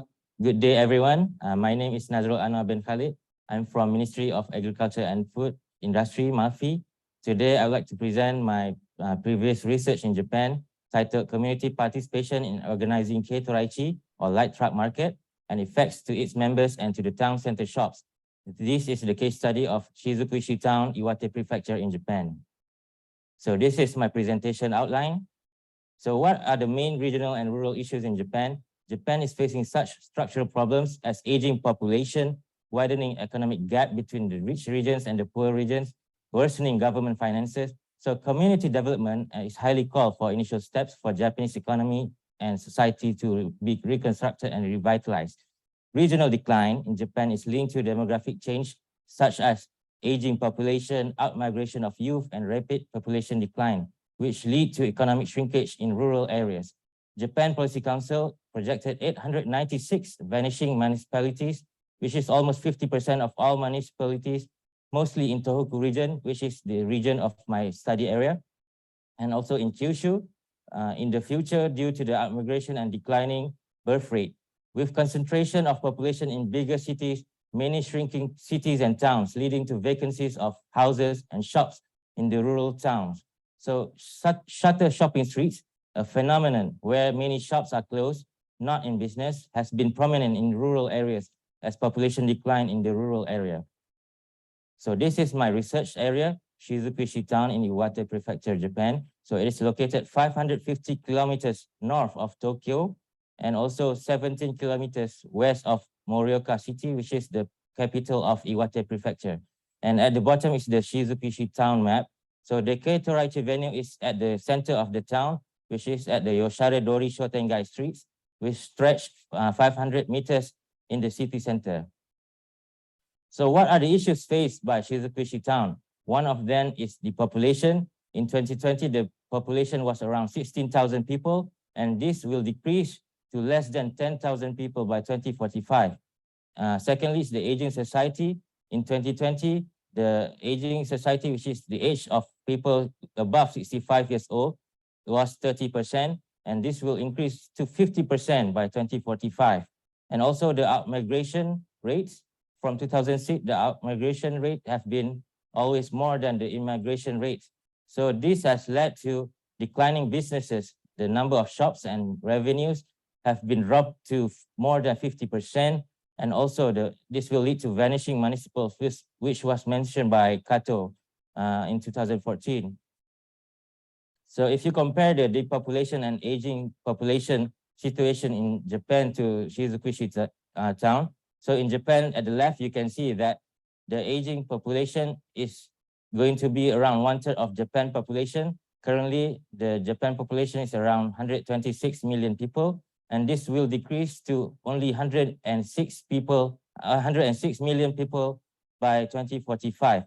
But if you look at the Shizukushi population, currently we have around 15,000 residents. This will decrease to less than 10,000 by 2045, with the age above 65 years old will reach to 50% of the population. So this is quite a severe problems in Shizukushi town. So what are the measures taken by Shizukushi community to develop and to revitalize their own town? So they initiated the Shizukushi Keitoraichi. What is a Keitoraichi? Keitoraichi is an open market concept that uses K-truck or small truck, which is available by all farmers across Japan. So they use this as sale booth, which is lined along the street. And it is originated in Shizukushi since 2005 until now. And it is organized by Keitoraichi Jikko Inkai, or the Keitoraichi Organizing Committee. From now on, I will call KOC, through community participation. So this market is held once a month from May to November, because in the winter, the town is covered by snow. And the strategy is to bustle and reactivate the Yoshare Dori Shotengai streets, which is under the Town Center Revitalization Act. So this concept of Keitoraichi has spread to 91 locations in other towns across Japan, from Hokkaido to Okinawa. So they all imitated this concept. So the policy related to Keitoraichi is related to Machizukuri Sampo, or the 3 laws of town and community development. So under the Town Center Revitalization Act, there's Yoshare Dori Community Development Promotion Council. So they develop the Town Center Activation Plan, and under the Town Commerce, where they have the Town Management Organization, TMO, Chambers of Commerce. This member of Chambers of Commerce have suggested that the town to have such kind of market to bustle the town. So they organize the Keitoraichi, and also with the assistance of the non-profit organization, NPO, and also the Machi Okoshi Center, which is the center of development of the town. So the research objective, number 1 is to evaluate the participation of the committee members of KOC Secondly, is to evaluate the effects of the participation of these committee members. And also for the third one is to evaluate the effects of K Toraichi to the Yosharidori Shotengai shops, which also participate during the events. So this is the importance of participation in community-based organization. So it is said that community-based organization can solve many social problems in the community. And also community development also contributes to success in economic development, and also it can improve the economy. And the purpose of economic development is to mobilize these assets from the community development to benefit the community. So this is the literature review of K Toraichi from my friend Shimo Kurosawa in 2012. So he found out that in Shizukushi K Toraichi, the elder people come to the local market to find local fresh produce, while the youngsters, they come to the market to socialize with their friends. So the participating vendors of the K-Truck, they use this market to promote their products and also to interact with the local people to obtain some feedback from the local people. So these interactions have created the bustle atmosphere of the town, and also the visitors coming to other K Toraichi, for example, for Shinshiro K Toraichi in Aichi Prefecture, if you know, it's near to Nagoya. So it's also the same as Shizukushi K Toraichi. If you can see that the visitors of to Shizukushi K Toraichi is in the increasing trend until 2020, where 2 events were cancelled because of the pandemic. So the events were later resumed, and now it's gaining back its popular in the coming years. So however, it's still unknown how KOC members can benefit through the community participation and how the K Toraichi give effects to the Yosharidori Shotengai shops. So this is my research framework. I would like to fill in the gaps of the research by Shimo Kurosawa, where he studied the K-truck vendors and also the visitors and the interaction that leads to bustle the town center. This time I will be focusing more on the organizing committee and the roles of the municipal and the local organization in organizing this. How do they organize, they promote, and they facilitate this market? And also from this market, how can this market give positive effects or negative effect to the shops of Yosharidori Shotengai? So my research methodology and research limitation of research. The methodology is by distributing questionnaires, targeted survey questionnaires in Japanese language, which was certified by Research Ethics Committee of the university. First, I distributed to the KOC members. I obtained 32 feedbacks from the members that they self-evaluated the participation level and also the participation effects. Secondly, I distributed questionnaires to the Yosharidori Shotengai shops and obtained 25 participating shops feedbacks from the respondents, and they evaluated the participation in the market and effects. So this data, I analyzed the data using descriptive analysis, parametric and also non-parametric analysis. So the limitations of my research is that for this time, I only managed to observe 1 out of 91 K Toraichi in Japan. This is because the duration is only available in spring, summer, and autumn, and also because of COVID-19 pandemic, I was not advised to move around out of Tokyo during that time. And also in terms of manpower, I only have myself and other 3 local friends in Iwate. And also in terms of research finding, I used my own self-funded to fund this research. So my Shizukushi K Toraichi findings, I found that how this organizing committee, KOC, the policy and the initiation of the K Toraichi and the structure and the role of subcommittees, and also the role of the municipal, which is to give support, to give permission to the KOC members to organize this market. And also the municipal also provides some small amount of budget for the committee members to run this market, to attract some visitors. And also they provide human resource in the organizing committee. And also for the NPO and local organization, the role is to participate in the events as well, to create more bustle atmosphere, and also to promote this market to the community outside of Shizukushi. And also they provide human resource to the KOC and also in-kind assistance to the market. So from this participation of KOC members, it is found that the leaders play more active roles compared to the members of the KOC. And also outsiders also play a vital role as catalysts to stimulate the participation of these members in KOC. So from the Ketoraichi, the visitors will also come and buy to the participated shops. So 54% of these open external booth outside of their shops, 29% sell different kind of products to attract people to come to their shops, and 52% use marketing strategies to attract customers to come to their shops. So the effects of Ketoraichi is that 52% of them experience increase in customer and 40% experience in terms of increase in sales. So my findings also related that there is a relation between marketing strategy to the increased number of customers and increased number of sales. So what are the pros and cons of Ketoraichi? The pros is that it can attract visitors even from outside of the prefecture, far away across Japan. And also it can bustle the streets, and also it can promote their businesses. The con is that it really relies on weather because it's open air market. If the weather is not good, such as rainy days, the visitors will be less. And also there is competition between the Yosharidori Shotanga shops and also the Keterak vendors that are coming from outside. And also this effect is temporary compared to the other day where business is as usual.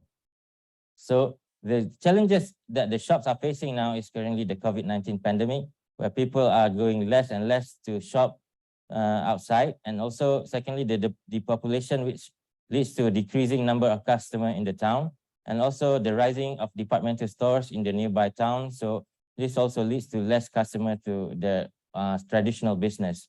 So the relevance of Ketoraichi is that it can increase customers and also sales. So my finding summary, number one is that leaders play key roles while outsiders function as catalysts in stimulating the committee members to participate actively in organizing Ketoraichi. Secondly, participation in KOC improves human capital among the members, and Ketoraichi gives benefit to local business that actively participated in the market. My conclusion, community participation in local organization helps to achieve community goals through good leadership, active participation of members from within the community, and the contribution of external community members. So my recommendation is that in development programs, government should empower local community participation and allow them to organize themselves so that they are able to plan, implement, evaluate their own initiative. This can be cost-effective for the government and sustainable for the program and community. Interactions between local community and outsiders is important as community development. Therefore, local community are encouraged to be more accommodative to accept outsiders to contribute to the community. Government should encourage community participation in local development projects. So I'd like to share my pretty spectrum of participation, where the ultimate participation level at 7, which is the outsider controls is at the minimum, and the local people's control over their own resources is at the maximum. So there are many related government policy in terms of community development, such as the Rural Development Policy, DPLB, Dasar Pembangunan Luar Bandar in 2018, under the Pillar 1, Pillar 2, and Pillar 3, as well as the National Physical Plan for RFN4 to 2020, under the Pillar 3 Strategy 4.1, and also in National Community Policy 2018. However, many of these policies and programs give less freedom for the community to plan, execute, and evaluate their own projects. So it is more towards government initiative compared to the real community initiative. So the government should induce the element of community empowerment through active community participation. There are several similar government projects, programs related to Ketoraichi in Desa Lestari under the Rural Development Ministry. So this is the program where it enhances the community economic development by giving out projects to the village cooperative. The cooperatives with strong leadership and active participation of members can sustain for a long time. The next one is also the community and caravan market under Pharma. So this is also quite similar to Ketoraichi because it uses caravan to market their products at the market. And this is quite a big infrastructure provided by the government, as you can see there in the picture. compared to just open market in the Ketoraichi. Our Pasar Malam and Pasar Minggu, they are more controlled by the local authorities rather than the community itself. So the lesson learned for policymakers is that adapting community whole of society approach in producing and marketing farm produce by agencies such as Pharma and LPP, by strengthening collaborations with associations such as the National Farmers Association, NAFAS. Secondly, it should be empowerment and development of cooperative members and local organization. Number one, by institutional reformation, by strengthening the cooperative and the local organization, and also by focusing in diversifying the business model, especially in agriculture development, rather than using financial instruments to the members to attract members, such as by giving loans. So other than that, the cooperatives and the local organization should also groom future leaders to be the successor of the organization. And thirdly, addressing food security through a direct marketing channel to the consumer in the local area. This is to reduce the manipulation of the middleman in food supply chain. So that's all for my presentation. My utmost gratitude to the JPA for allowing me to study in Japan, and also to Mombuka Gakusho Max for giving me scholarship, and also my university, Tokyo University of Agriculture and Technology, and all Shizukushi people that have been so cooperative, especially my friend there in the picture, Shimokuro Sawasan. So you can see at the background is the Shizukushi Ketoraichi. So thank you very much for your kind attention. Go seichou arigatou gozaimashita. Ijo desu. Terima kasih Cik Nazrul atas pembentangan benda yang menarik yang boleh kita juga laksanakan dalam konteks memperkasa pembangunan bertanda. Dan saya fikir yang paling penting dalam pembentangan ini kita dapat menginsafi bahawa selain daripada kepimpinan kerajaan, selain daripada perundangan, penglibatan awam juga adalah penting untuk kita mencapai pembangunan yang lebih inklusif. Hadirin sekalian, kita seterusnya kita akan mendengar pembentangan kita daripada yang berusaha insinyur teknologis Dr. Wesley anak Lock Student. Beliau bertugas sebagai pemeriksa kilang dan jentera di Jabatan Keselamatan dan Kesihatan Pekerjaan Negeri Terengganu. Beliau telah menamatkan pengajian peringkat Doktor Falsafah di Tohoku University Miyagi. Hadirin sekalian, sama-sama kita ikuti pembentangan beliau yang dipaparkan oleh wilayah sendiri.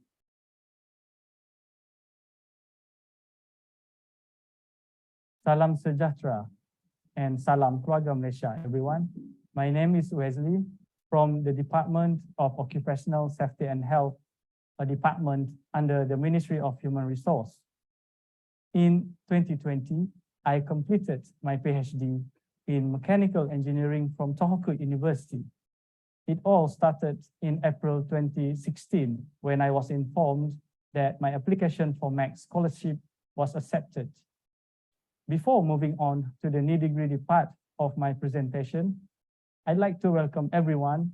Please sit back and enjoy my presentation. I hope you will find it useful.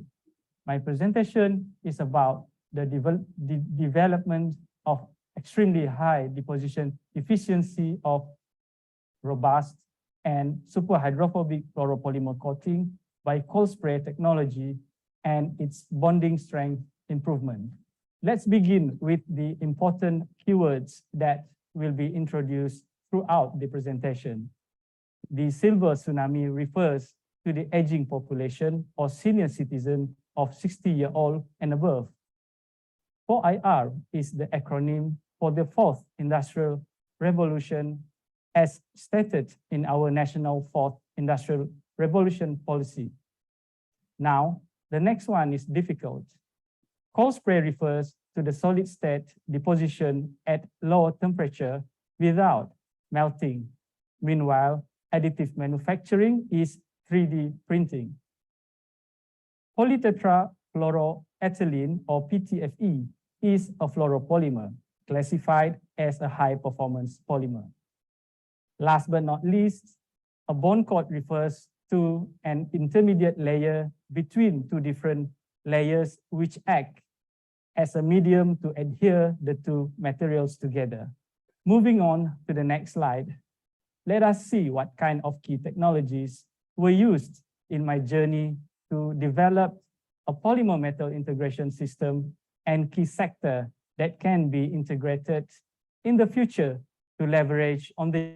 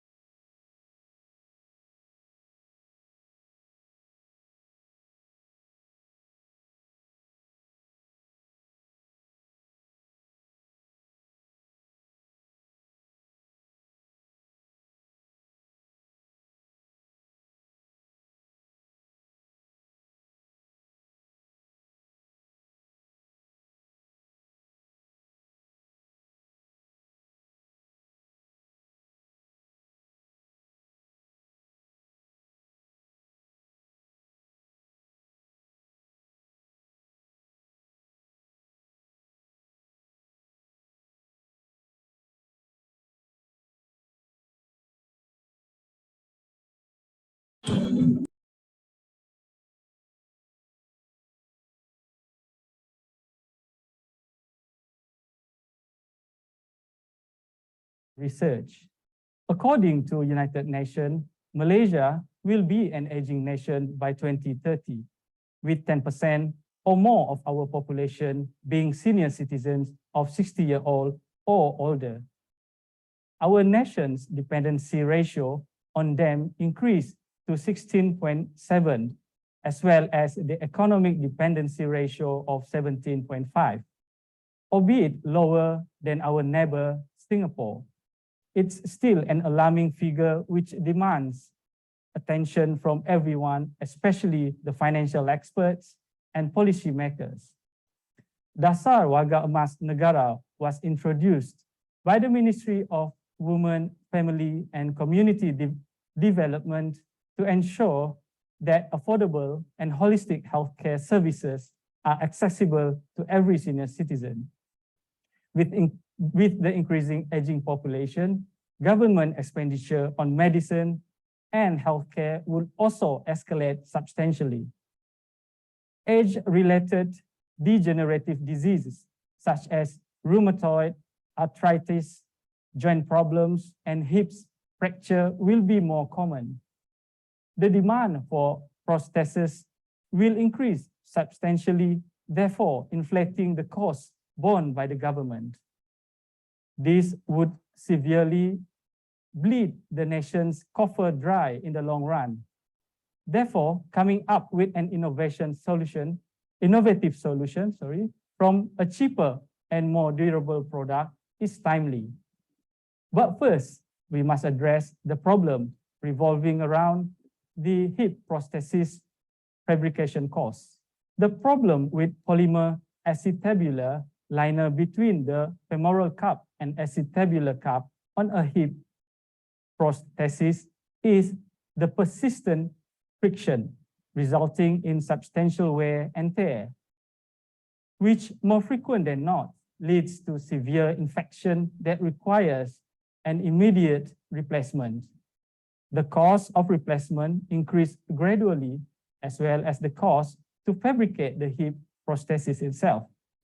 In other words, the fabrication of the liner and femoral head is performed separately, thus increasing the number of parts and eventually the total costs involved. Once we have addressed the problems, now we move on to the research aim. Therefore, the aim is to focus on the development of a scalable and safe way to additively manufacture polymer on metal in a single piece to reduce the cost. To ensure the polymer withstands the test of longevity, a high-performance polymer or PTFE, which exhibits attractive properties for a prosthesis, was used in the polymer metal integration system in the cold spray additive manufacturing process, or CSAM. With a high performance polymer like PTFE, we expect the layer to be durable, chemically inert, highly biocompatible with human body, and last but not least, high mechanical strength. In other words, CSAM is set to focus on the fabrication of a structurally and functionally sound polymer metal integration system at a reasonable cost with high efficiency. To achieve the ultimate goal, the conventional technique was improvised by introducing the novel bond coat, never before reported by any research groups. To talk more on the novel bond coat and the methodology, let's move on to the next slide. The methodology is simplified on the slide. Like any other material-based experimental setup, the step begins with material preparation. Here, the spray micro-sized powders were prepared. Then the next step is the cold spraying process. Powders are sprayed on solid surface at low temperature to avoid the detrimental effect of the temperature on the solid surface and the powder. The experimental data are then analyzed. Here, the deposition efficiency is measured as the ratio of deposited powder weight to the used powder weight. Finally, the coating characterization, where the properties of the resulting coating are analyzed. If you are interested to know further, please check out my peer-reviewed journal paper or send me an email if you don't mind. The breakthrough of my research came after years of struggling with weak adhesion and low deposition efficiency, reported throughout the academic journals. Using the low oxide metallic bond coat, it was possible to deposit PTFE on any metal surface for as long as the bond coat was present. The obvious difference can be seen in the short video on the left, taken by a high-speed cam in comparison to the footage taken by a normal video cam on the right. Without the bond coat, the micro-sized polymer particles rebound against the hard surface, leaving no deposition, but on the contrary, plenty of polymer deposition, white in color, is evident for the bond coat sample on the right. The process was assisted by a robot arm to ensure a smooth movement and a desirable outcome. Depending on the traverse spray speed, the thickness of the polymer can be manipulated. As shown in the result, a thick and dense layer can be obtained with high deposition efficiency as much as 95%. To put into perspective, 100% deposition efficiency means no polymer particles are wasted during the spraying process, and theoretically, no rebound particles can be found in this case. The resulting layers of polymer or PTFE on its surface shows very strong hydrophobicity or tendency to repel any water droplets. By repelling the droplets, the surface can clean itself from clinging debris, even with the mere presence of a tiny droplet.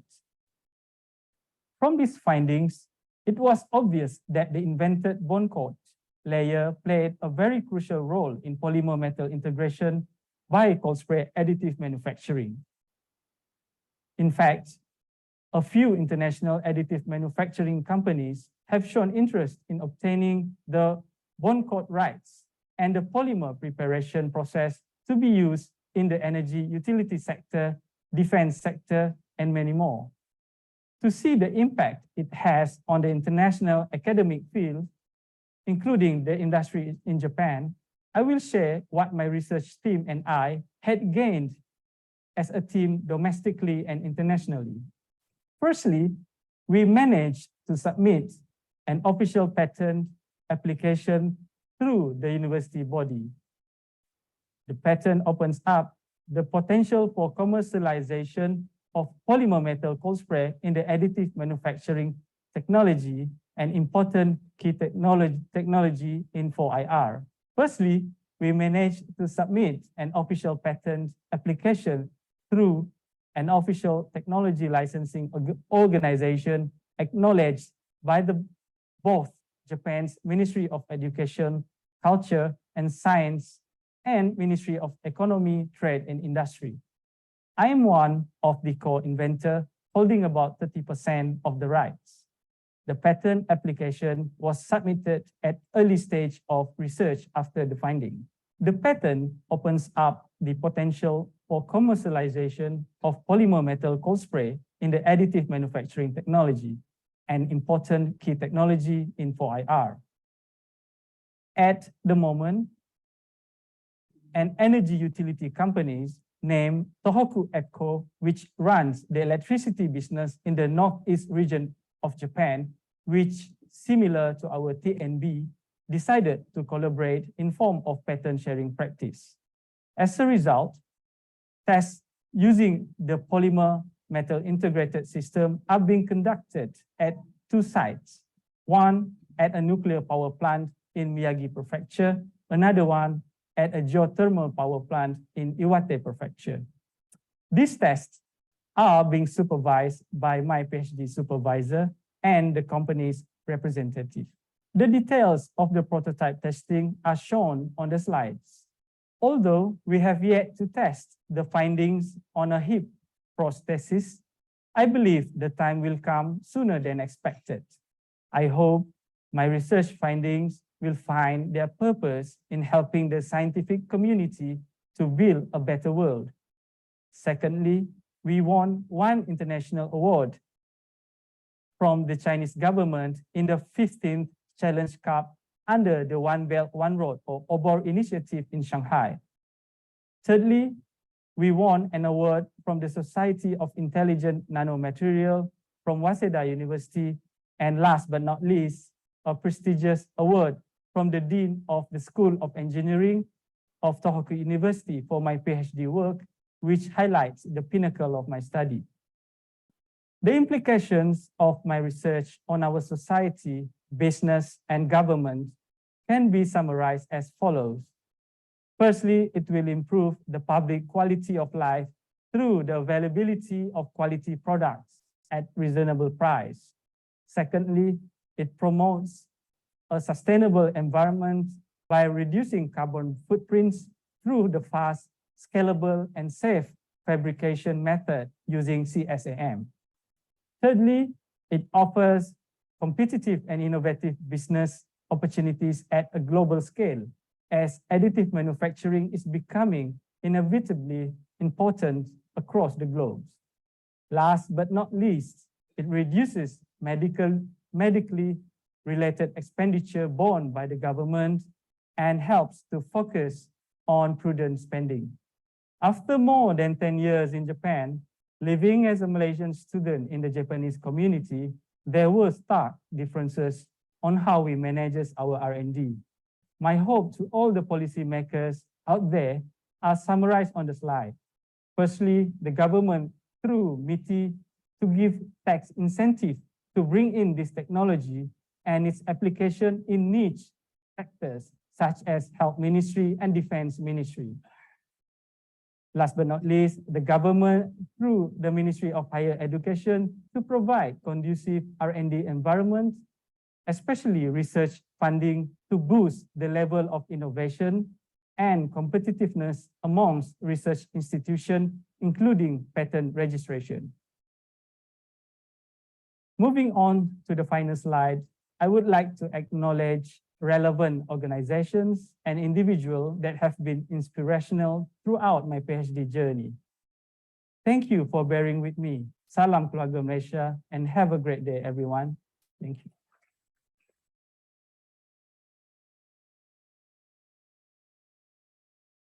Terima kasih Dr. Wesley atas pembentangan yang disampaikan, dan saya fikir kita patut juga ucapkan tahniah kepada beliau kerana apa telah beliau menghasilkan kajian yang pada saya mempunyai quality breakthrough innovation sehingga menghasilkan patent dan menerima banyak anugerah di peringkat antarabangsa. Tahniah Dr.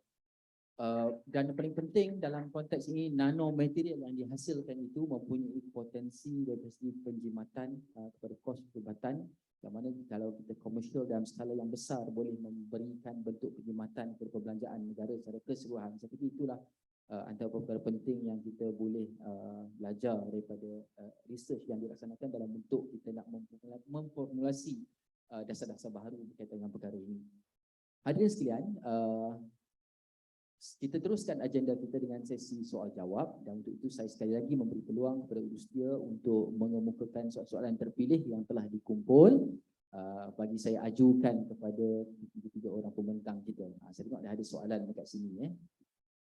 Soalan pertama untuk Puan Hamlina. Soalan dia, what are other alternative does Malaysia have in regulating the processing of personal data in commercial transaction? Terima kasih Yang Mulia Dr. Moderator dan juga yang mengemukakan soalan. Okey, untuk makluman hadirin sekalian, sebenarnya kita sebagai pengguna kita ada hak untuk menentukan apakah informasi-informasi yang boleh kita kongsi secara maya dan tidak. Sebenarnya apabila kita lebih banyak berkongsi informasi diri kita dalam social media, internet, online ataupun kita selalu menggunakan handphone, maka banyaklah informasi diri kita yang kita kongsi secara kita tidak sedar. Jadi sebenarnya dalam hal ini apa yang saya nampak dalam kajian saya, sebenarnya teknologi bergerak terlampau laju, di mana kadang-kadang undang-undang sedia ada tidak dapat capture sebab teknologi dia adalah sesuatu yang kita tak dapat nak jangka.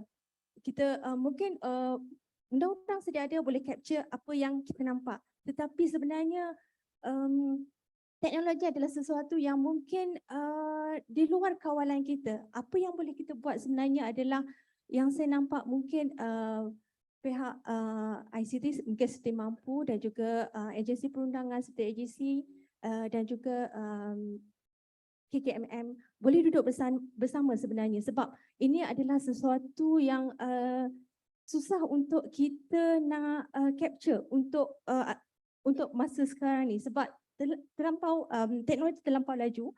Jadi benda ni kita memang kena duduk bersama untuk mencari alternatif yang terbaik. Ini je jawapan yang boleh saya sediakan, sebab kita tak boleh jawab secara spesifik. Jadi ini yang boleh saya katakan, kita kena duduk bersama, kita kena lihat apa alternatif yang terbaik untuk kita mengatasi masalah ini. Itu saja. Terima kasih Puan atas jawapan. Kita ada soalan yang kedua. Soalan daripada MITI Wilayah Perak ditujukan ke Encik Nazrul. Soalannya berbunyi, adakah model yang ditunjukkan oleh Encik Nazrul tadi boleh kita adaptasikan dalam konteks Malaysia? Dan adakah spesifik mana-mana bandar di Malaysia ni boleh kita laksanakan model ini? Dan adakah dikatakan juga JA Zenshu adalah penyertaan mereka adalah penting dalam konteks membolehkan model ini mencapai matlamat yang telah ditetapkan? Thank you very much for the person from MITI Wilayah Perak. Dan juga terima kasih kepada Dr. Razul. Menjawab kepada soalan tadi. So model ini sebenarnya is already done in Malaysia actually, but by government initiative. Actually in Malaysia, for like I mentioned before, we have programs like Desa Lestari, which I was also involved back in 2018 and 19. And also there is under Pharma, the Pakar or Pasar Caravan Community. So that one is also implemented by the government. So what types of model is suitable for Malaysia? That's I would like to emphasize is that it should be suitable for the local people and the local area. Because kalau kita, if we look into in Japan, they initiated this market because in Japan it is quite rare to see this kind of open air market, and also almost all the market inside is in indoor market. So in Japan, they also rarely socialize outside compared to Malaysia, where we have all these pasar malams and we have all these events. to bustle up, especially in the city, but also even in the rural areas. Sometimes we have, but the thing is that it's not the models that directly be copied from this Cater IT, but it's how we adapt it to our local community. So in Malaysia, actually under the Dasar program, there is cooperative that the government is helping by giving some assistance in terms of how they can initiate their own business in the villages. So this cooperative have proven quite successfully, but as we seen from years to years, as the inside the organization changes, where there will be changes in the leadership. So sometimes it will not be quite sustainable if the organization itself is not really strong, because some of them, if you see in, for example, we have in Batu Putih in Kinabatangan, Sabah, we have a Dasar Lestari program there, Kampung Batu Putih, Kampung Batu Putih. So in that kampung, they are organizing eco-tourism programs where they have also participants or extension officers from outside of Malaysia coming join into the cooperative, so they help to develop their local community. So it is going quite successfully, and even maybe if you have already went to Kampung Banghuris near Sepang, Sungai Pelik, there you can see that there's a homestay program there. So under the homestay program, the objective is to invite many tourists, especially from outside of Malaysia. A lot of them coming from Japan or China or even Europe to Malaysia. So, but during the pandemic itself, under the MCO, so the activities of tourism halted. So because of that, they have to change their models, their plan. So what they do is they made this nasi ambang restaurant. I think maybe some of you have been there. So it was quite successful, as you know. For Malaysian, food is really attracting people to come. So I think that is kind of something that you have to explore. What is your specialty, your uniqueness of your local areas that you can explore and you can exploit to invite more people to come to bustle up or to even develop your area. So if I want to name a town in Malaysia, I think every town is possible as long as the community are ready to have their own initiative. So they have to learn how to do business. And for the third question is the JA Zentu, or JA is Japan Agriculture Cooperative. So it's quite a big organization nationally in Japan. So even in Malaysia, we have duplicated this, like the Lembaga Pertubuhan Peladang and also Nafas, that also similar to this JA Zentu. So JA Zentu is crucial if you want to make this kind of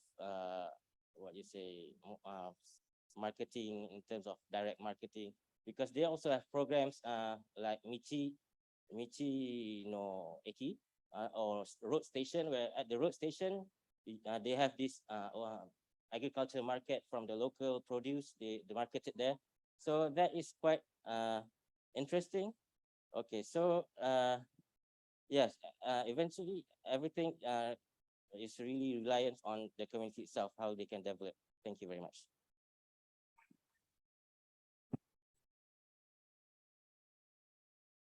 Terima kasih atas penjelasan panjang lebar yang diberikan tadi.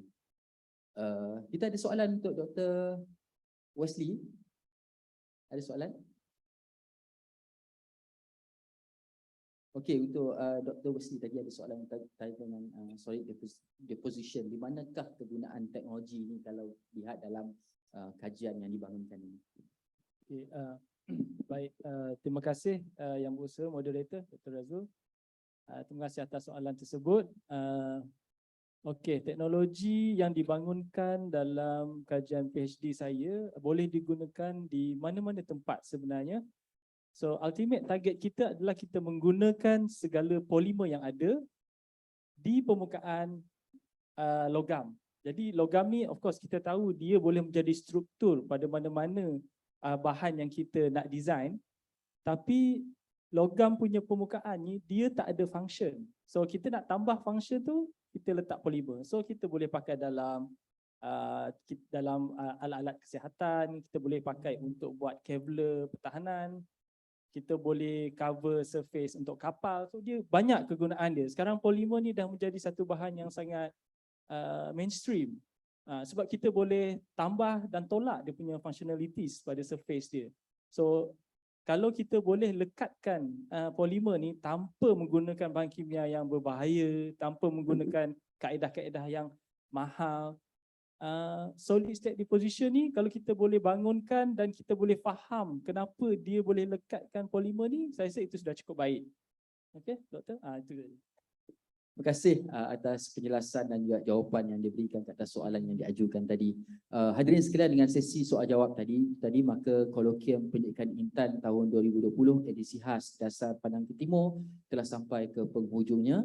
Saya merakamkan ucapan terima kasih di atas penglibatan semua hadirin ke empat sesi pembentangan yang diadakan sejak awal pagi tadi. Rakam terima kasih juga diucapkan kepada semua pembentang yang telah mengambil bahagian dalam Kolokium ini. Dan marilah sama-sama kita memberikan tepukan gemuruh kepada pembentang-pembentang kita. Sama-sama kita doakan semoga agenda penyelidikan dalam perkhidmatan awam terus subur dan berkembang maju untuk manfaat rakyat, kerajaan dan juga negara. Sesungguhnya ilmu itu bukan yang dihafal atau disijilkan, tapi ia adalah makna yang hadir ke dalam jiwa, menyerlahkan adab dan manfaat serta menyuluh setiap tindakan dengan hikmah dan bijaksana. Dengan kata-kata itu, saya kembalikan kepada pengacara majlis. Sekian, wabillahi taufiq wal hidayah. Wassalamualaikum warahmatullahi wabarakatuh. Terima kasih Yang Berusaha Dr. Razul Iqmal bin Ramli, moderator bagi pembentangan ketiga dan keempat pada hari ini. Hadirin sekalian, majlis penutupan Kolokium Penyelidikan tahun 2022 akan bermula sebentar sahaja lagi. Sekali lagi, jasa baik para hadirin dimohon untuk sentiasa menetapkan telefon bimbit dalam mood senyap sepanjang majlis ini berlangsung. Para hadirin juga dimohon untuk berdiri semasa ketibaan Yang Berbahagia Datuk Seri Muhammad Syafiq bin Abdullah, Ketua Pengarah Perkhidmatan Awam, dan terus berdiri untuk sama-sama menyanyikan lagu Negaraku. Di akhir majlis nanti dimohon para hadirin untuk memberi laluan hormat kepada tetamu utama meninggalkan dewan terlebih dahulu. Terima kasih.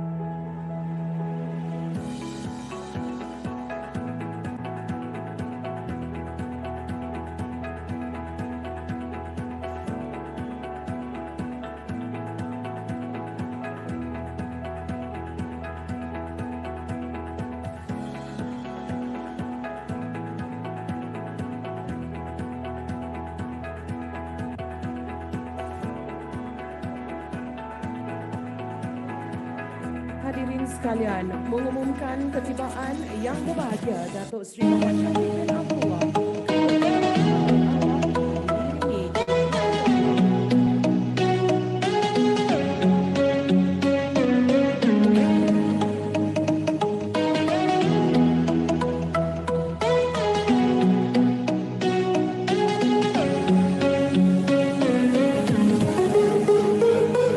sekalian, nyanyian lagu negaraku.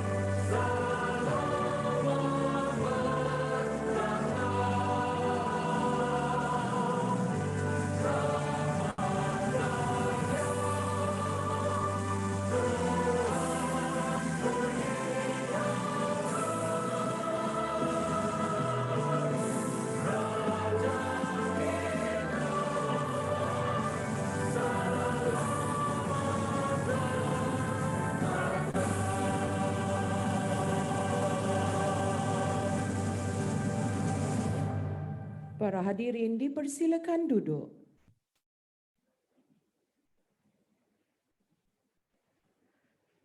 Yang berbahagia Datuk Seri Muhammad Syafiq bin Abdullah, Ketua Pengarah Perkhidmatan Awam. Yang berbahagia Datuk Dr. Zulkifli bin Muhammad, Timbalan Ketua Pengarah Perkhidmatan Awam Pembangunan. Yang berbahagia Datuk Professional Technologist Kamil bin Muhammad, Timbalan Ketua Pengarah Perkhidmatan Awam Operasi. Yang berbahagia Datuk Dr. Alauddin bin Sidal, Pengarah INTAN, Cik Nagai Tomoko, Head of Japan Information Service, Kedutaan Besar Jepun di Malaysia, Pengarah-pengarah bahagian JPA, yang berbahagia Tan Sri Doktor, yang berbahagia Datuk Doktor, Datuk-Datuk, Datin-Datin yang berusaha doktor, seterusnya tuan-tuan dan puan-puan yang dihormati sekalian. Assalamualaikum warahmatullahi wabarakatuh dan salam sejahtera.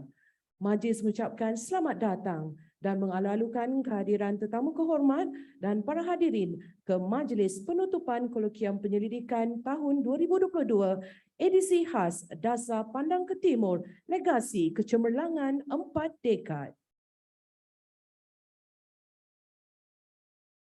Hadirin yang dihormati sekalian, Kolokium Penyelidikan merupakan satu wadah perkongsian mengenai kajian-kajian yang telah dilaksanakan oleh penjawat awam di bawah tajaan latihan bagi pengajian di peringkat ijazah kedoktoran, PhD dan sarjana. Bertemakan edisi khas Dasar Pandang ke Timur, laksanaan Kolokium Penyelidikan tahun ini adalah bersempena dengan ulang tahun ke-40 Dasar Pandang ke Timur dengan mengundang seramai 12 orang pembentang daripada universiti tempatan serta universiti Jepun. Pada hari ini juga kita akan sama-sama saksikan pelancaran buku Dasar Pandang ke Timur, Legasi Kecemerlangan 4 Dekad yang akan disempurnakan oleh Yang Berbahagia Datuk Seri Muhammad Syafiq bin Abdullah, Ketua Pengarah Perkhidmatan Awam. Hadirin sekalian, bagi memberkati majlis pada petang ini, persilakan Al-Fadhil Ustaz Muhammad Syafiq bin Abdul Latif, Pegawai Hal Ehwal Islam INTAN untuk memimpin bacaan doa. Dipersilakan.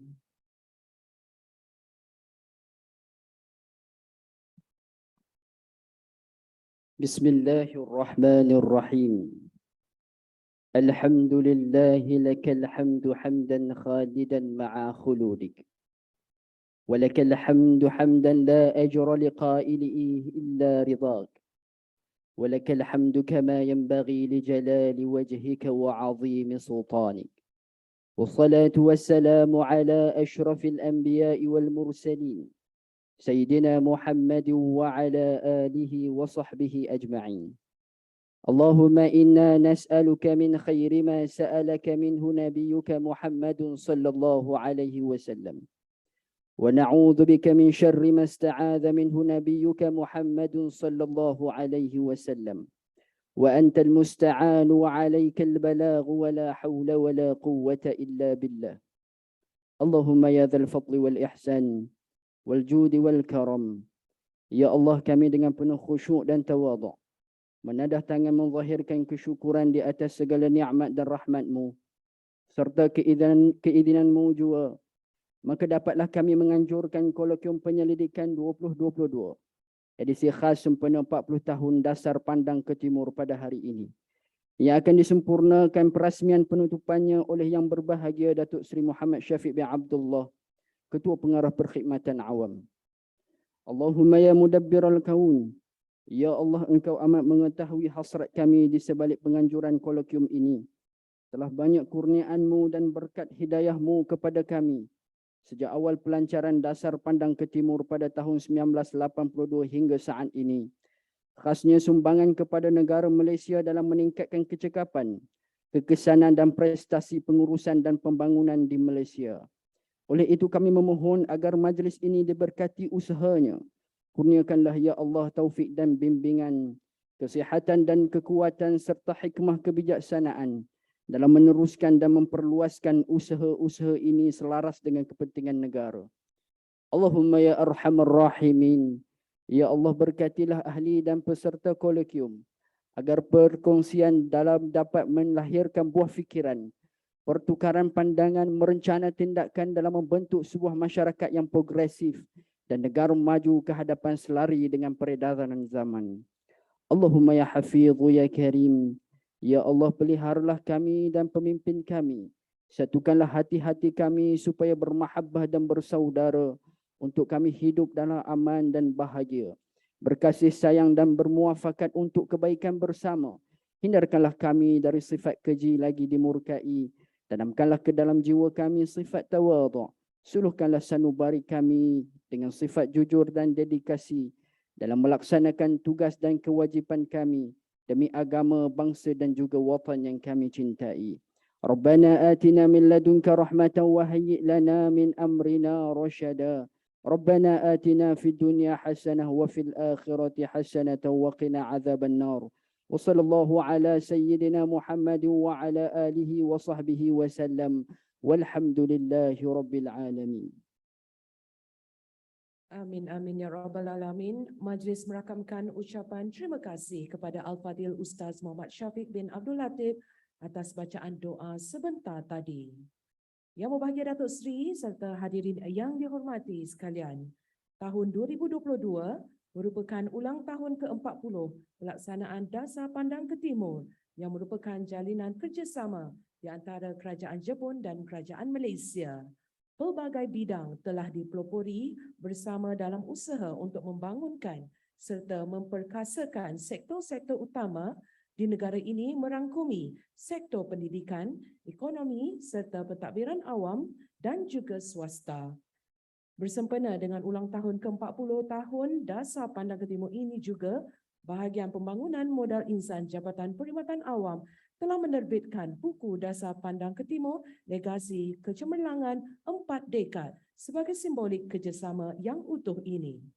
Hadirin sekalian, sama-sama kita saksikan tayangan montaj yang disediakan. Dasar Pandang ke Timur, Legasi Kecemerlangan 4 Dekad. Pelancaran secara rasmi Dasar Pandang ke Timur telah disempurnakan oleh Yang Amat Berhormat Perdana Menteri Malaysia pada 8 Februari 1982 di Majlis The 5th Joint Annual Conference of Malaysia-Japan Economic Association and Japan-Malaysia Economic Association, Majeka, Jamaica. Objektif Dasar Pandang ke Timur adalah bertujuan mencontohi dan menerapkan nilai-nilai etika kerja yang baik dan positif, mempertingkatkan pengetahuan dan kemahiran teknologi, serta mempelajari sistem pengurusan dan organisasi negara Jepun yang boleh meningkatkan produktiviti, serta menyumbang ke arah kemajuan negara. Evolusi Dasar Padang ke Timur bermula pada tahun 1982 sehingga kini. Selaras dengan dasar ini, Kerajaan Malaysia telah menyusun strategi dan program bagi meningkatkan kecekapan, keberkesanan dan penghasilan kerja yang lebih baik dalam kalangan pegawai awam dan pelajar. Dengan adanya aspirasi Dasar Pandang ke Timur, beberapa institusi berasaskan pengajian ke negara Jepun telah ditubuhkan bagi mengukuhkan hubungan erat Malaysia-Jepun.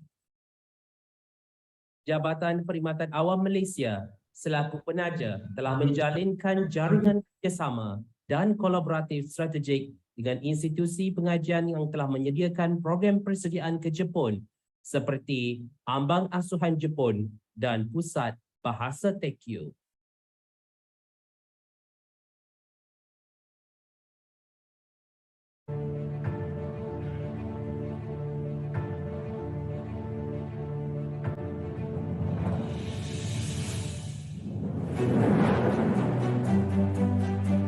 Skop pembangunan modal insan Dasar Pandang ke Timur adalah dalam aspek modal insan, memperkukuhkan institusi pengajian dan usaha dalam bidang penyelidikan dan pembangunan.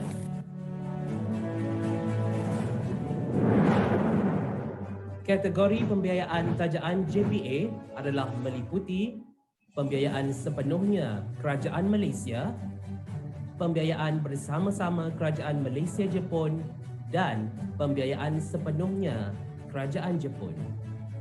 Penajaan dan latihan meliputi program-program seperti berikut: kursus pendek, latihan kemahiran, diploma, ijazah pertama dan ijazah lanjutan.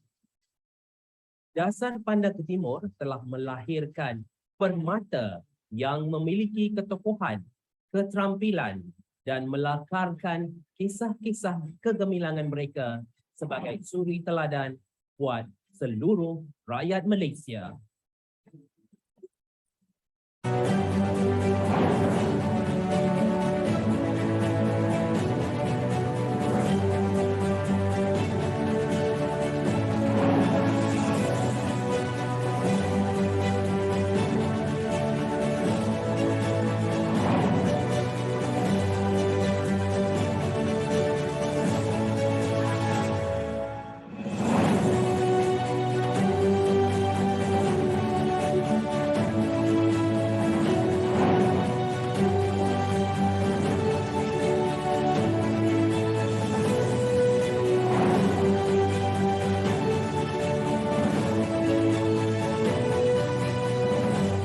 Dasar Pandang ke Timur yang telah mencecah 4 dekad pada tahun 2022 masih kekal relevan dan memperlihatkan peranan dan tanggungjawab Jabatan Perkhidmatan Awam Malaysia dalam memanfaatkan hubungan strategik, melakar legasi kegemilangan dan menggilak potensi rakyat Malaysia dalam bidang penajaan dan latihan masa kini dan tahun-tahun yang bakal mendatang.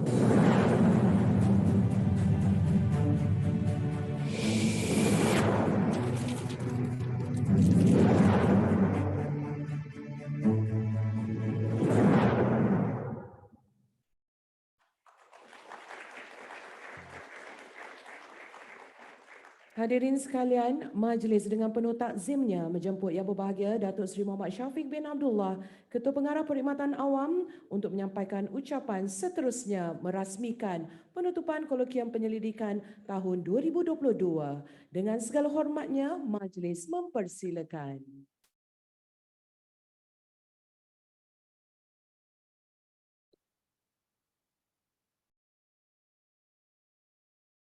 Terima kasih kepada pengacara majlis. Domo arigato. Bismillahirrahmanirrahim. Salawat dan salam juga kepada junjungan kita Nabi Muhammad SAW. Assalamualaikum warahmatullahi wabarakatuh. Salam sejahtera dan selamat. Salam keluarga Malaysia. Yang bahagia Datuk Dr. Zulkifli bin Muhammad Timbalan, Ketua Pengarah Perkhidmatan Awam Pembangunan, Bagi Datuk Kamil Muhammad, Timbalan Ketua Pengarah Matan Awam Operasi. Yang bagi Datuk Dr. Alauddin bin Sidal, Pengarah INTAN. Yang bagi Tan Sri Dr. Mazlan Yusof, Pengurusi Suruhanjaya Perkhidmatan Pendidikan Malaysia, mantan PSU. Bagi Datuk Haji Zulkifli Abdul Malik, Pengurusi Pusat Bahasa Tekyo. Cik Zulfika, Presiden Persatuan Alumni Dasar Pandang Timur. Puan Nagai Tomoko, Wakil Kedutaan Jepun, pembentang-pembentang Ketah Kerja, tuan-tuan dan puan-puan yang saya hormati sekalian. Alhamdulillah, setinggi-tinggi kesyukuran dirafakkan kepada Allah SWT kerana atas limpah kurnianya kita dapat bersama-sama petang ini hadir dalam majlis penasihat penutup Kolokium Penyelidikan 2022 pada petang ini. Beri satu tepukan kehadiran di sini. Bagi pihak JPA, saya mengucapkan terima kasih kepada tuan-tuan dan puan-puan kerana dapat menghadiri kolokium ini, dan kehadiran yang memberangsangkan dalam kolokium penyelidikan ini merupakan indikator positif bahawa program ini terus relevan dan mendapat sambutan yang baik sebagai medan perkongsian hasil penyelidikan penerima-penerima beasiswa yang diuruskan oleh JPA. Tuan-tuan, puan-puan yang saya hormati sekalian, INTAN bersama Bahagian Pembangunan Modal Insan JPA telah menganjurkan secara tahunan sejak tahun 2017 sebagai satu platform perkongsian hasil penyelidikan oleh penerima hadiah latihan persekutuan HLP. Jadi objektif penganjuran forum ini supaya medan sebegini dapat membuka ruangan untuk perkongsian ilmu dan pengalaman yang telah diperolehi oleh para penjawat awam selepas mengikuti pengajian lanjutan. Justru penemuan kajian disertai dengan pandangan baru dan cadangan penyelesaian pastinya amat bernilai untuk kemajuan dan pembangunan negara. Tuan-tuan dan puan-puan sekalian, Kolokium Penyelidikan 2022 tahun ini kali ini merupakan edisi khas bersempena sambutan 40 tahun Dasar Pandang ke Timur.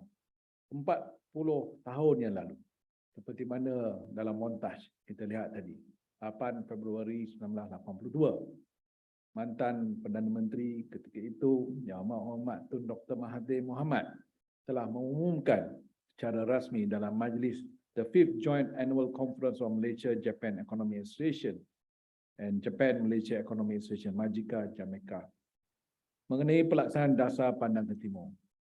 Dan Jepun pada ketika itu telah muncul sebagai sebuah negara maju yang bangkit semula selepas tewas Perang Dunia Kedua dan telah memusnahkan hampir semua bandar-bandar besar, industri dan rangkaian pengangkutan serta mengalami kekurangan bekalan makanan dan sebagainya sejak Perang Dunia Kedua. Yang begitu kecekalan dan usaha gigih rakyat Jepun telah berjaya membangunkan semula negara mereka daripada satu keadaan yang perit dan khususnya menjadikan sebuah negara termaju dalam bidang teknologi. Dan memasuki dasawarsa tersebut, Malaysia berhasrat mencontohi dan menerap nilai-nilai etika kerja yang baik dan positif yang diperhatikan oleh masyarakat Jepun. Selama ini kita ramai hantar pelajar-pelajar kita ke Amerika Syarikat, ke UK dan sebagainya. Tetapi oleh kerana Dasar Pandang Timur, yang mana mantan Yang Amat Perdana Menteri menyatakan bahawa we need to do something. We always learn from those are successful country. Yang mereka yang berjaya, tak semestinya dari barat. Sebab pendidikan dan ilmu adalah satu perkara yang universal yang kita boleh pelajari. Jadi sebab itu dasar ini dibajai, diberi semangat oleh kerajaan supaya kita terus melaksanakan sehingga hari ini. Walaupun kerajaan menghadapi berbagai cabaran, kita tak henti untuk meneruskan. Kita tahu apakah keperluannya, apakah hasil kita dapat secara intended and unintended kepada penjawat awam kita, dan khususnya bagaimanakah kita boleh guna pakai dalam pengembalan dasar, pelaksanaan dasar penjawat awam, dasar-dasar awam. Dan saya sendiri telah mempelajari banyak benda semasa saya belajar di Meiji University di Tokyo, Ya, dan begitu juga ramai lagi Datuk Dr. Zul pun ada di situ. Ya, banyak benda kita belajar. Bukan setakat di dalam kelas tapi di luar kelas. Ya, satu Jepun tu menjadi kelas without walls, kata mantan KBPA. It's true. Ya, kita telah banyak belajar apa yang tersurat dan tersirat. Why Japan become successful. Kita boleh nilai yang ditulis dan tidak tertulis. Bagaimanakah kita boleh mengambil iktibar, lesson learn untuk majukan negara kita. Ya, sebab itu Dasar Pandang Timur ni merintis jalan. Ya, bagaimana kita boleh meningkatkan atau memperkasakan amalan, pelaksanaan, naziran dasar-dasar kita. Ya, Jepun telah mengalami berbagai fasa. Ya, kalau lihat kepada perancangan ekonominya, ya, dari centralized planning, agency-led economy, ya, berpusat kepada planning with community, ya, daripada tahun 70-an dan 80-an kemudian, ya, di mana kita nampak isu perancangan apabila berpusat akan hadapi masalah untuk kerajaan tempatan dan sebagainya, maka ada gerakan-gerakan localism. Jadi kita nampak we also going through the same kind of phases, ya, fasa-fasa yang sama. Jadi kita boleh ambil iktibar what we supposed to do, what not. Ya, maknanya kita belajar dalam pusingan, ya, dasar-dasar ni dia ada fasa-fasa dia.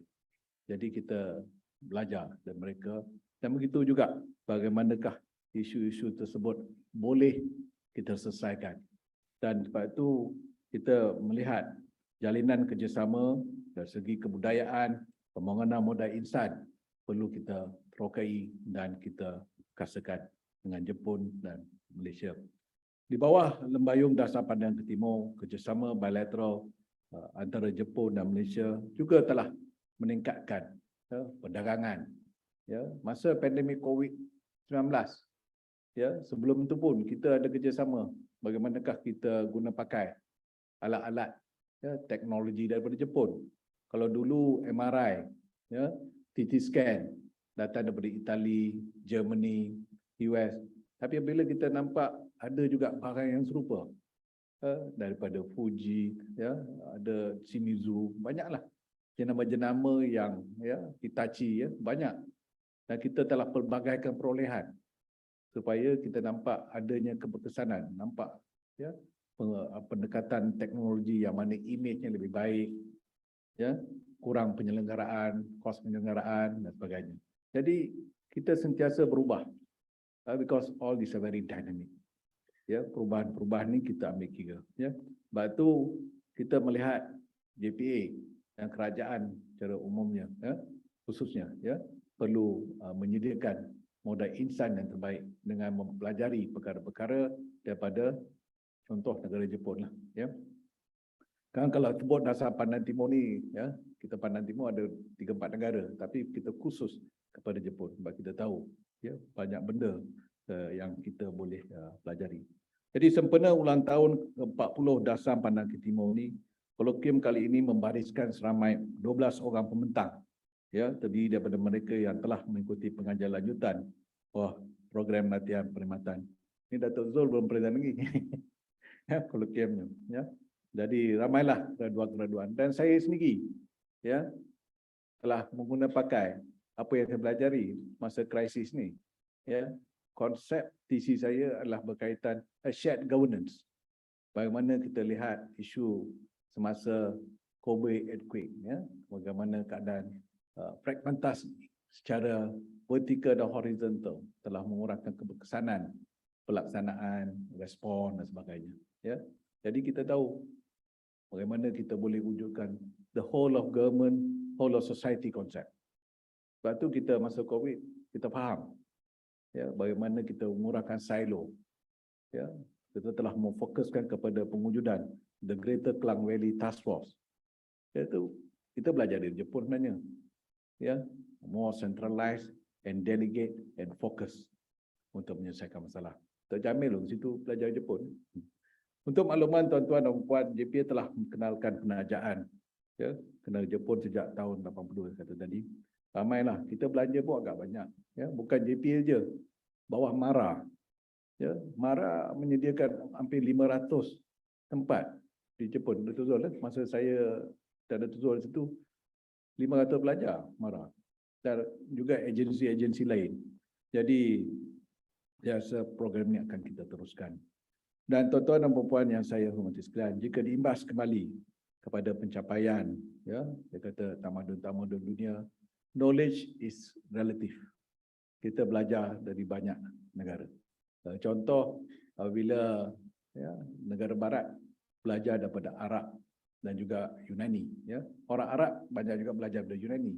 Ya, dia kembang, ya, dia baiki semua melalui epistemologi, metodologi dan ontologi, ya, oleh semua pakar-pakar ni lah, ya.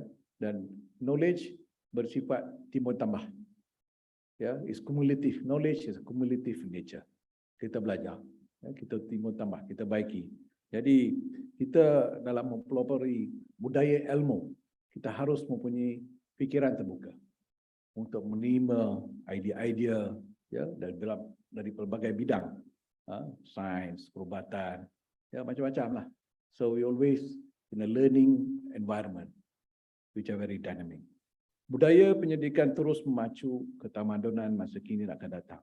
Sebab tu negara-negara yang maju ni banyak dia invest dalam R&D, research and development.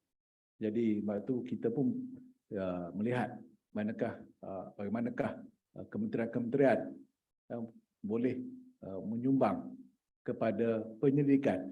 Kementerian mesti sebenarnya dia ada bahagian grant, ya, yang memberi dana-dana pada researcher ke universiti dan sebagainya. Yang kita boleh arahkan, fokuskan penggunaan dana-dana ini secara optimum.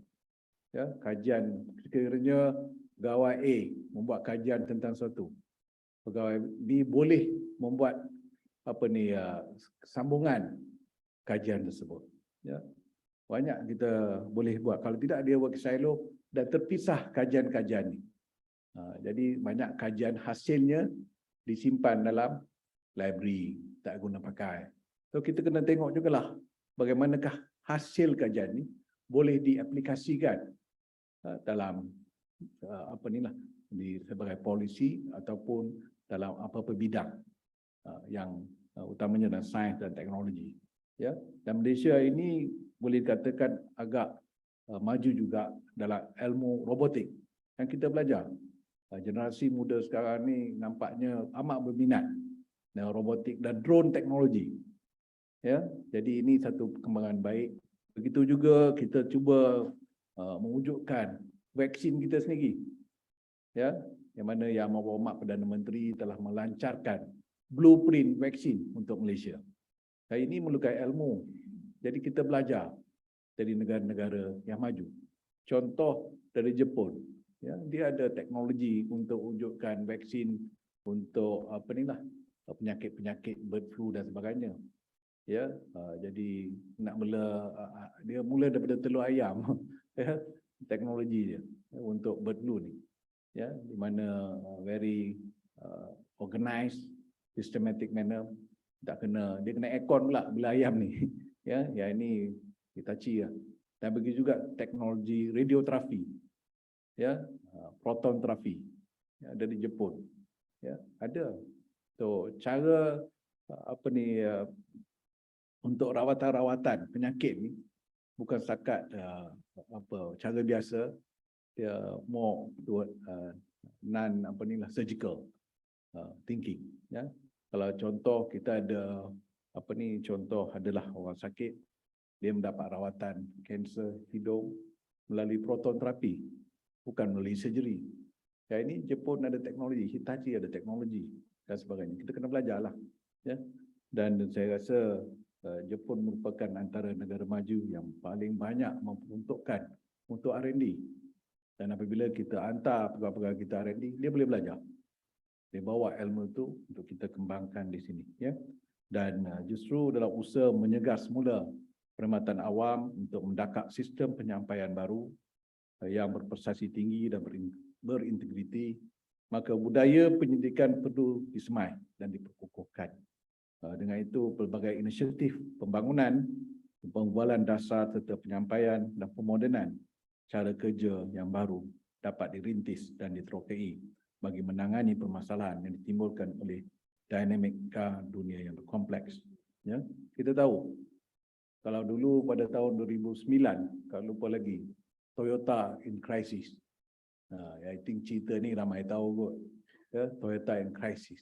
Apabila di Amerika, ya, apabila seorang test driver ya memandu kereta Toyota, ya, bawa kereta ke highway dengan keluarganya, kereta tu tidak dapat dikawal kelajuannya dan terus ya, di California misalkan dia terus tak habis minyak dah langgar terus dah mati. Jadi orang tak percaya, dia kata kereta Toyota ni ada masalah. Tapi being a Toyota ni a multinational, cara dia menangani krisis ya begitu baik. Dia mencari punca dia. Apakah punca dia menyebabkan aksiden tu berlaku, kemalangan tu berlaku. Sebab apabila aksiden tu berlaku, kemalangan tu berlaku, ramai tak percaya.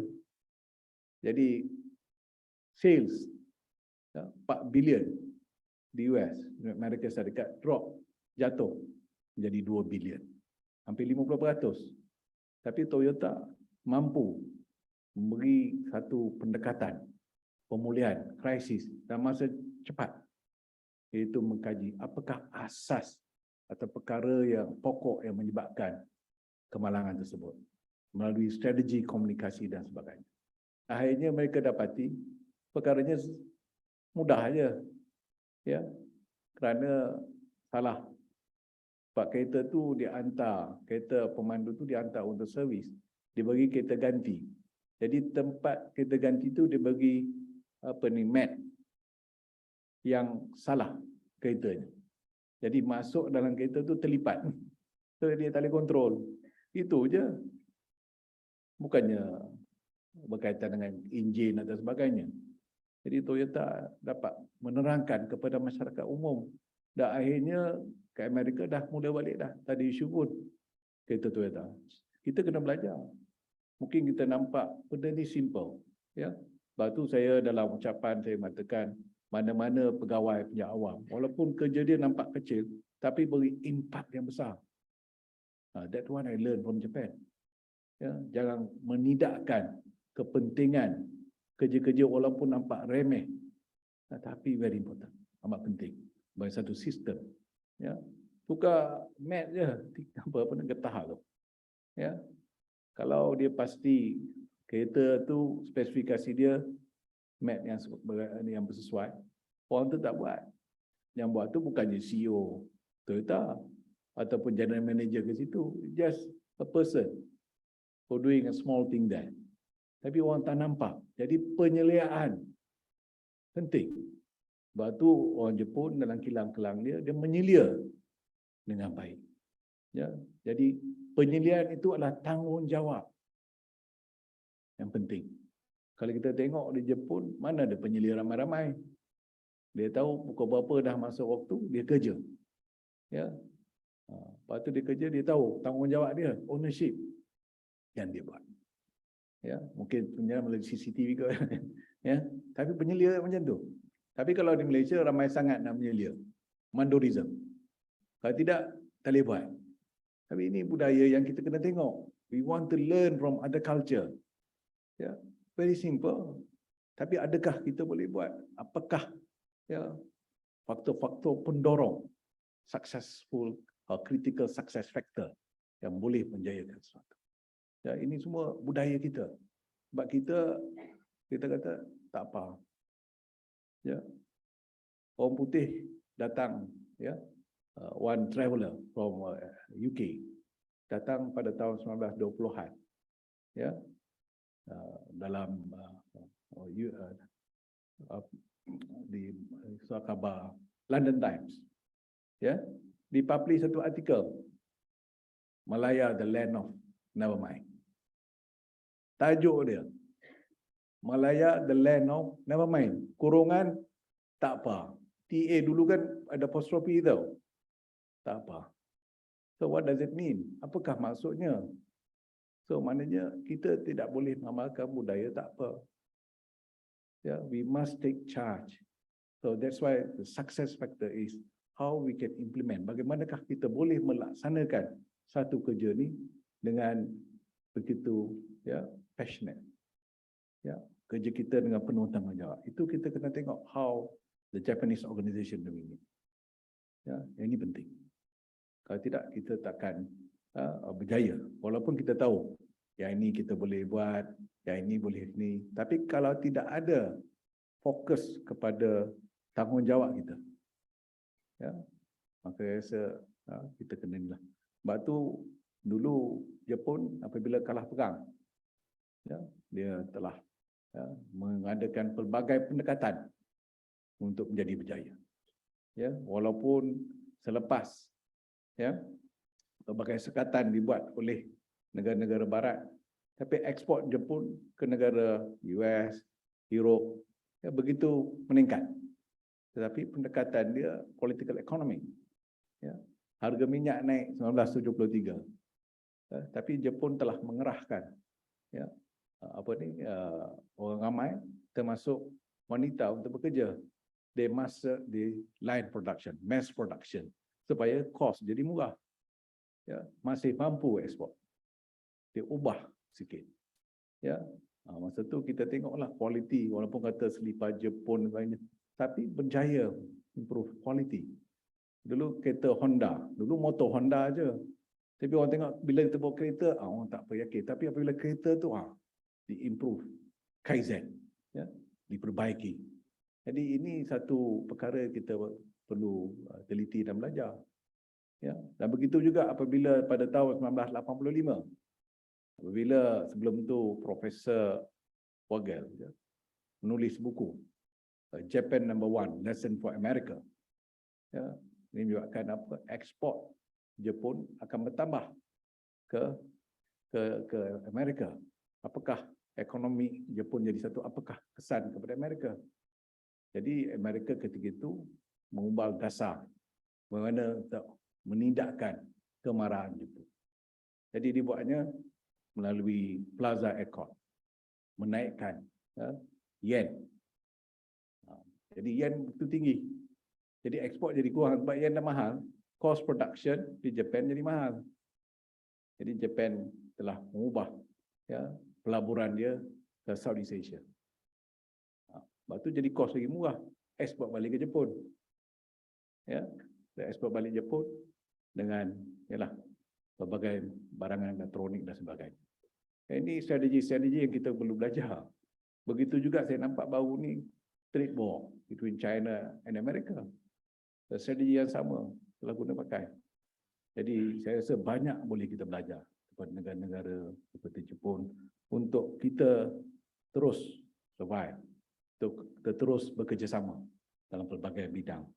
Mana pesanan Peter Drucker, the greatest danger in time of turbulence is not the turbulent, it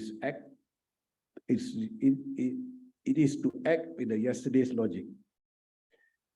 Ini penting katanya. Oleh itu penyelesaian hari ini kita lihat kepada perkara-perkara yang pentinglah. Sebab itu saya mengajak semua pihak awam melihat bagaimanakah kita boleh fokus kepada usaha-usaha, bagaimana boleh memajukan perkhidmatan ini lebih efisien, lebih efektif, optimization of resources, demi kesejahteraan rakyat.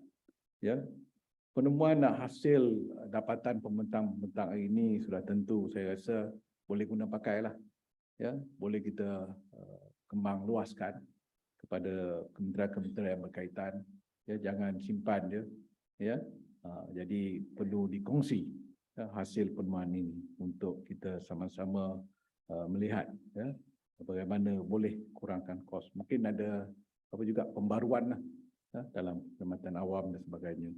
Saya juga mensyawarkan agar pangkalan data depository kertas-kertas kajian pegawai yang ditaja diwujudkan secara atas talian.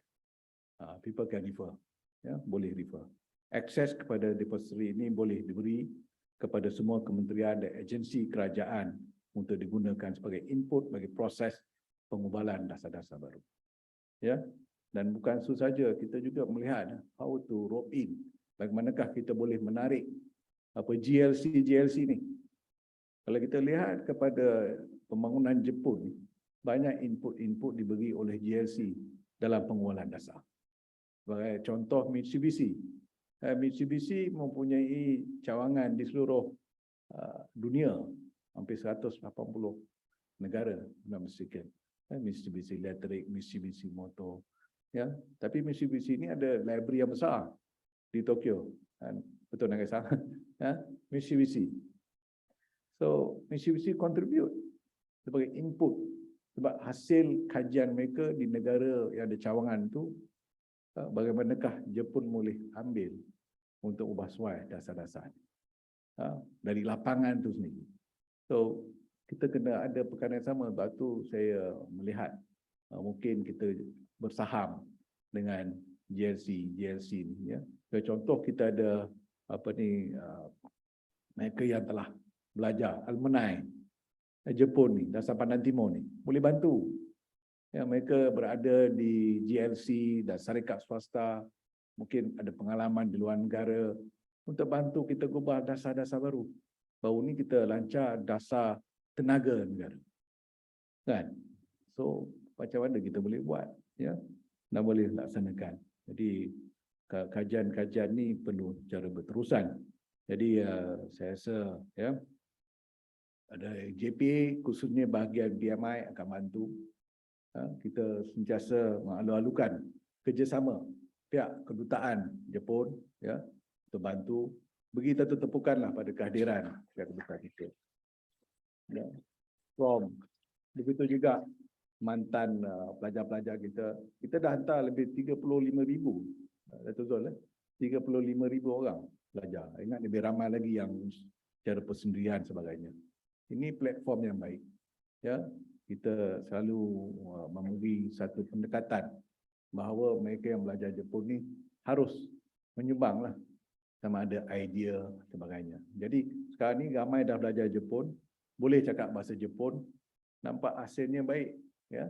Ada yang bekerja bukan setakat bidang elektronik atau sebagai bidang kejuruteraan, bidang kebudayaan model.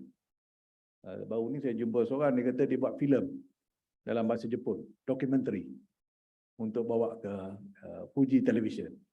Ya, ada. Nampaknya orang Malaysia dah boleh cakap Jepun lah.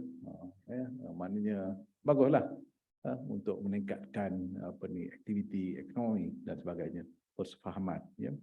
Dan mengakhiri, saya ingin ucapkan tahniah kepada semua pembentang yang berjaya menamatkan pengajian dan juga dipilih untuk berkongsi penemuan hasil penyelidikan dalam bidang masing-masing.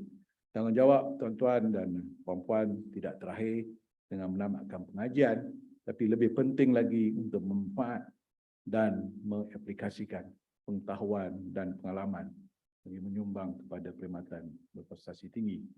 Saya juga merasa sukacita kerana buku berjudul Dasar Pandang ke Timur, Legasi Kecemerlangan 4 Dekad telah dihasilkan oleh bahagian modal insan JPA sebagai tanda penghargaan dan pengiktirafan kepada persahabatan Malaysia-Jepun sempena ulang tahun 10 Dasar Pandang ke Timur ini.